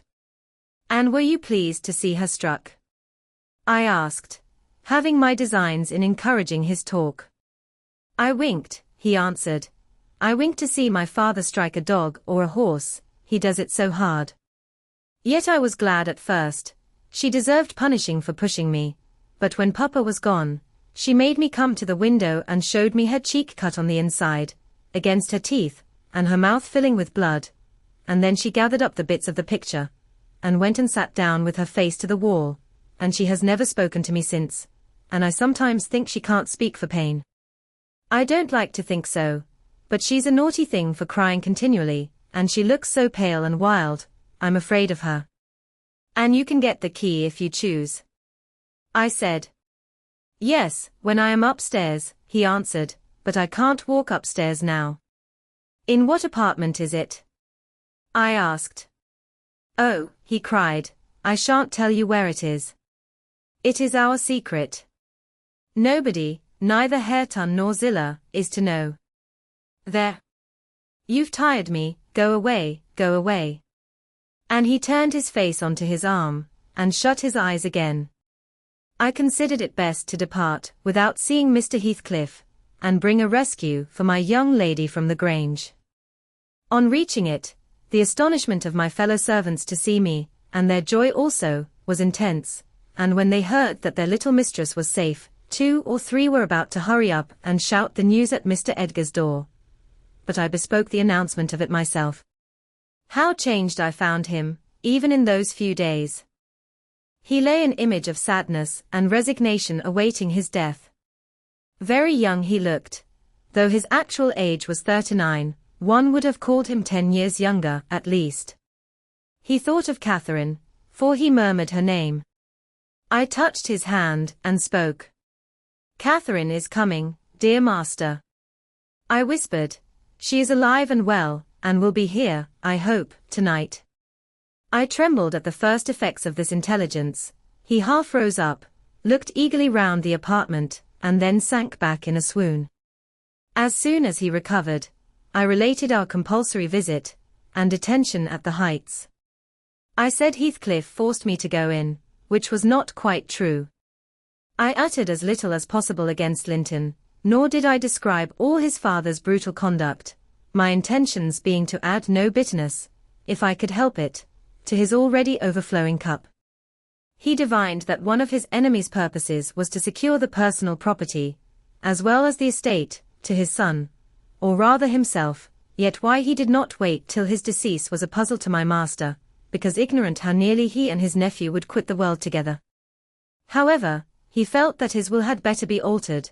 Instead of leaving Catherine's fortune at her own disposal, he determined to put it in the hands of trustees for her use during life, and for her children, if she had any, after her. By that means, it could not fall to Mr. Heathcliff should Linton die.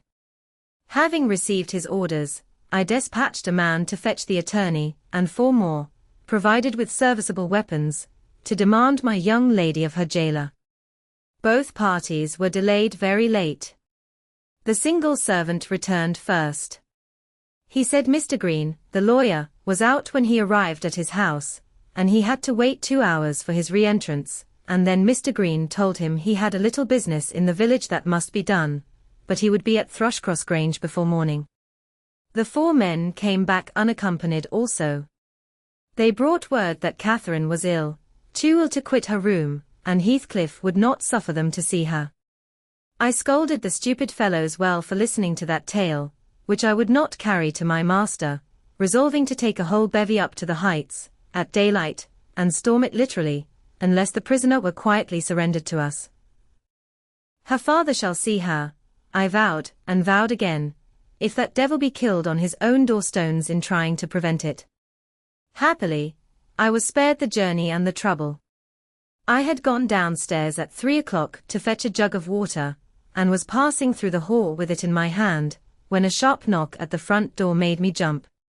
"Oh! It is Green," I said, recollecting myself, "only Green," and I went on, intending to send somebody else to open it, but the knock was repeated, not loud, and still importunately. I put the jug on the banister, and hastened to admit him myself. The harvest moon shone clear outside. It was not the attorney. My own sweet little mistress sprang on my neck sobbing, "Ellen, Ellen! Is Papa alive?" "Yes," I cried, "yes, my angel, he is, God be thanked, you are safe with us again."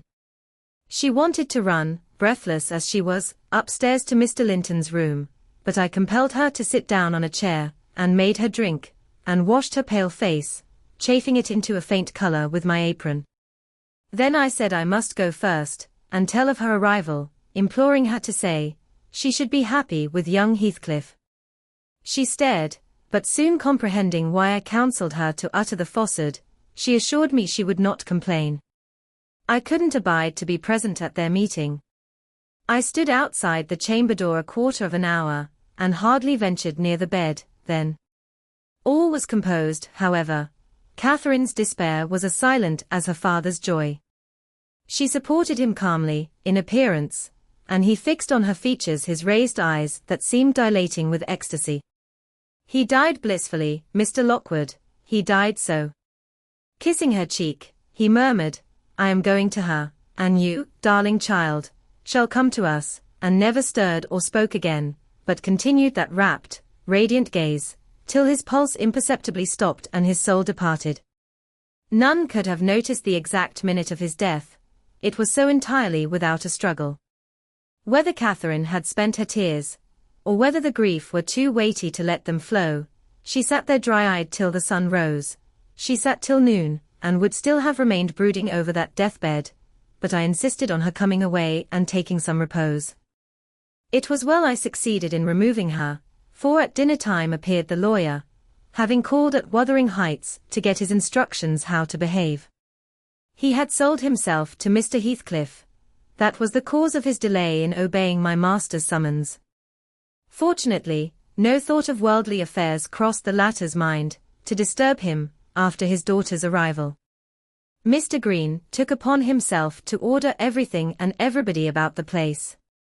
He gave all the servants but me notice to quit. He would have carried his delegated authority to the point of insisting that Edgar Linton should not be buried beside his wife, but in the chapel with his family. There was the will, however, to hinder that, and my loud protestations against any infringement of its directions. The funeral was hurried over. Catherine, Mrs. Linton Heathcliff now, was suffered to stay at the Grange till her father's corpse had quitted it. She told me that her anguish had at last spurred Linton to incur the risk of liberating her. She heard the men I sent disputing at the door, and she gathered the sense of Heathcliff's answer. It drove her desperate. Linton, who had been conveyed up to the little parlour soon after I left, was terrified into fetching the key before his father reascended. He had the cunning to unlock and relock the door, without shutting it, and when he should have gone to bed, he begged to sleep with Hareton, and his petition was granted for once. Catherine stole out before break of day. She dared not try the doors lest the dogs should raise an alarm. She visited the empty chambers and examined their windows, and, luckily, lighting on her mother's, she got easily out of its lattice, and onto the ground, by means of the fir tree close by. Her accomplice suffered for his share in the escape, notwithstanding his timid contrivances. Chapter 29. The evening after the funeral, my young lady and I were seated in the library, now musing mournfully, one of us despairingly, on our loss, now venturing conjectures as to the gloomy future. We had just agreed the best destiny which could await Catherine would be a permission to continue resident at the Grange, at least during Linton's life, he being allowed to join her there, and I to remain as housekeeper. That seemed rather too favourable an arrangement to be hoped for, and yet I did hope, and began to cheer up under the prospect of retaining my home and my employment, and above all, my beloved young mistress, when a servant, one of the discarded ones, not yet departed, rushed hastily in and said that devil Heathcliff was coming through the court. Should he fasten the door in his face? If we had been mad enough to order that proceeding, we had not time. He made no ceremony of knocking or announcing his name. He was master, and availed himself of the master's privilege to walk straight in, without saying a word. The sound of our informant's voice directed him to the library. He entered and motioning him out, shut the door. It was the same room into which he had been ushered, as a guest, 18 years before.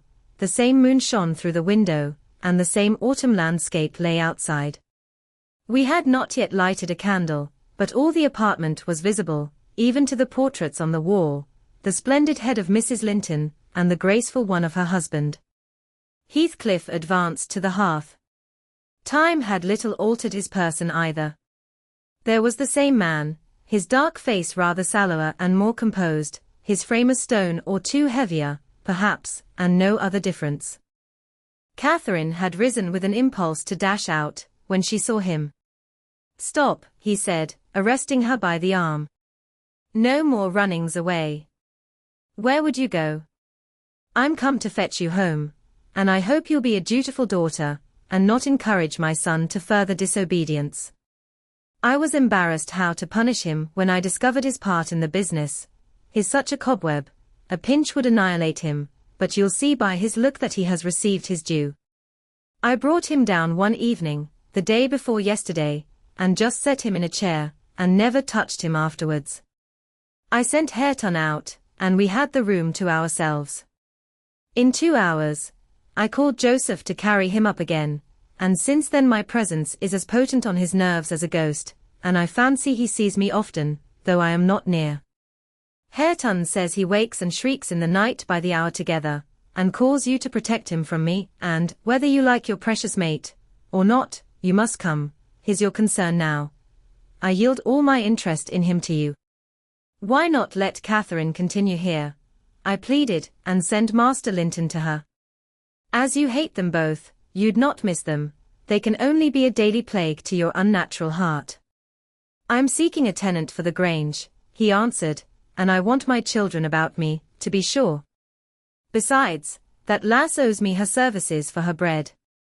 I'm not going to nurture her in luxury and idleness after Linton is gone. Make haste and get ready now, and don't oblige me to compel you. I shall, said Catherine. Linton is all I have to love in the world, and though you have done what you could to make him hateful to me, and me to him, you cannot make us hate each other. And I defy you to hurt him when I am by, and I defy you to frighten me. You are a boastful champion, replied Heathcliff, but I don't like you well enough to hurt him. You shall get the full benefit of the torment, as long as it lasts. It is not I who will make him hateful to you, it is his own sweet spirit. He's as bitter as gall at your desertion and its consequences. Don't expect thanks for this noble devotion. I heard him draw a pleasant picture to Zillah of what he would do if he were as strong as I. The inclination is there, and his very weakness will sharpen his wits to find a substitute for strength. I know he has a bad nature, said Catherine, he's your son. But I'm glad I've a better, to forgive it, and I know he loves me, and for that reason I love him. Mr. Heathcliff, you have nobody to love you, and however miserable you make us, we shall still have the revenge of thinking that your cruelty arises from your greater misery. You are miserable, are you not? Lonely, like the devil, and envious like him. Nobody loves you, nobody will cry for you when you die. I wouldn't be you. Catherine spoke with a kind of dreary triumph. She seemed to have made up her mind to enter into the spirit of her future family, and draw pleasure from the griefs of her enemies. You shall be sorry to be yourself presently, said her father-in-law, if you stand there another minute. Begone, witch, and get your things. She scornfully withdrew. In her absence I began to beg for Zillah's place at the Heights, offering to resign mine to her, but he would suffer it on no account. He bid me be silent, and then, for the first time, allowed himself a glance round the room and a look at the pictures. Having studied Mrs. Linton's, he said, I shall have that home. Not because I need it, but, he turned abruptly to the fire, and continued, with what, for lack of a better word, I must call a smile. I'll tell you what I did yesterday. I got the sexton, who was digging Linton's grave, to remove the earth off her coffin lid, and I opened it. I thought, once, I would have stayed there. When I saw her face again, it is hers yet. He had hard work to stir me, but he said it would change if the air blew on it, and so I struck one side of the coffin loose, and covered it up, not Linton's side, damn him. I wish he'd been soldered in lead. And I bribed the sexton to pull it away when I'm laid there, and slide mine out too. I'll have it made so, and then by the time Linton gets to us he'll not know which is which. You were very wicked, Mr. Heathcliff. I exclaimed, were you not ashamed to disturb the dead? I disturbed nobody, Nelly, he replied, and I gave some ease to myself. I shall be a great deal more comfortable now, and you'll have a better chance of keeping me underground, when I get there. Disturbed her? No. She has disturbed me, night and day, through 18 years, incessantly, remorselessly, till yesternight, and yesternight I was tranquil. I dreamt I was sleeping the last sleep by that sleeper, with my heart stopped and my cheek frozen against hers. And if she had been dissolved into earth, or worse, what would you have dreamt of then? I said. Of dissolving with her, and being more happy still, he answered. Do you suppose I dread any change of that sort?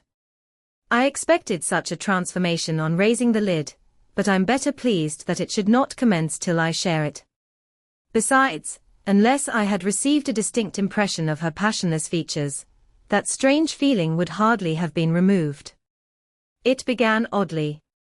You know, I was wild after she died, and eternally, from dawn to dawn, praying her to return to me her spirit.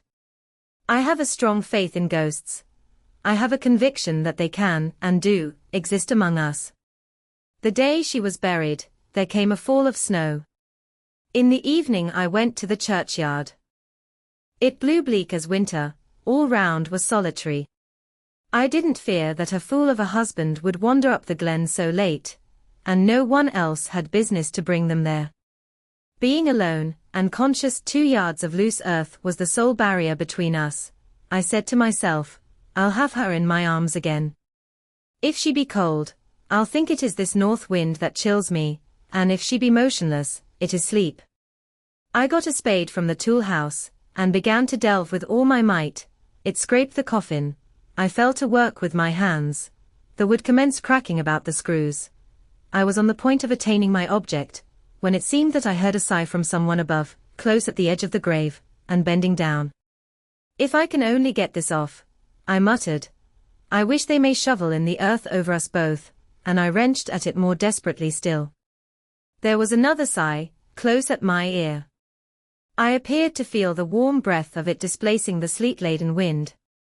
I knew no living thing in flesh and blood was by, but as certainly as you perceive the approach to some substantial body in the dark, though it cannot be discerned, so certainly I felt that Cathy was there, not under me, but on the earth. A sudden sense of relief flowed from my heart through every limb. I relinquished my labor of agony, and turned consoled at once, unspeakably consoled. Her presence was with me. It remained while I refilled the grave, and led me home. You may laugh, if you will, but I was sure I should see her there. I was sure she was with me, and I could not help talking to her. Having reached the heights, I rushed eagerly to the door. It was fastened, and I remember that accursed Earnshaw and my wife opposed my entrance. I remember stopping to kick the breath out of him, and then hurrying upstairs, to my room and hers. I looked round impatiently. I felt her by me. I could almost see her, and yet I could not. I ought to have sweat blood then, from the anguish of my yearning, from the fervor of my supplications to have but one glimpse. I had not one. She showed herself, as she often was in life, a devil to me. And, since then, sometimes more and sometimes less, I've been the sport of that intolerable torture. Infernal. Keeping my nerves at such a stretch that, if they had not resembled catgut, they would long ago have relaxed to the feebleness of Linton's. When I sat in the house with Hareton, it seemed that on going out I should meet her. When I walked on the moors I should meet her coming in. When I went from home I hastened to return. She must be somewhere at the heights, I was certain. And when I slept in her chamber, I was beaten out of that. I couldn't lie there. For the moment I closed my eyes, she was either outside the window, or sliding back the panels, or entering the room, or even resting her darling head on the same pillow, as she did when a child, and I must open my lids to see. And so I opened and closed them 100 times a night, to be always disappointed. It racked me. I've often groaned aloud, till that old rascal Joseph no doubt believed that my conscience was playing the fiend inside of me. Now, since I've seen her, I'm pacified, a little. It was a strange way of killing, not by inches, but by fractions of hairbreadths, to beguile me with the spectre of a hope through 18 years. Mr. Heathcliff paused and wiped his forehead. His hair clung to it, wet with perspiration. His eyes were fixed on the red embers of the fire, the brows not contracted, but raised next the temples, diminishing the grim aspect of his countenance, but imparting a peculiar look of trouble and a painful appearance of mental tension towards one absorbing subject. He only half addressed me, and I maintained silence. I didn't like to hear him talk. After a short period he resumed his meditation on the picture, took it down and leant it against the sofa to contemplate it at better advantage, and while so occupied Catherine entered, announcing that she was ready, when her pony should be saddled. "Send that over tomorrow," said Heathcliff to me. Then turning to her, he added, "You may do without your pony. It is a fine evening, and you'll need no ponies at Wuthering Heights. For what journeys you take, your own feet will serve you. Come along." "Goodbye, Ellen," whispered my dear little mistress. As she kissed me, her lips felt like ice. "Come and see me, Ellen, don't forget." "Take care you do no such thing, Mrs. Dean," said her new father. "When I wish to speak to you I'll come here. I want none of your prying at my house." He signed her to precede him, and casting back a look that cut my heart, she obeyed. I watched them, from the window, walk down the garden. Heathcliff fixed Catherine's arm under his, though she disputed the act at first evidently, and with rapid strides he hurried her into the alley, whose trees concealed them. Chapter 30. I have paid a visit to the Heights, but I have not seen her since she left. Joseph held the door in his hand when I called to ask after her, and wouldn't let me pass. He said Mrs. Linton was thrang, and the master was not in. Zillah has told me something of the way they go on, otherwise I should hardly know who was dead and who living. She thinks Catherine haughty, and does not like her, I can guess by her talk. My young lady asked some aid of her when she first came, but Mr. Heathcliff told her to follow her own business, and let his daughter-in-law look after herself, and Zillah willingly acquiesced, being a narrow-minded, selfish woman. Catherine evinced a child's annoyance at this neglect, repaid it with contempt, and thus enlisted my informant among her enemies, as securely as if she had done her some great wrong. I had a long talk with Zillah about 6 weeks ago, a little before you came, one day when we foregathered on the moor, and this is what she told me.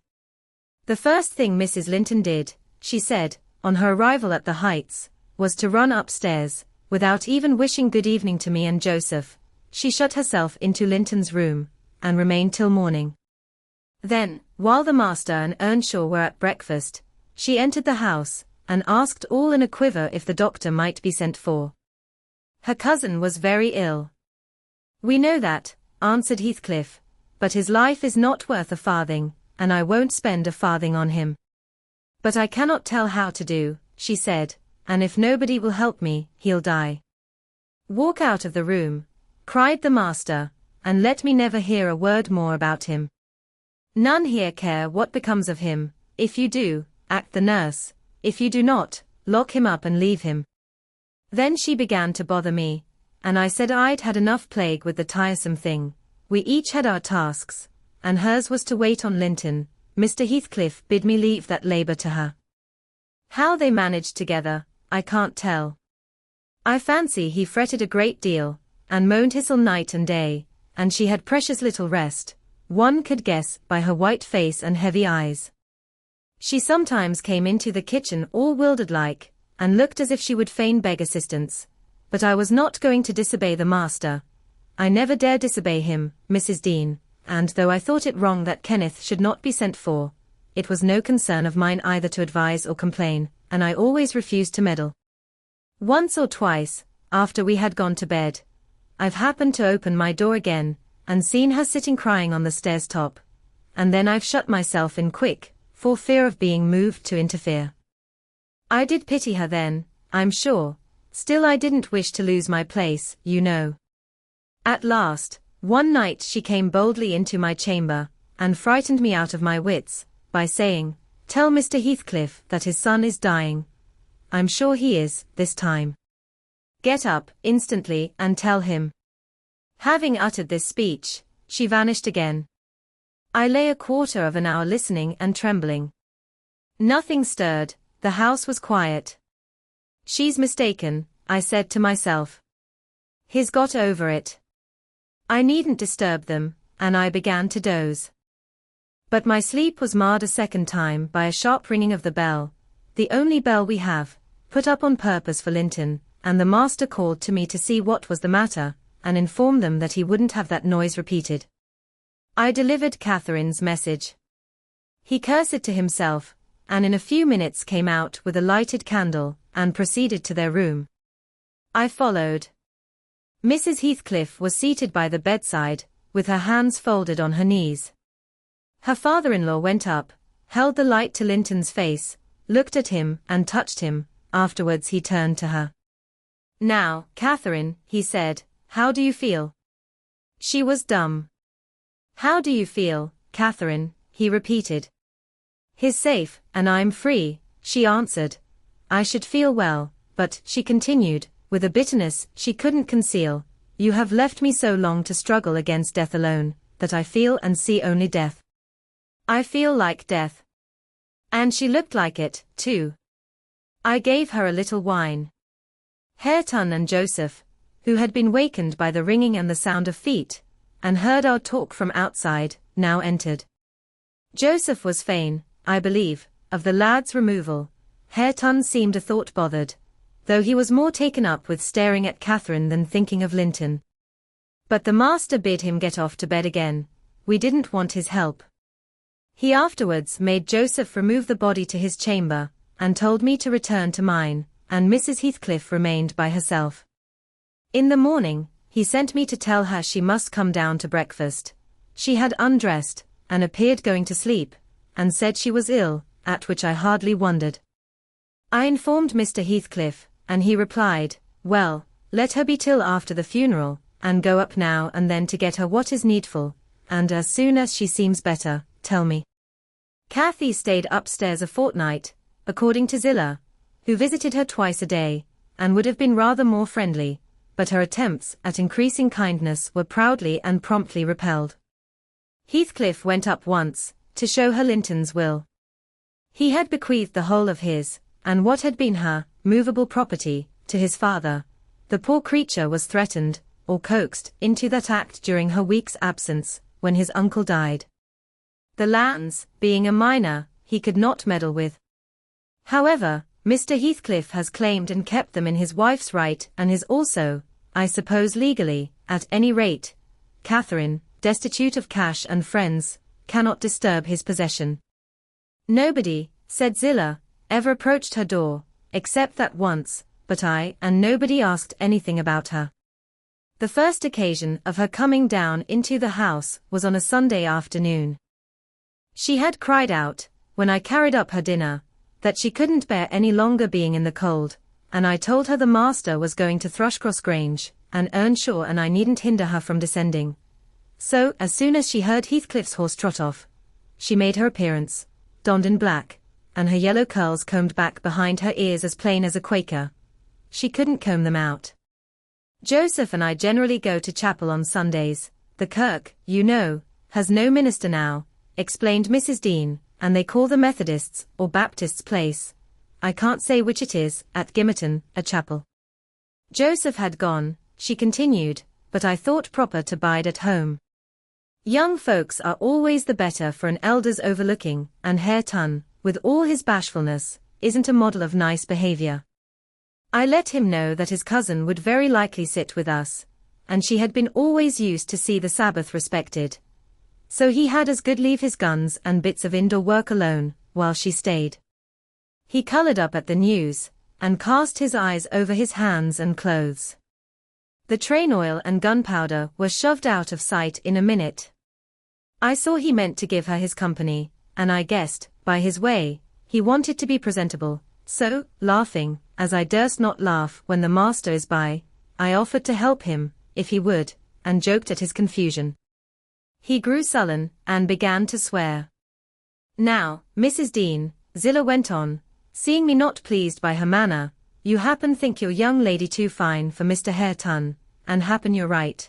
But I own I should love well to bring her pride a peg lower. And what will all her learning and her daintiness do for her, now? She's as poor as you or I, poorer, I'll be bound. You're saving, and I'm doing my little all that road. Hareton allowed Zillah to give him her aid, and she flattered him into a good humour. So, when Catherine came, half forgetting her former insults, he tried to make himself agreeable, by the housekeeper's account. Mrs. walked in, she said, as chill as an icicle, and as high as a princess. I got up and offered her my seat in the armchair. No, she turned up her nose at my civility. Earnshaw rose, too, and bid her come to the settle, and sit close by the fire. He was sure she was starved. I've been starved a month and more, she answered, resting on the word as scornful as she could. And she got a chair for herself, and placed it at a distance from both of us.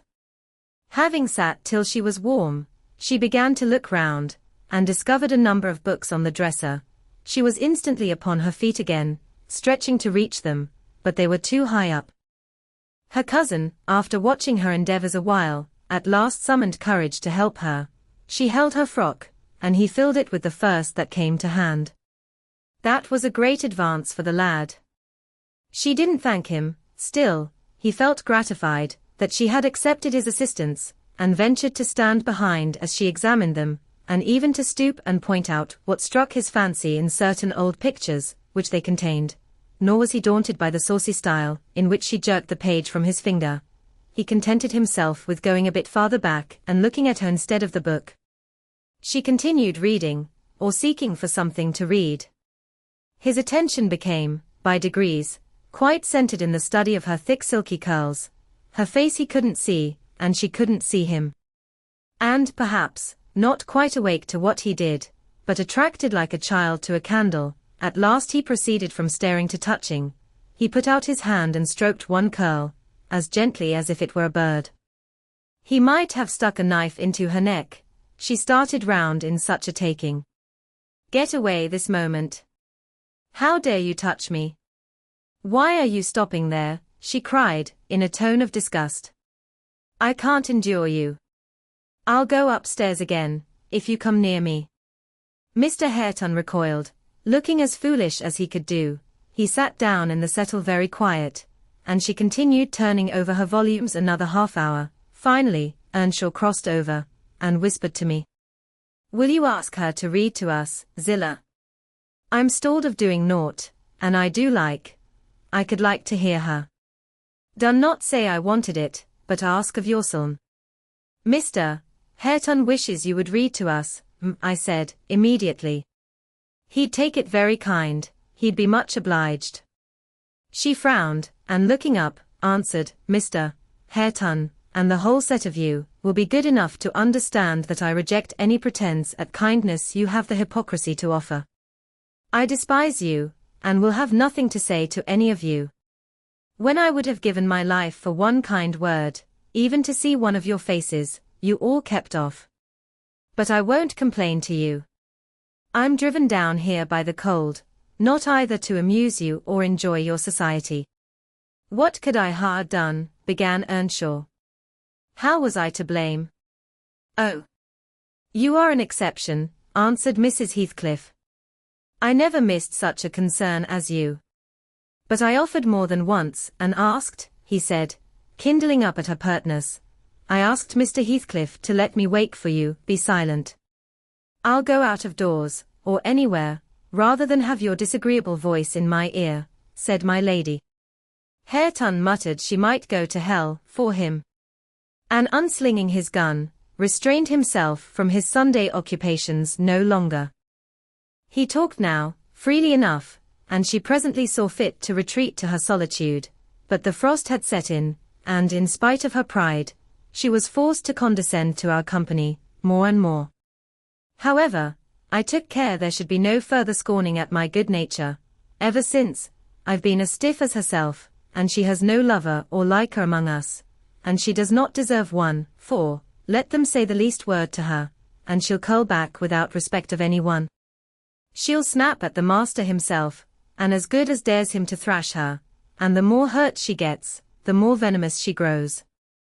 At first, on hearing this account from Zillah, I determined to leave my situation, take a cottage, and get Catherine to come and live with me, but Mr. Heathcliff would as soon permit that as he would set up Hareton in an independent house, and I can see no remedy, at present, unless she could marry again, and that scheme it does not come within my province to arrange. Asterisk, asterisk, asterisk, asterisk, asterisk, thus ended Mrs. Dean's story. Notwithstanding the doctor's prophecy, I am rapidly recovering strength, and though it be only the second week in January, I propose getting out on horseback in a day or two, and riding over to Wuthering Heights, to inform my landlord that I shall spend the next 6 months in London, and if he likes, he may look out for another tenant to take the place after October. I would not pass another winter here for much. Chapter 31. Yesterday was bright, calm, and frosty. I went to the Heights as I proposed. My housekeeper entreated me to bear a little note from her to her young lady, and I did not refuse, for the worthy woman was not conscious of anything odd in her request. The front door stood open, but the jealous gate was fastened, as at my last visit. I knocked and invoked Earnshaw from among the garden beds. He unchained it, and I entered. The fellow is as handsome a rustic as need be seen. I took particular notice of him this time, but then he does his best apparently to make the least of his advantages. I asked if Mr. Heathcliff were at home. He answered, no, but he would be in at dinner time. It was 11 o'clock, and I announced my intention of going in and waiting for him, at which he immediately flung down his tools and accompanied me, in the office of watchdog, not as a substitute for the host. We entered together. Catherine was there, making herself useful in preparing some vegetables for the approaching meal. She looked more sulky, and less spirited than when I had seen her first. She hardly raised her eyes to notice me, and continued her employment with the same disregard to common forms of politeness as before, never returning my bow and good morning by the slightest acknowledgement. She does not seem so amiable, I thought, as Mrs. Dean would persuade me to believe. She's a beauty, it is true, but not an angel. Earnshaw surlily bid her remove her things to the kitchen. Remove them yourself, she said, pushing them from her as soon as she had done, and retiring to a stool by the window, where she began to carve figures of birds and beasts out of the turnip parings in her lap. I approached her, pretending to desire a view of the garden, and as I fancied, adroitly dropped Mrs. Dean's note onto her knee, unnoticed by Hareton, but she asked aloud, "What is that?" and chucked it off. "A letter from your old acquaintance, the housekeeper at the Grange," I answered, annoyed at her exposing my kind deed, and fearful lest it should be imagined a missive of my own. She would gladly have gathered it up at this information, but Hareton beat her. He seized and put it in his waistcoat, saying Mr. Heathcliff should look at it first. Thereat, Catherine silently turned her face from us, and very stealthily, drew out her pocket handkerchief and applied it to her eyes, and her cousin, after struggling a while to keep down his softer feelings, pulled out the letter and flung it on the floor beside her, as ungraciously as he could. Catherine caught and perused it eagerly. Then she put a few questions to me concerning the inmates, rational and irrational, of her former home, and gazing towards the hills, murmured in soliloquy, "I should like to be riding Minnie down there. I should like to be climbing up there. Oh, I'm tired, I'm stalled, Hareton." And she leant her pretty head back against the sill, with half a yawn and half a sigh, and lapsed into an aspect of abstracted sadness, neither caring nor knowing whether we remarked her.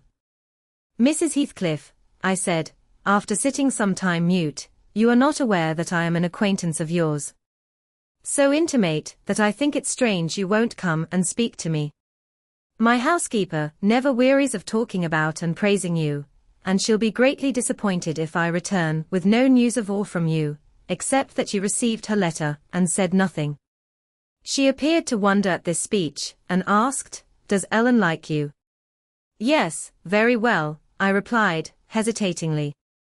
"You must tell her," she continued, "that I would answer her letter, but I have no materials for writing, not even a book from which I might tear a leaf." "No books?" I exclaimed. "How do you contrive to live here without them? If I may take the liberty to inquire." "Though provided with a large library, I'm frequently very dull at the Grange. Take my books away, and I should be desperate." "I was always reading, when I had them," said Catherine, "and Mr. Heathcliff never reads. So he took it into his head to destroy my books. I have not had a glimpse of one for weeks. Only once, I searched through Joseph's store of theology, to his great irritation, and once, Hareton, I came upon a secret stock in your room, some Latin and Greek, and some tales and poetry, all old friends. I brought the last here, and you gathered them, as a magpie gathers silver spoons, for the mere love of stealing. They are of no use to you, Or else you concealed them in the bad spirit that, as you cannot enjoy them, nobody else shall. Perhaps your envy counselled Mr. Heathcliff to rob me of my treasures. But I've most of them written on my brain and printed in my heart, and you cannot deprive me of those. Earnshaw blushed crimson when his cousin made this revelation of his private literary accumulations, and stammered an indignant denial of her accusations. Mr. Hareton is desirous of increasing his amount of knowledge, I said, coming to his rescue. He is not envious, but emulous of your attainments. He'll be a clever scholar in a few years. And he wants me to sink into a dunce, meantime, answered Catherine. Yes, I hear him trying to spell and read to himself, and pretty blunders he makes. I wish you would repeat Chevy Chase as you did yesterday. It was extremely funny. I heard you, and I heard you turning over the dictionary to seek out the hard words, and then cursing, because you couldn't read their explanations. The young man evidently thought it too bad that he should be laughed at for his ignorance, and then laughed at for trying to remove it. I had a similar notion, and, remembering Mrs. Dean's anecdote of his first attempt at enlightening the darkness in which he had been reared, I observed, "But, Mrs. Heathcliff, we have each had a commencement, and each stumbled and tottered on the threshold. Had our teachers scorned instead of aiding us, we should stumble and totter yet." "Oh," she replied, "I don't wish to limit his acquirements. Still, he has no right to appropriate what is mine, and make it ridiculous to me with his vile mistakes and mispronunciations.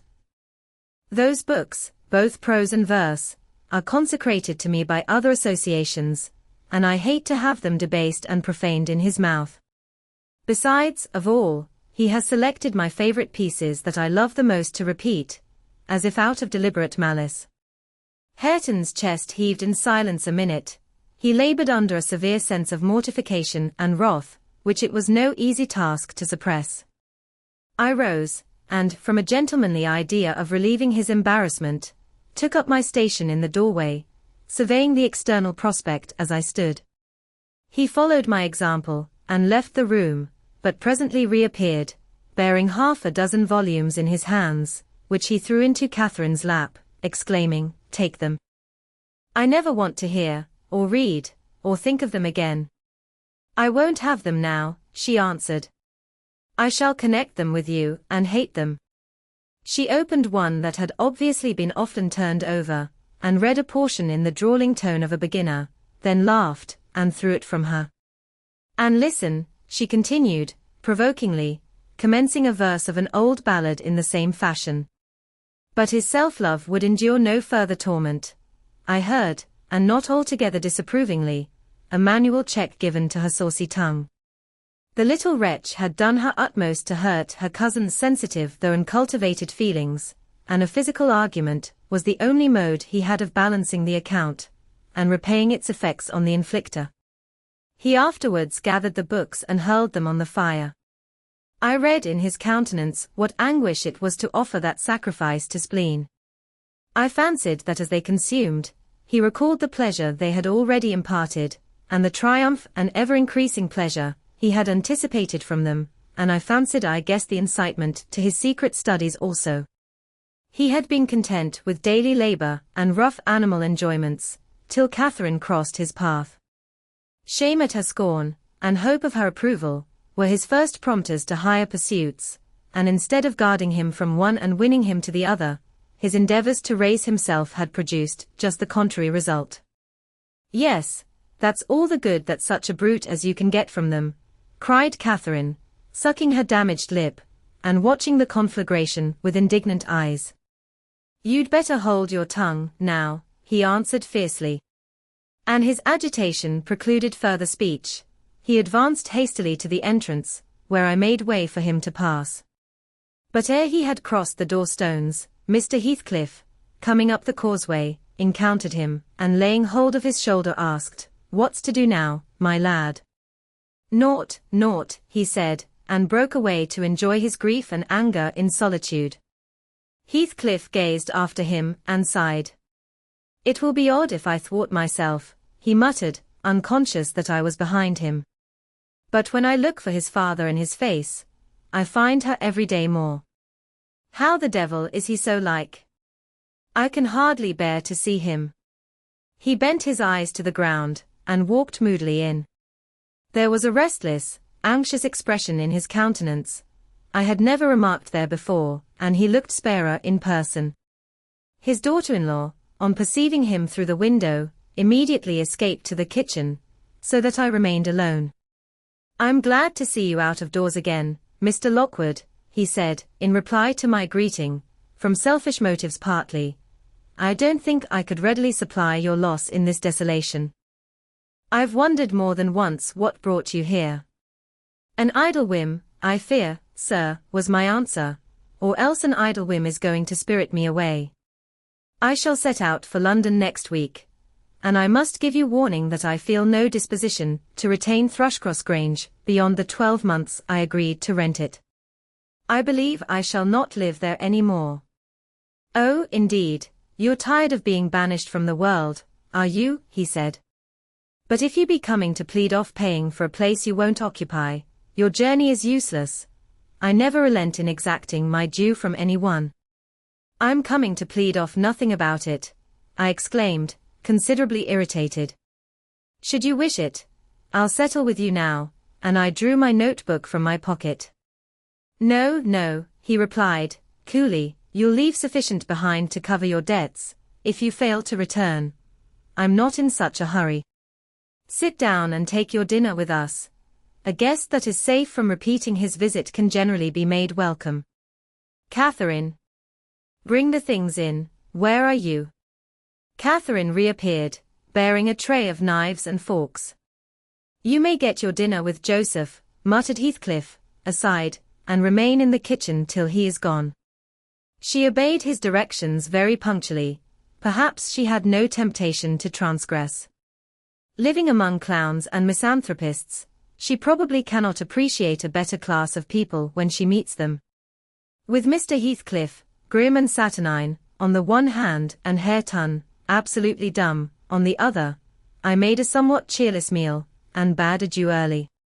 I would have departed by the back way, to get a last glimpse of Catherine and annoy old Joseph, but Hareton received orders to lead up my horse, and my host himself escorted me to the door, so I could not fulfill my wish. How dreary life gets over in that house, I reflected, while riding down the road. What a realization of something more romantic than a fairy tale it would have been for Mrs. Linton Heathcliff, had she and I struck up an attachment, as her good nurse desired, and migrated together into the stirring atmosphere of the town. Chapter 32, 1802. This September, I was invited to devastate the moors of a friend in the north, and on my journey to his abode, I unexpectedly came within 15 miles of Gimmerton. The ostler at a roadside public house was holding a pail of water to refresh my horses, when a cart of very green oats, newly reaped, passed by, and he remarked, "Yon's froe Gimmerton, na. They're allers 3 wick after other folk wi they're a harvest." Gimmerton, I repeated. My residence in that locality had already grown dim and dreamy. "Ah, I know. How far is it from this?" "Happen 14 mile o'er th hills, and a rough road," he answered. A sudden impulse seized me to visit Thrushcross Grange. It was scarcely noon, and I conceived that I might as well pass the night under my own roof as in an inn. Besides, I could spare a day easily to arrange matters with my landlord, and thus save myself the trouble of invading the neighborhood again. Having rested a while, I directed my servant to inquire the way to the village, and, with great fatigue to our beasts, we managed the distance in some 3 hours. I left him there, and proceeded down the valley alone. The grey church looked greyer, and the lonely churchyard lonelier. I distinguished a moor-sheep cropping the short turf on the graves. It was sweet, warm weather, too warm for travelling, but the heat did not hinder me from enjoying the delightful scenery above and below. Had I seen it nearer August, I'm sure it would have tempted me to waste a month among its solitudes. In winter nothing more dreary, in summer nothing more divine, than those glens shut in by hills, and those bluff, bold swells of heath. I reached the Grange before sunset, and knocked for admittance, but the family had retreated into the back premises, I judged, by one thin, blue wreath, curling from the kitchen chimney, and they did not hear. I rode into the court. Under the porch, a girl of 9 or 10 sat knitting, and an old woman reclined on the house steps, smoking a meditative pipe. "Is Mrs. Dean within?" I demanded of the dame. "Mistress Dean?" "Nay," she answered, "she doesn't bide here. She's up at Heights." "Are you the housekeeper, then?" I continued. "Eea, or keep Hauser," she replied. "Well, I'm Mr. Lockwood, the master. Are there any rooms to lodge me in, I wonder? I wish to stay all night." "Tea-master," she cried in astonishment. "Wet, hoiver knew ya were coming. Ya said ha send word. They's nout nor the dry nor mensful about tea place, nout there isn't." She threw down her pipe and bustled in, the girl followed, and I entered too, soon perceiving that her report was true, and, moreover, that I had almost upset her wits by my unwelcome apparition. I bade her be composed. I would go out for a walk, and meantime she must try to prepare a corner of a sitting room for me to sup in, and a bedroom to sleep in. No sweeping and dusting, only good fire and dry sheets were necessary. She seemed willing to do her best, though she thrust the hearth-brush into the grates in mistake for the poker, and malappropriated several other articles of her craft, but I retired, confiding in her energy for a resting place against my return. Wuthering Heights was the goal of my proposed excursion. An afterthought brought me back, when I had quitted the court. "All well at the Heights?" I inquired of the woman. "Eea, fr out nor," she answered, scurrying away with a pan of hot cinders. I would have asked why Mrs. Dean had deserted the Grange, but it was impossible to delay her at such a crisis, so I turned away and made my exit, rambling leisurely along, with the glow of a sinking sun behind, and the mild glory of a rising moon in front, one fading, and the other brightening, as I quitted the park, and climbed the stony by-road branching off to Mr. Heathcliff's dwelling. Before I arrived in sight of it, all that remained of day was a beamless amber light along the west, but I could see every pebble on the path, and every blade of grass, by that splendid moon. I had neither to climb the gate nor to knock, it yielded to my hand. That is an improvement, I thought.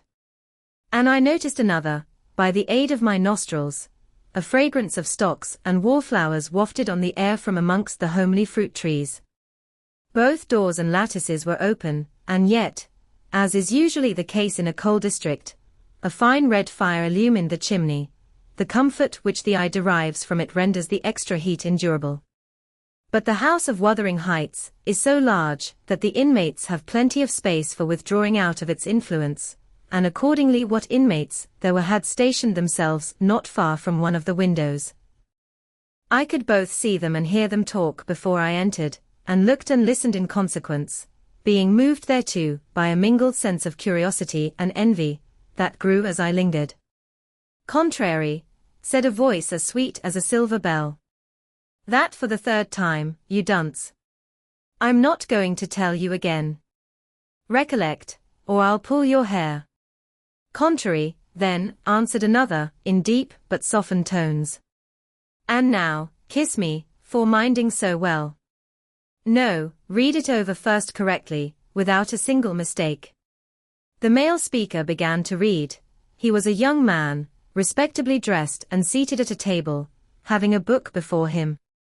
His handsome features glowed with pleasure, and his eyes kept impatiently wandering from the page to a small white hand over his shoulder, which recalled him by a smart slap on the cheek, whenever its owner detected such signs of inattention. Its owner stood behind, her light, shining ringlets blending, at intervals, with his brown locks, as she bent to superintend his studies, and her face. It was lucky he could not see her face, or he would never have been so steady. I could, and I bit my lip in spite, at having thrown away the chance I might have had of doing something besides staring at its smiting beauty. The task was done, not free from further blunders, but the pupil claimed a reward, and received at least 5 kisses, which, however, he generously returned. Then they came to the door, and from their conversation, I judged they were about to issue out and have a walk on the moors. I supposed I should be condemned in Hareton Earnshaw's heart, if not by his mouth, to the lowest pit in the infernal regions if I showed my unfortunate person in his neighbourhood then, and feeling very mean and malignant, I skulked round to seek refuge in the kitchen. There was unobstructed admittance on that side also, and at the door sat my old friend Nellie Dean, sewing and singing a song, which was often interrupted from within by harsh words of scorn and intolerance, uttered in far from musical accents. I'd rather, by Th. Horf, have swearing I my lugs froh morn to neat, nor hearken ye harsever, said the tenant of the kitchen, in answer to an unheard speech of Nellie's. It's a blazing shame, that I cannot open T blessed book, but y'all set up them glories to Satan, and all T flaysome wickednesses that I veal were born into Th walled. Oh! Ye're a rate nout, and shoes another, and that poor lad be lost atween ye. Poor lad, he added, with a groan, his witched, I'm sartin on't. Oh, Lord, Judge for there's nor the law nor justice among where rullers. No. Or we should be sitting in flaming faggots, I suppose, retorted the singer. But wisht, old man, and read your Bible like a Christian, and never mind me. This is Fairy Annie's wedding, a bonny tune, it goes to a dance. Mrs. Dean was about to recommence, when I advanced, and recognizing me directly, she jumped to her feet, crying, Why, bless you, Mr. Lockwood. How could you think of returning in this way? All's shut up at Thrushcross Grange. You should have given us notice. I've arranged to be accommodated there, for as long as I shall stay, I answered. I depart again tomorrow. And how are you transplanted here, Mrs. Dean? Tell me that. Zillah left, and Mr. Heathcliff wished me to come, soon after you went to London, and stay till you returned. But, step in, pray. Have you walked from Gimmerton this evening? From the Grange, I replied, and while they make me lodging room there, I want to finish my business with your master, because I don't think of having another opportunity in a hurry. What business, sir? Said Nellie, conducting me into the house. He's gone out at present, and won't return soon.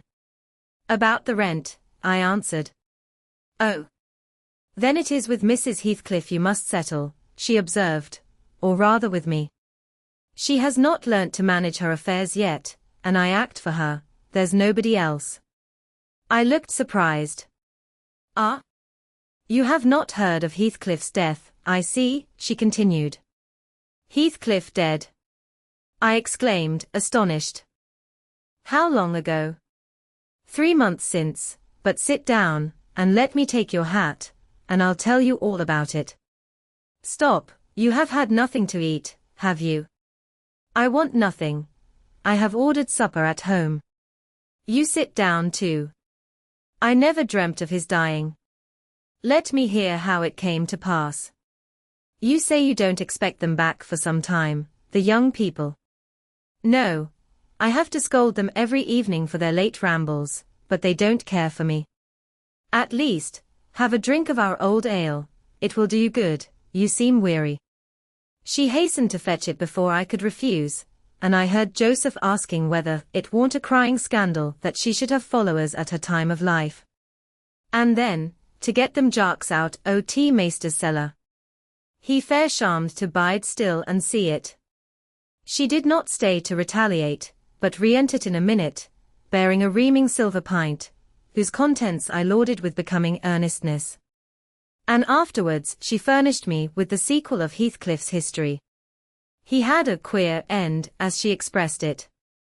Asterisk, asterisk, asterisk, asterisk, asterisk, I was summoned to Wuthering Heights, within a fortnight of your leaving us, she said, and I obeyed joyfully, for Catherine's sake. My first interview with her grieved and shocked me. She had altered so much since our separation. Mr. Heathcliff did not explain his reasons for taking a new mind about my coming here. He only told me he wanted me, and he was tired of seeing Catherine. I must make the little parlour my sitting room, and keep her with me. It was enough if he were obliged to see her once or twice a day. She seemed pleased at this arrangement, and by degrees, I smuggled over a great number of books, and other articles, that had formed her amusement at the Grange, and flattered myself we should get on in tolerable comfort. The delusion did not last long. Catherine, contented at first, in a brief space grew irritable and restless. For one thing, she was forbidden to move out of the garden, and it fretted her sadly to be confined to its narrow bounds as spring drew on. For another, in following the house, I was forced to quit her frequently, and she complained of loneliness. She preferred quarrelling with Joseph in the kitchen to sitting at peace in her solitude. I did not mind their skirmishes, but Hareton was often obliged to seek the kitchen also, when the master wanted to have the house to himself, and though in the beginning she either left it at his approach, or quietly joined in my occupations, and shunned remarking or addressing him, and though he was always as sullen and silent as possible, after a while, she changed her behavior, and became incapable of letting him alone, talking at him, commenting on his stupidity and idleness, expressing her wonder how he could endure the life he lived, how he could sit a whole evening staring into the fire, and dozing. "He's just like a dog, is he not, Ellen?" she once observed, "or a cart horse. He does his work, eats his food, and sleeps eternally. What a blank, dreary mind he must have. Do you ever dream, Hareton? And, if you do, what is it about? But you can't speak to me." Then she looked at him, but he would neither open his mouth nor look again. "He's, perhaps, dreaming now," she continued. He twitched his shoulder as Juno twitches hers. "Ask him, Ellen. Mr. Hareton will ask the master to send you upstairs, if you don't behave," I said. He had not only twitched his shoulder, but clenched his fist, as if tempted to use it. "I know why Hareton never speaks, when I am in the kitchen," she exclaimed, on another occasion. "He is afraid I shall laugh at him. Ellen, what do you think? He began to teach himself to read once, and because I laughed, he burned his books, and dropped it. Was he not a fool? Were not you naughty?" I said, "Answer me that." "Perhaps I was," she went on, "but I did not expect him to be so silly. Hareton, if I gave you a book, would you take it now?" "I'll try."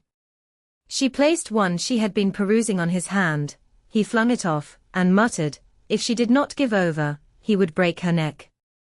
"Well, I shall put it here," she said, "in the table drawer, and I'm going to bed." Then she whispered me to watch whether he touched it, and departed. But he would not come near it, and so I informed her in the morning, to her great disappointment. I saw she was sorry for his persevering sulkiness and indolence. Her conscience reproved her for frightening him off improving himself. She had done it effectually. But her ingenuity was at work to remedy the injury, while I ironed, or pursued other such stationary employments, as I could not well do in the parlour. She would bring some pleasant volume, and read it aloud to me. When Hareton was there, she generally paused in an interesting part, and left the book lying about.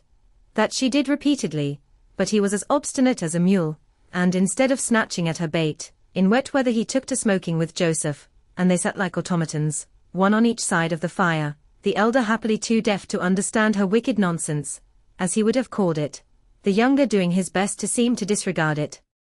On fine evenings the latter followed his shooting expeditions, and Catherine yawned and sighed, and teased me to talk to her, and ran off into the court, or garden the moment I began, and as a last resource, cried, and said she was tired of living.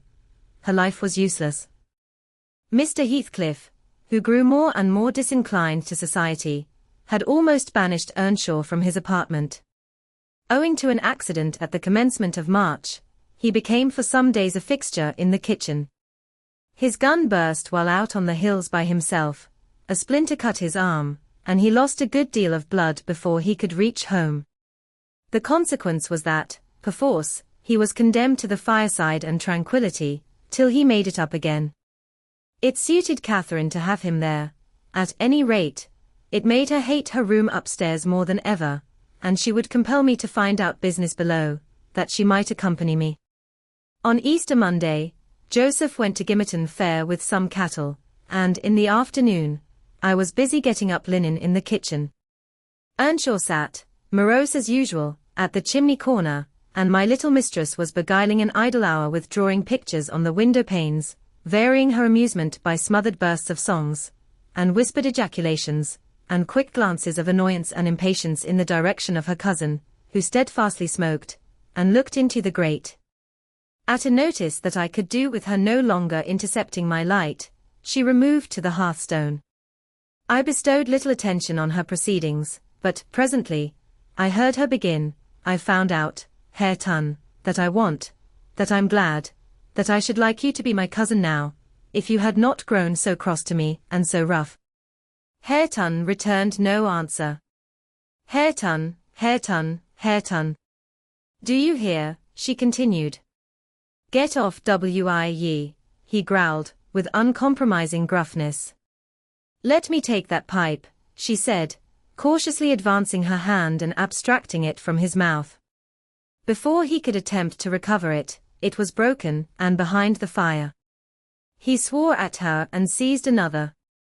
"Stop," she cried, "you must listen to me first, and I can't speak while those clouds are floating in my face." "Will you go to the devil?" he exclaimed, ferociously, "and let me be?" "No," she persisted, "I won't. I can't tell what to do to make you talk to me, and you are determined not to understand. When I call you stupid, I don't mean anything. I don't mean that I despise you. Come, you shall take notice of me, Hareton. You are my cousin, and you shall own me. I shall have naught to do with you and your mucky pride, and your damned mocking tricks," he answered. "I'll go to hell, body and soul, before I look sideways after you again. Side out OT gate, now, this minute." Catherine frowned, and retreated to the window seat, chewing her lip, and endeavoring, by humming an eccentric tune, to conceal a growing tendency to sob. "You should be friends with your cousin, Mr. Hareton," I interrupted, "since she repents of her sauciness. It would do you a great deal of good. It would make you another man to have her for a companion." "A companion," he cried, "when she hates me, and does not think me fit to wipe her shoon. Nay, if it made me a king, I'd not be scorned for seeking her goodwill any more." "It is not I who hate you, it is you who hate me," wept Cathy, no longer disguising her trouble. "You hate me as much as Mr. Heathcliff does, and more." "You're a damned liar," began Earnshaw. "Why have I made him angry? By taking your part, then, 100 times. And that when you sneered at and despised me, and go on plaguing me, and I'll step in yonder, and say you worried me out of the kitchen." "I didn't know you took my part," she answered, drying her eyes, "and I was miserable and bitter at everybody, but now I thank you, and beg you to forgive me. What can I do besides?" She returned to the hearth, and frankly extended her hand. He blackened and scowled like a thundercloud, and kept his fists resolutely clenched, and his gaze fixed on the ground. Catherine, by instinct, must have divined it was obdurate perversity, and not dislike, that prompted this dogged conduct, for, after remaining an instant undecided, she stooped and impressed on his cheek a gentle kiss. The little rogue thought I had not seen her, and drawing back, she took her former station by the window, quite demurely. I shook my head reprovingly, and then she blushed and whispered, "Well, what should I have done, Ellen? He wouldn't shake hands, and he wouldn't look. I must show him some way that I like him, that I want to be friends." Whether the kiss convinced Hareton, I cannot tell. He was very careful, for some minutes, that his face should not be seen, and when he did raise it, he was sadly puzzled where to turn his eyes. Catherine employed herself in wrapping a handsome book neatly in white paper, and having tied it with a bit of ribbon, and addressed it to Mr. Hareton Earnshaw, she desired me to be her ambassadress, and convey the present to its destined recipient. "And tell him, if he'll take it, I'll come and teach him to read it right," she said, "and if he refuse it, I'll go upstairs, and never tease him again." I carried it, and repeated the message, anxiously watched by my employer. Hareton would not open his fingers, so I laid it on his knee. He did not strike it off, either. I returned to my work. Catherine leaned her head and arms on the table, till she heard the slight rustle of the covering being removed.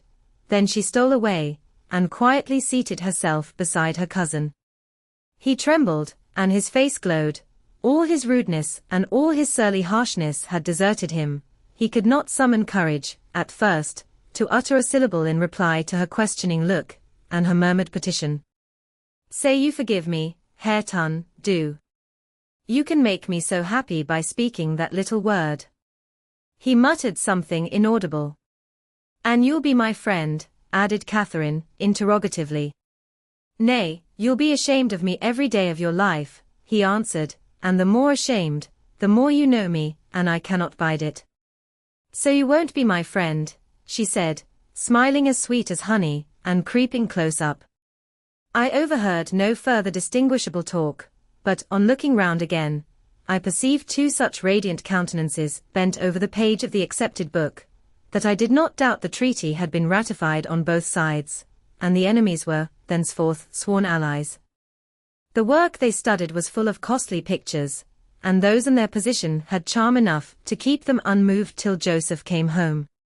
He, poor man, was perfectly aghast at the spectacle of Catherine seated on the same bench with Hareton Earnshaw, leaning her hand on his shoulder, and confounded at his favourite's endurance of her proximity.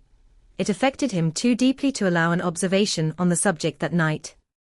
His emotion was only revealed by the immense sighs he drew, as he solemnly spread his large Bible on the table, and overlaid it with dirty banknotes from his pocket-book, the produce of the day's transactions. At length he summoned Hareton from his seat. "Tak these into tea, meester, lad," he said, "and bide there. I's gang up to my own ram. This hoyle's neither mensful nor seemly for us. We mun side out and see arch another." "Come, Catherine," I said, "we must side out too. I've done my ironing. Are you ready to go?" "It is not 8 o'clock," she answered, rising unwillingly. "Hareton, I'll leave this book upon the chimney-piece, and I'll bring some more tomorrow. Wonny books that ya leave, I shall tak into th house," said Joseph, "and it'll be mitch if ya find agin, so ya may plaze yerseln." Cathy threatened that his library should pay for hers, and, smiling as she passed Hareton, went singing upstairs, lighter of heart, I venture to say, than ever she had been under that roof before, except, perhaps, during her earliest visits to Linton. The intimacy thus commenced grew rapidly, though it encountered temporary interruptions. Earnshaw was not to be civilized with a wish, and my young lady was no philosopher, and no paragon of patience, but both their minds tending to the same point, one loving and desiring to esteem, and the other loving and desiring to be esteemed, they contrived in the end to reach it. "You see, Mr. Lockwood, it was easy enough to win Mrs. Heathcliff's heart. But now, I'm glad you did not try. The crown of all my wishes will be the union of those two. I shall envy no one on their wedding day. There won't be a happier woman than myself in England." Chapter 33. On the morrow of that Monday, Earnshaw being still unable to follow his ordinary employments, and therefore remaining about the house, I speedily found it would be impracticable to retain my charge beside me, as heretofore. She got downstairs before me, and out into the garden, where she had seen her cousin performing some easy work, and when I went to bid them come to breakfast, I saw she had persuaded him to clear a large space of ground from currant and gooseberry bushes, and they were busy planning together an importation of plants from the Grange. I was terrified at the devastation, which had been accomplished in a brief half-hour. The black currant trees were the apple of Joseph's eye, and she had just fixed her choice of a flower-bed in the midst of them. "There! That will be all shown to the master," I exclaimed, "the minute it is discovered.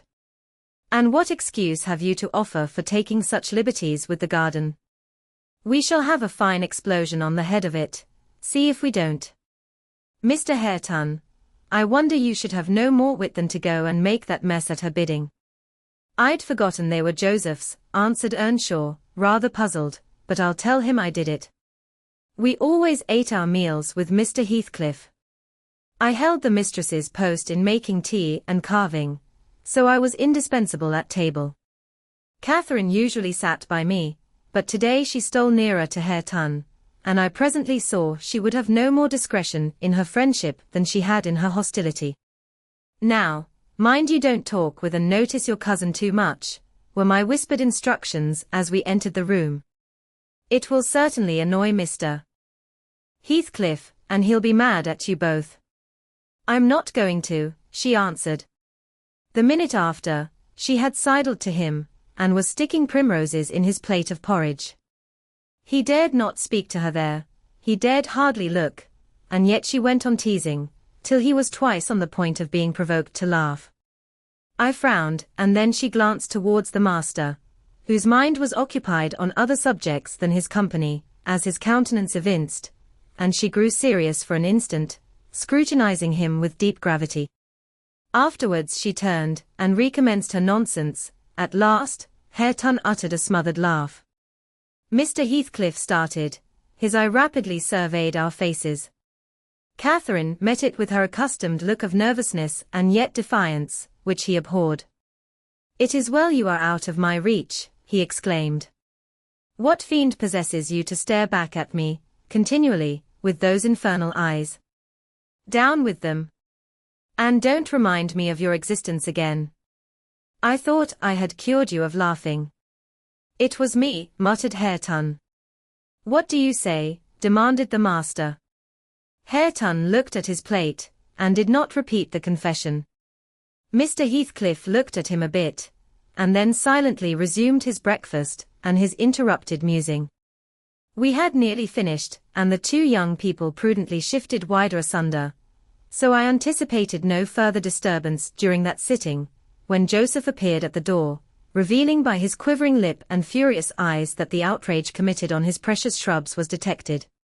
He must have seen Cathy and her cousin about the spot before he examined it, for while his jaws worked like those of a cow chewing its cud, and rendered his speech difficult to understand, he began, "I mun hev my wage, and I mun go. I had aimed to do where I'd sarved for 60 year, and I thought I'd lug my books up into tea garret, and all my bits o' stuff, and they said hev tea kitchen to Thirseln, for tea's sake o' quietness. It were hard to gee up my own hearthstone, but I thought I could do that. But na, shoes tarn my garden fro me, and by th heart, maester, I cannot stand it. Ya may bend to th yoken ye will. I know an used to tea, and an old man doesn't soon get used to new bart hens. I'd rather on my bitin my sup wi a hammer in th road." Now, idiot," interrupted Heathcliff, "cut it short. What's your grievance? I'll interfere in no quarrels between you and Nelly. She may thrust you into the coal hole for anything I care." "It's no and Nelly," answered Joseph. "I shouldn't shift for Nelly, nasty nout as shoe is. Thank God. Shoe cannot stale teeth soul o nob dy. Shoe were never so handsome, but what a body mud look at her about winking. It's yon flaysome, graceless queen, that's witched our lad, wi her bolden and her forrard ways, till, nay. It fair bruists my heart. He's forgotten all I've done for him, and made on him, and gone and riven up a whole row o' grandest currant trees garden, and here he lamented outright, unmanned by a sense of his bitter injuries, and Earnshaw's ingratitude and dangerous condition. "Is the fool drunk?" asked Mr. Heathcliff. "Hareton, is it you is finding fault with?" "I've pulled up 2 or 3 bushes," replied the young man, "but I'm going to set 'em again." "And why have you pulled them up?" said the master. Catherine wisely put in her tongue. "We wanted to plant some flowers there," she cried. "I'm the only person to blame, for I wished him to do it." "And who the devil gave you leave to touch a stick about the place?" demanded her father-in-law, much surprised. "And who ordered you to obey her?" he added, turning to Hareton. The latter was speechless. His cousin replied, "You shouldn't grudge a few yards of earth for me to ornament, when you have taken all my land? Your land, insolent slut. You never had any, said Heathcliff. And my money, she continued, returning his angry glare, and meantime biting a piece of crust, the remnant of her breakfast. Silence, he exclaimed. Get done, and begone. And Hareton's land, and his money, pursued the reckless thing. Hareton and I are friends now, and I shall tell him all about you. The master seemed confounded a moment, he grew pale, and rose up, eyeing her all the while, with an expression of mortal hate. If you strike me, Hareton will strike you, she said. So you may as well sit down. If Hareton does not turn you out of the room, I'll strike him to hell, thundered Heathcliff. Damnable witch!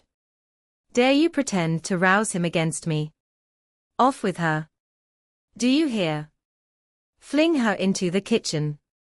I'll kill her, Ellen Dean, if you let her come into my sight again. Hareton tried, under his breath, to persuade her to go. Drag her away, he cried, savagely. Are you staying to talk? And he approached to execute his own command. He'll not obey you, wicked man, any more, said Catherine, and he'll soon detest you as much as I do. Wisht, muttered the young man, reproachfully. I will not hear you speak so to him. Have done. But you won't let him strike me, she cried. Come, then, he whispered earnestly. It was too late. Heathcliff had caught hold of her. Now, you go, he said to Earnshaw. Accursed witch! This time, she has provoked me when I could not bear it, and I'll make her repent it forever. He had his hand in her hair.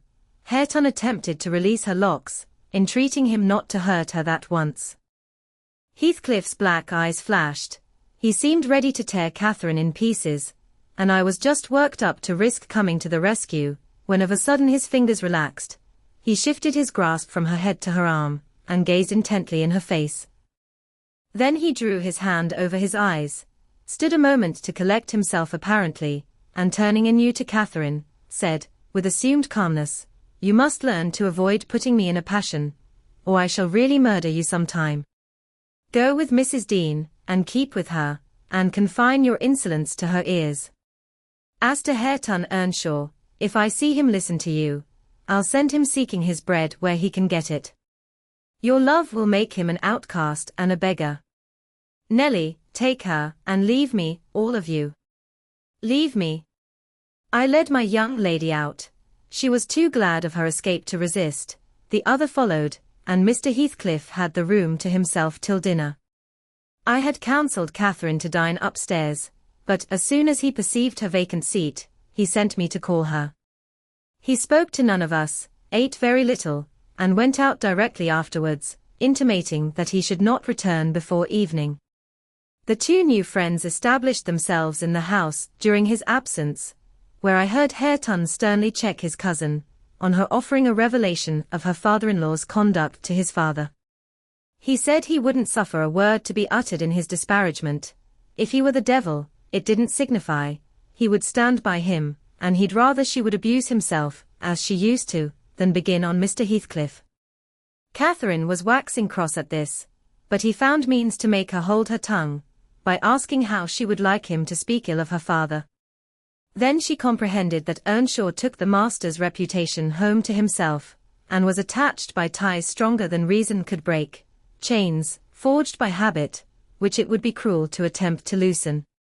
She showed a good heart, thenceforth, in avoiding both complaints and expressions of antipathy concerning Heathcliff, and confessed to me her sorrow that she had endeavoured to raise a bad spirit between him and Hareton. Indeed, I don't believe she has ever breathed a syllable, in the latter's hearing, against her oppressor since. When this slight disagreement was over, they were friends again, and as busy as possible in their several occupations of pupil and teacher.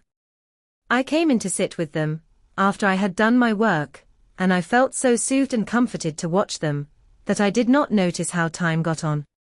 You know, they both appeared in a measure my children. I had long been proud of one, and now, I was sure, the other would be a source of equal satisfaction.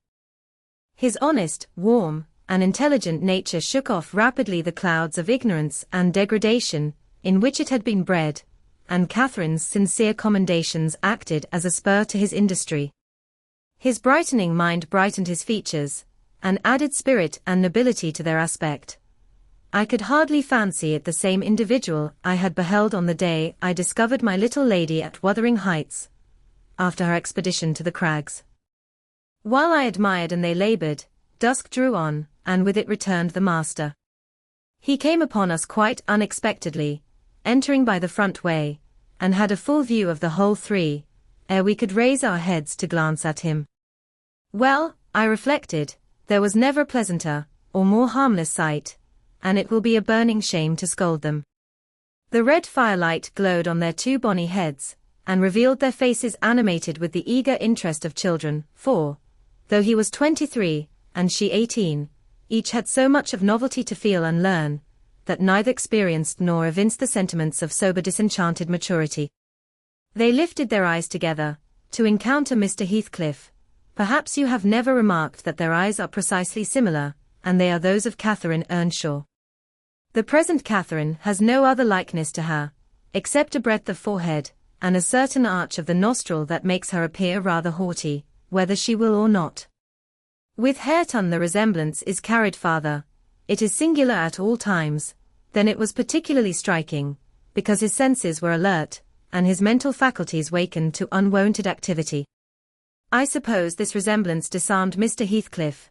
He walked to the hearth in evident agitation, but it quickly subsided as he looked at the young man, or, I should say, altered its character, for it was there yet. He took the book from his hand, and glanced at the open page, then returned it without any observation, merely signing Catherine away. Her companion lingered very little behind her, and I was about to depart also, but he bid me sit still. It is a poor conclusion, is it not? He observed, having brooded a while on the scene he had just witnessed, an absurd termination to my violent exertions. I get levers and mattocks to demolish the two houses, and train myself to be capable of working like Hercules, and when everything is ready and in my power, I find the will to lift a slate off either roof has vanished. My old enemies have not beaten me, now would be the precise time to revenge myself on their representatives. I could do it, and none could hinder me. But where is the use? I don't care for striking. I can't take the trouble to raise my hand. That sounds as if I had been laboring the whole time, only to exhibit a fine trait of magnanimity. It is far from being the case. I have lost the faculty of enjoying their destruction, and I am too idle to destroy for nothing. Nelly, there is a strange change approaching. I'm in its shadow at present. I take so little interest in my daily life, that I hardly remember to eat and drink. Those two who have left the room are the only objects which retain a distinct material appearance to me, and that appearance causes me pain, amounting to agony. About her I won't speak, and I don't desire to think, but I earnestly wish she were invisible. Her presence invokes only maddening sensations. He moves me differently, and yet if I could do it without seeming insane, I'd never see him again. You'll perhaps think me rather inclined to become so, he added, making an effort to smile, if I try to describe the thousand forms of past associations and ideas he awakens or embodies. But you'll not talk of what I tell you, and my mind is so eternally secluded in itself, it is tempting at last to turn it out to another. 5 minutes ago Hareton seemed a personification of my youth, not a human being. I felt to him in such a variety of ways, that it would have been impossible to have accosted him rationally. In the first place, his startling likeness to Catherine connected him fearfully with her.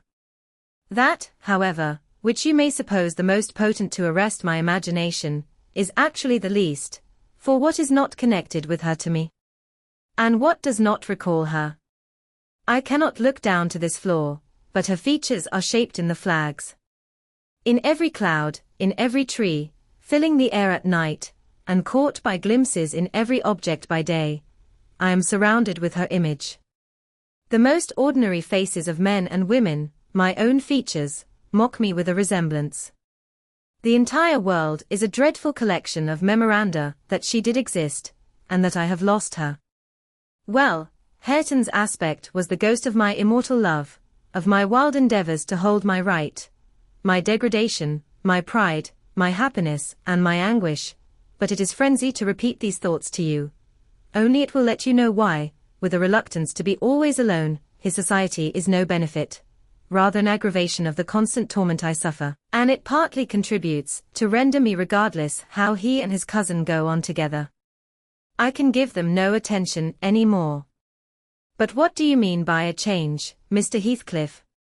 I said, alarmed at his manner, though he was neither in danger of losing his senses, nor dying, according to my judgment. He was quite strong and healthy, and as to his reason, from childhood he had a delight in dwelling on dark things, and entertaining odd fancies. He might have had a monomania on the subject of his departed idol, but on every other point his wits were as sound as mine. I shall not know that till it comes, he said. I'm only half conscious of it now. You have no feeling of illness, have you? I asked. No, Nelly, I have not, he answered. Then you are not afraid of death? I pursued. Afraid? No, he replied. I have neither a fear, nor a presentiment, nor a hope of death. Why should I? With my hard constitution and temperate mode of living, and unperilous occupations, I ought to, and probably shall, remain above ground till there is scarcely a black hair on my head. And yet I cannot continue in this condition. I have to remind myself to breathe, almost to remind my heart to beat. And it is like bending back a stiff spring. It is by compulsion that I do the slightest act not prompted by one thought, and by compulsion that I notice anything alive or dead, which is not associated with one universal idea. I have a single wish, and my whole being and faculties are yearning to attain it. They have yearned towards it so long, and so unwaveringly, that I'm convinced it will be reached, and soon, because it has devoured my existence. I am swallowed up in the anticipation of its fulfillment.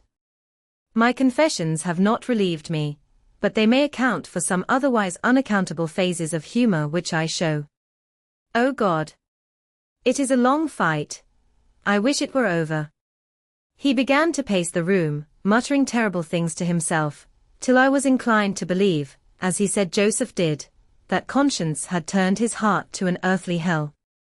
I wondered greatly how it would end. Though he seldom before had revealed this state of mind, even by looks, it was his habitual mood. I had no doubt, he asserted it himself, but not a soul, from his general bearing, would have conjectured the fact. You did not when you saw him, Mr. Lockwood, and at the period of which I speak, he was just the same as then, only fonder of continued solitude, and perhaps still more laconic in company. Chapter 34. For some days after that evening, Mr. Heathcliff shunned meeting us at meals, yet he would not consent formally to exclude Hareton and Cathy. He had an aversion to yielding so completely to his feelings, choosing rather to absent himself, and eating once in 24 hours seemed sufficient sustenance for him. One night, after the family were in bed, I heard him go downstairs, and out at the front door. I did not hear him re-enter, and in the morning I found he was still away.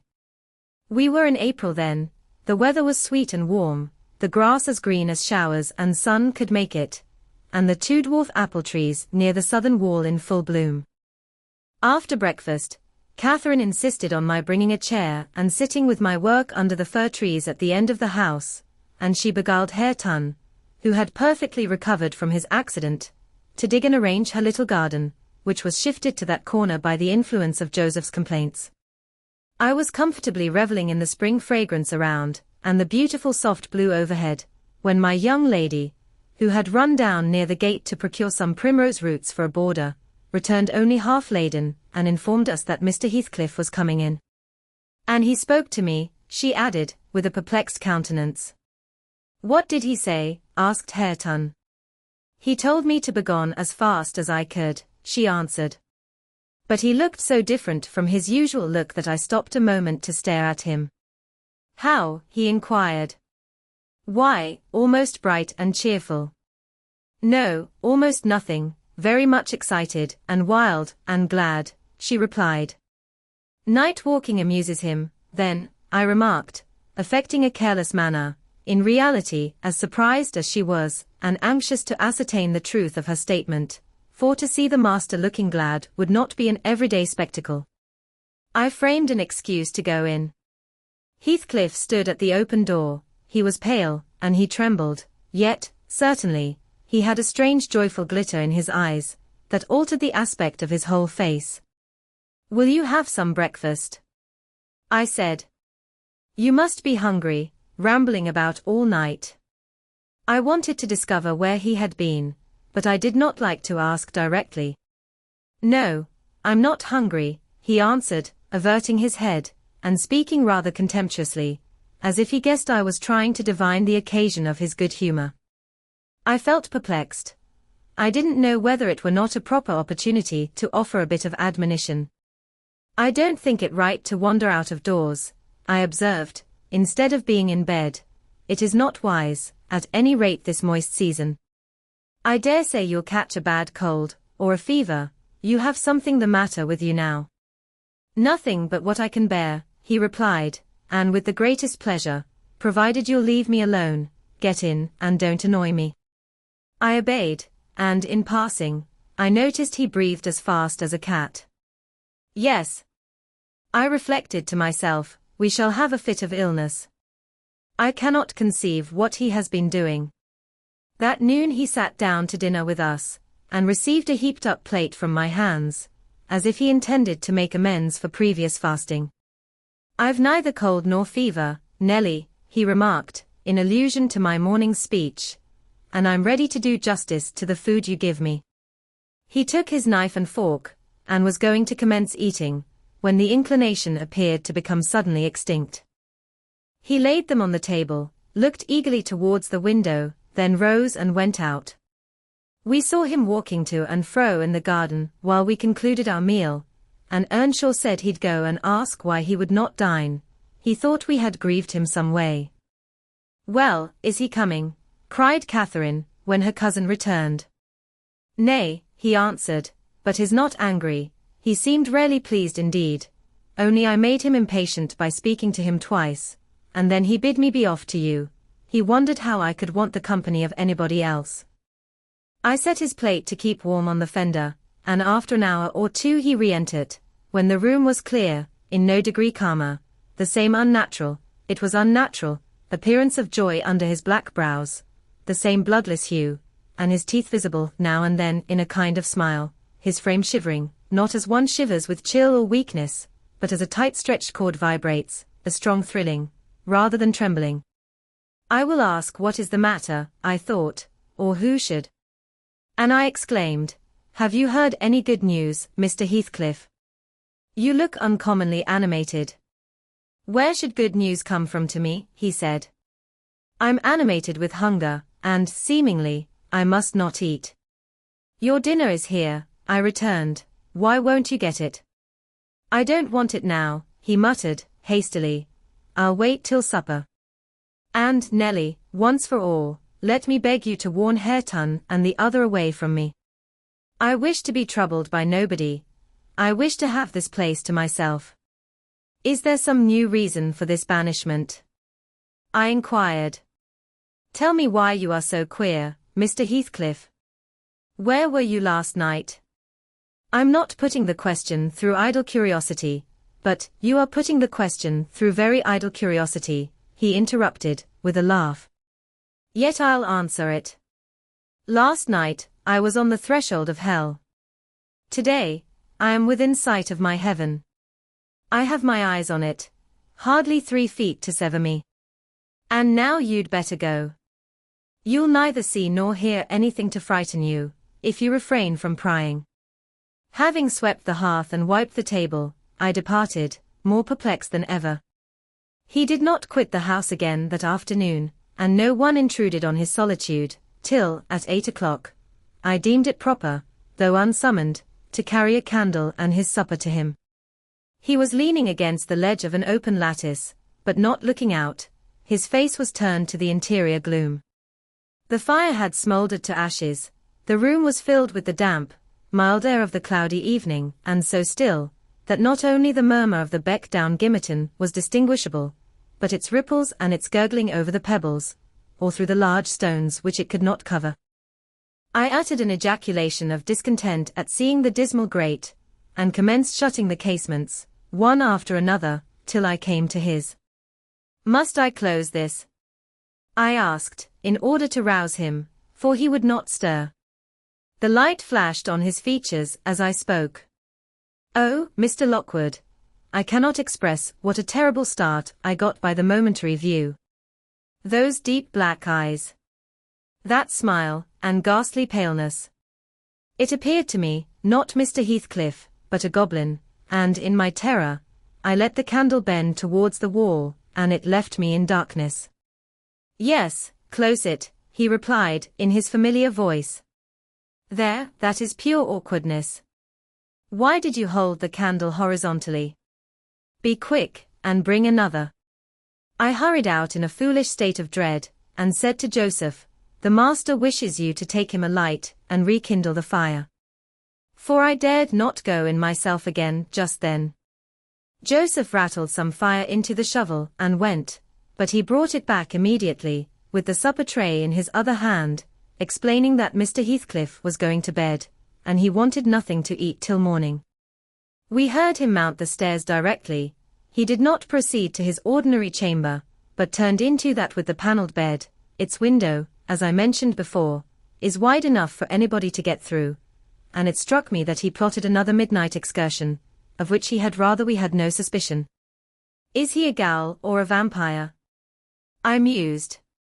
I had read of such hideous incarnate demons.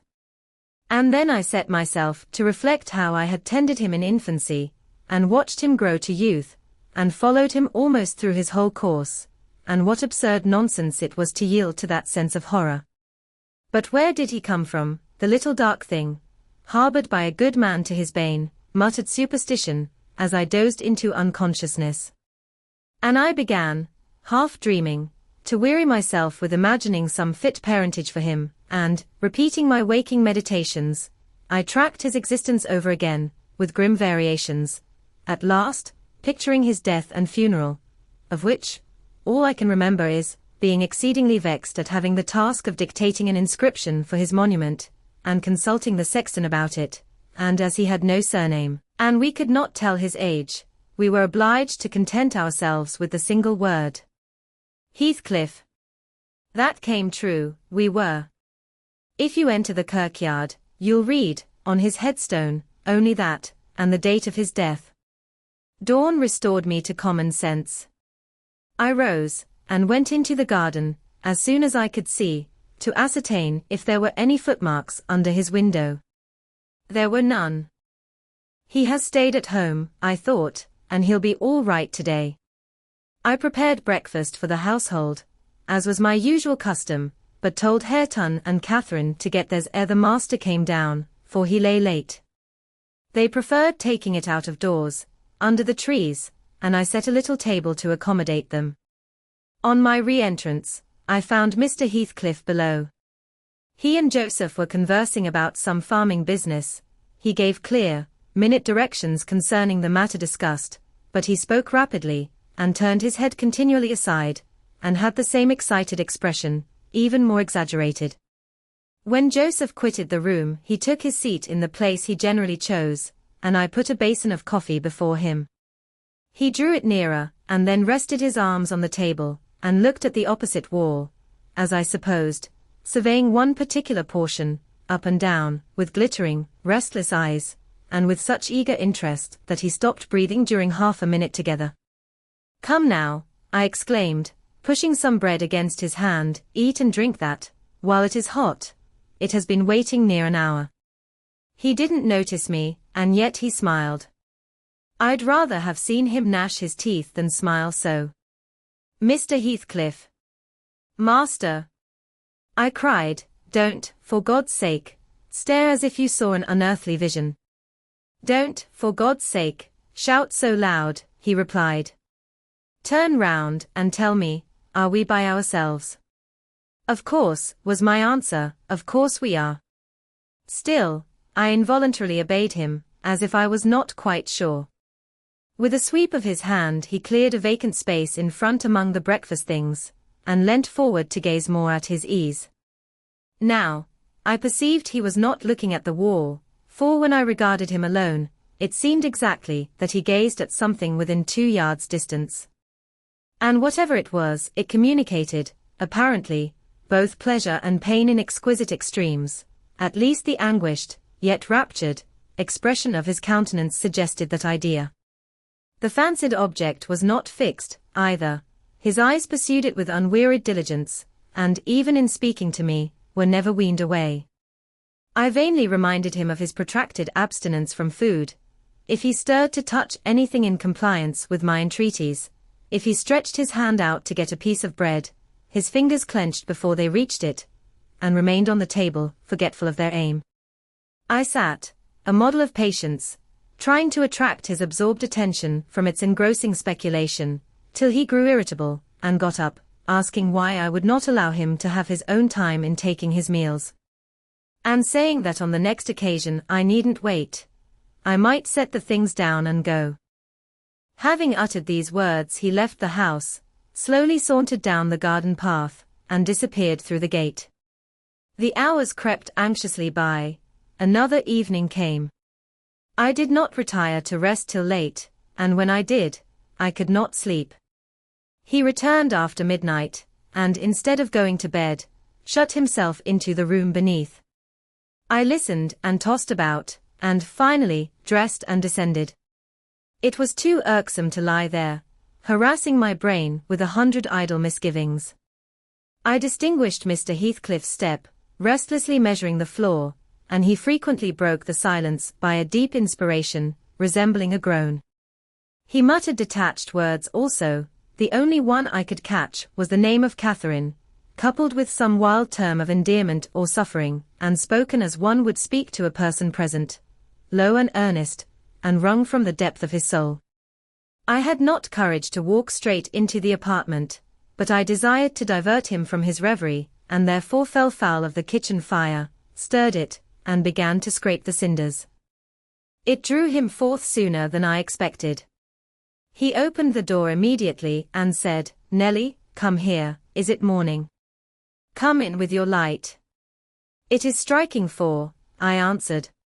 "You want a candle to take upstairs. You might have lit one at this fire." "No, I don't wish to go upstairs," he said. "Come in, and kindle me a fire, and do anything there is to do about the room." "I must blow the coals red first, before I can carry any," I replied, getting a chair and the bellows.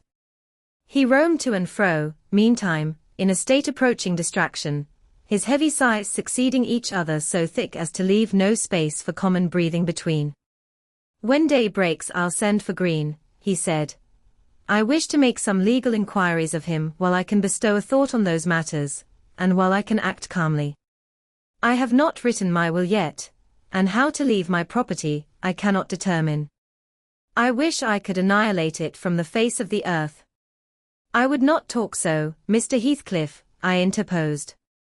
"Let your will be a while, you'll be spared to repent of your many injustices yet. I never expected that your nerves would be disordered. They are, at present, marvelously so, however, and almost entirely through your own fault. The way you've passed these 3 last days might knock up a Titan. Do take some food, and some repose. You need only look at yourself in a glass to see how you require both. Your cheeks are hollow, and your eyes bloodshot, like a person starving with hunger and going blind with loss of sleep." "It is not my fault that I cannot eat or rest," he replied. "I assure you it is through no settled designs. I'll do both, as soon as I possibly can. But you might as well bid a man struggling in the water rest within arm's length of the shore. I must reach it first, and then I'll rest. Well, never mind, Mr. Green, as to repenting of my injustices, I've done no injustice, and I repent of nothing. I'm too happy, and yet I'm not happy enough. My soul's bliss kills my body, but does not satisfy itself." "Happy, master?" I cried. Strange happiness. If you would hear me without being angry, I might offer some advice that would make you happier. What is that? He asked. Give it. You are aware, Mr. Heathcliff, I said, that from the time you were 13 years old you have lived a selfish, unchristian life, and probably hardly had a Bible in your hands during all that period. You must have forgotten the contents of the book, and you may not have space to search it now. Could it be hurtful to send for some minister of any denomination, it does not matter which, to explain it, and show you how very far you have erred from its precepts, and how unfit you will be for its heaven, unless a change takes place before you die? I'm rather obliged than angry, Nelly, he said, for you remind me of the manner in which I desire to be buried. It is to be carried to the churchyard in the evening. You and Hareton may, if you please, accompany me, and mind, particularly, to notice that the sexton obeys my directions concerning the 2 coffins. No minister need come, nor need anything be said over me. I tell you I have nearly attained my heaven, and that of others is altogether unvalued and uncoveted by me. And supposing you persevered in your obstinate fast, and died by that means, and they refused to bury you in the precincts of the kirk? I said, shocked at his godless indifference. How would you like it? They won't do that, he replied. If they did, you must have me removed secretly, and if you neglect it you shall prove, practically, that the dead are not annihilated. As soon as he heard the other members of the family stirring he retired to his den, and I breathed freer. But in the afternoon, while Joseph and Hareton were at their work, he came into the kitchen again, and, with a wild look, bid me come and sit in the house. He wanted somebody with him. I declined, telling him plainly that his strange talk and manner frightened me, and I had neither the nerve nor the will to be his companion alone. I believe you think me a fiend, he said, with his dismal laugh, something too horrible to live under a decent roof. Then turning to Catherine, who was there, and who drew behind me at his approach, he added, half sneeringly, will you come, Chuck? I'll not hurt you. No. To you I've made myself worse than the devil. Well, there is one who won't shrink from my company. By God. She's relentless. Oh, damn it. It's unutterably too much for flesh and blood to bear, even mine. He solicited the society of no one more. At dusk he went into his chamber. Through the whole night, and far into the morning, we heard him groaning and murmuring to himself. Hareton was anxious to enter, but I bid him fetch Mr. Kenneth, and he should go in and see him. When he came, and I requested admittance and tried to open the door, I found it locked, and Heathcliff bid us be damned. He was better, and would be left alone, so the doctor went away. The following evening was very wet. Indeed, it poured down till day-dawn, and as I took my morning walk round the house, I observed the master's window swinging open, and the rain driving straight in. He cannot be in bed, I thought. Those showers would drench him through. He must either be up or out. But I'll make no more ado, I'll go boldly and look. Having succeeded in obtaining entrance with another key, I ran to unclose the panels, for the chamber was vacant. Quickly pushing them aside, I peeped in. Mr. Heathcliff was there, laid on his back. His eyes met mine so keen and fierce, I started, and then he seemed to smile. I could not think him dead, but his face and throat were washed with rain, the bedclothes dripped, and he was perfectly still. The lattice, flapping to and fro, had grazed one hand that rested on the sill, no blood trickled from the broken skin, and when I put my fingers to it, I could doubt no more, he was dead and stark. I hasped the window, I combed his black long hair from his forehead. I tried to close his eyes, to extinguish, if possible, that frightful, lifelike gaze of exultation before anyone else beheld it. They would not shut. They seemed to sneer at my attempts, and his parted lips and sharp white teeth sneered too. Taken with another fit of cowardice, I cried out for Joseph. Joseph shuffled up and made a noise, but resolutely refused to meddle with him. Th. Divils harried off his soul, he cried, and he may have his carcass into tea-bar gin, for aught I care. Eck! What a wicked un he looks, gurning at death, and the old sinner grinned in mockery. I thought he intended to cut a caper round the bed, but suddenly composing himself, he fell on his knees, and raised his hands, and returned thanks that the lawful master and the ancient stock were restored to their rights. I felt stunned by the awful event, and my memory unavoidably recurred to former times with a sort of oppressive sadness. But poor Hareton, the most wronged, was the only one who really suffered much. He sat by the corpse all night, weeping in bitter earnest.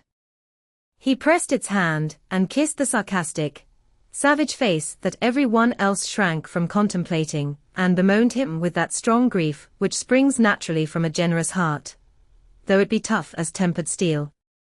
Mr. Kenneth was perplexed to pronounce of what disorder the master died. I concealed the fact of his having swallowed nothing for 4 days, fearing it might lead to trouble, and then, I am persuaded, he did not abstain on purpose. It was the consequence of his strange illness, not the cause. We buried him, to the scandal of the whole neighborhood, as he wished. Earnshaw and I, the sexton, and 6 men to carry the coffin, comprehended the whole attendance. The 6 men departed when they had let it down into the grave. We stayed to see it covered. Hareton, with a streaming face, dug green sods, and laid them over the brown mould himself. At present it is as smooth and verdant as its companion mounds, and I hope its tenant sleeps as soundly. But the country folks, if you ask them, would swear on the Bible that he walks. There are those who speak to having met him near the church, and on the moor, and even within this house. Idle tales, you'll say, and so say I. Yet that old man, by the kitchen fire affirms, he has seen 2 on looking out of his chamber window on every rainy night since his death, and an odd thing happened to me about a month ago. I was going to the Grange one evening, a dark evening, threatening thunder, and, just at the turn of the heights, I encountered a little boy with a sheep and 2 lambs before him. He was crying terribly, and I supposed the lambs were skittish, and would not be guided. "What is the matter, my little man?" I asked. "There's Heathcliff and a woman yonder, under T-Nab," he blubbered, "I dare not pass M." I saw nothing, but neither the sheep nor he would go on, so I bid him take the road lower down. He probably raised the phantoms from thinking, as he traversed the moors alone, on the nonsense he had heard his parents and companions repeat. Yet, still, I don't like being out in the dark now, and I don't like being left by myself in this grim house. I cannot help it. I shall be glad when they leave it, and shift to the Grange. "They are going to the Grange, then?" I said. "Yes," answered Mrs. Dean, "as soon as they are married, and that will be on New Year's Day." "And who will live here then?" "Why, Joseph will take care of the house, and perhaps, a lad to keep him company. They will live in the kitchen, and the rest will be shut up, for the use of such ghosts as choose to inhabit it," I observed. "No, Mr. Lockwood," said Nelly, shaking her head. "I believe the dead are at peace, but it is not right to speak of them with levity." At that moment the garden gate swung to. The ramblers were returning. "They are afraid of nothing," I grumbled, watching their approach through the window. Together, they would brave Satan and all his legions. As they stepped onto the door-stones, and halted to take a last look at the moon, or, more correctly, at each other by her light, I felt irresistibly impelled to escape them again, and, pressing a remembrance into the hand of Mrs. Dean, and disregarding her expostulations at my rudeness, I vanished through the kitchen as they opened the house door, and so should have confirmed Joseph in his opinion of his fellow servants' gay indiscretions, had he not fortunately recognized me for a respectable character by the sweet ring of a sovereign at his feet. My walk home was lengthened by a diversion in the direction of the kirk. When beneath its walls, I perceived decay had made progress, even in 7 months. Many a window showed black gaps deprived of glass, and slates jutted off, here and there, beyond the right line of the roof, to be gradually worked off in coming autumn storms. I sought, and soon discovered, the 3 headstones on the slope next the moor, the middle one grey, and half buried in heath, Edgar Linton's only harmonized by the turf and moss creeping up its foot, Heathcliff still bare. I lingered round them, under that benign sky, watched the moths fluttering among the heath and harebells, listened to the soft wind breathing through the grass, and wondered how any one could ever imagine unquiet slumbers for the sleepers in that quiet earth.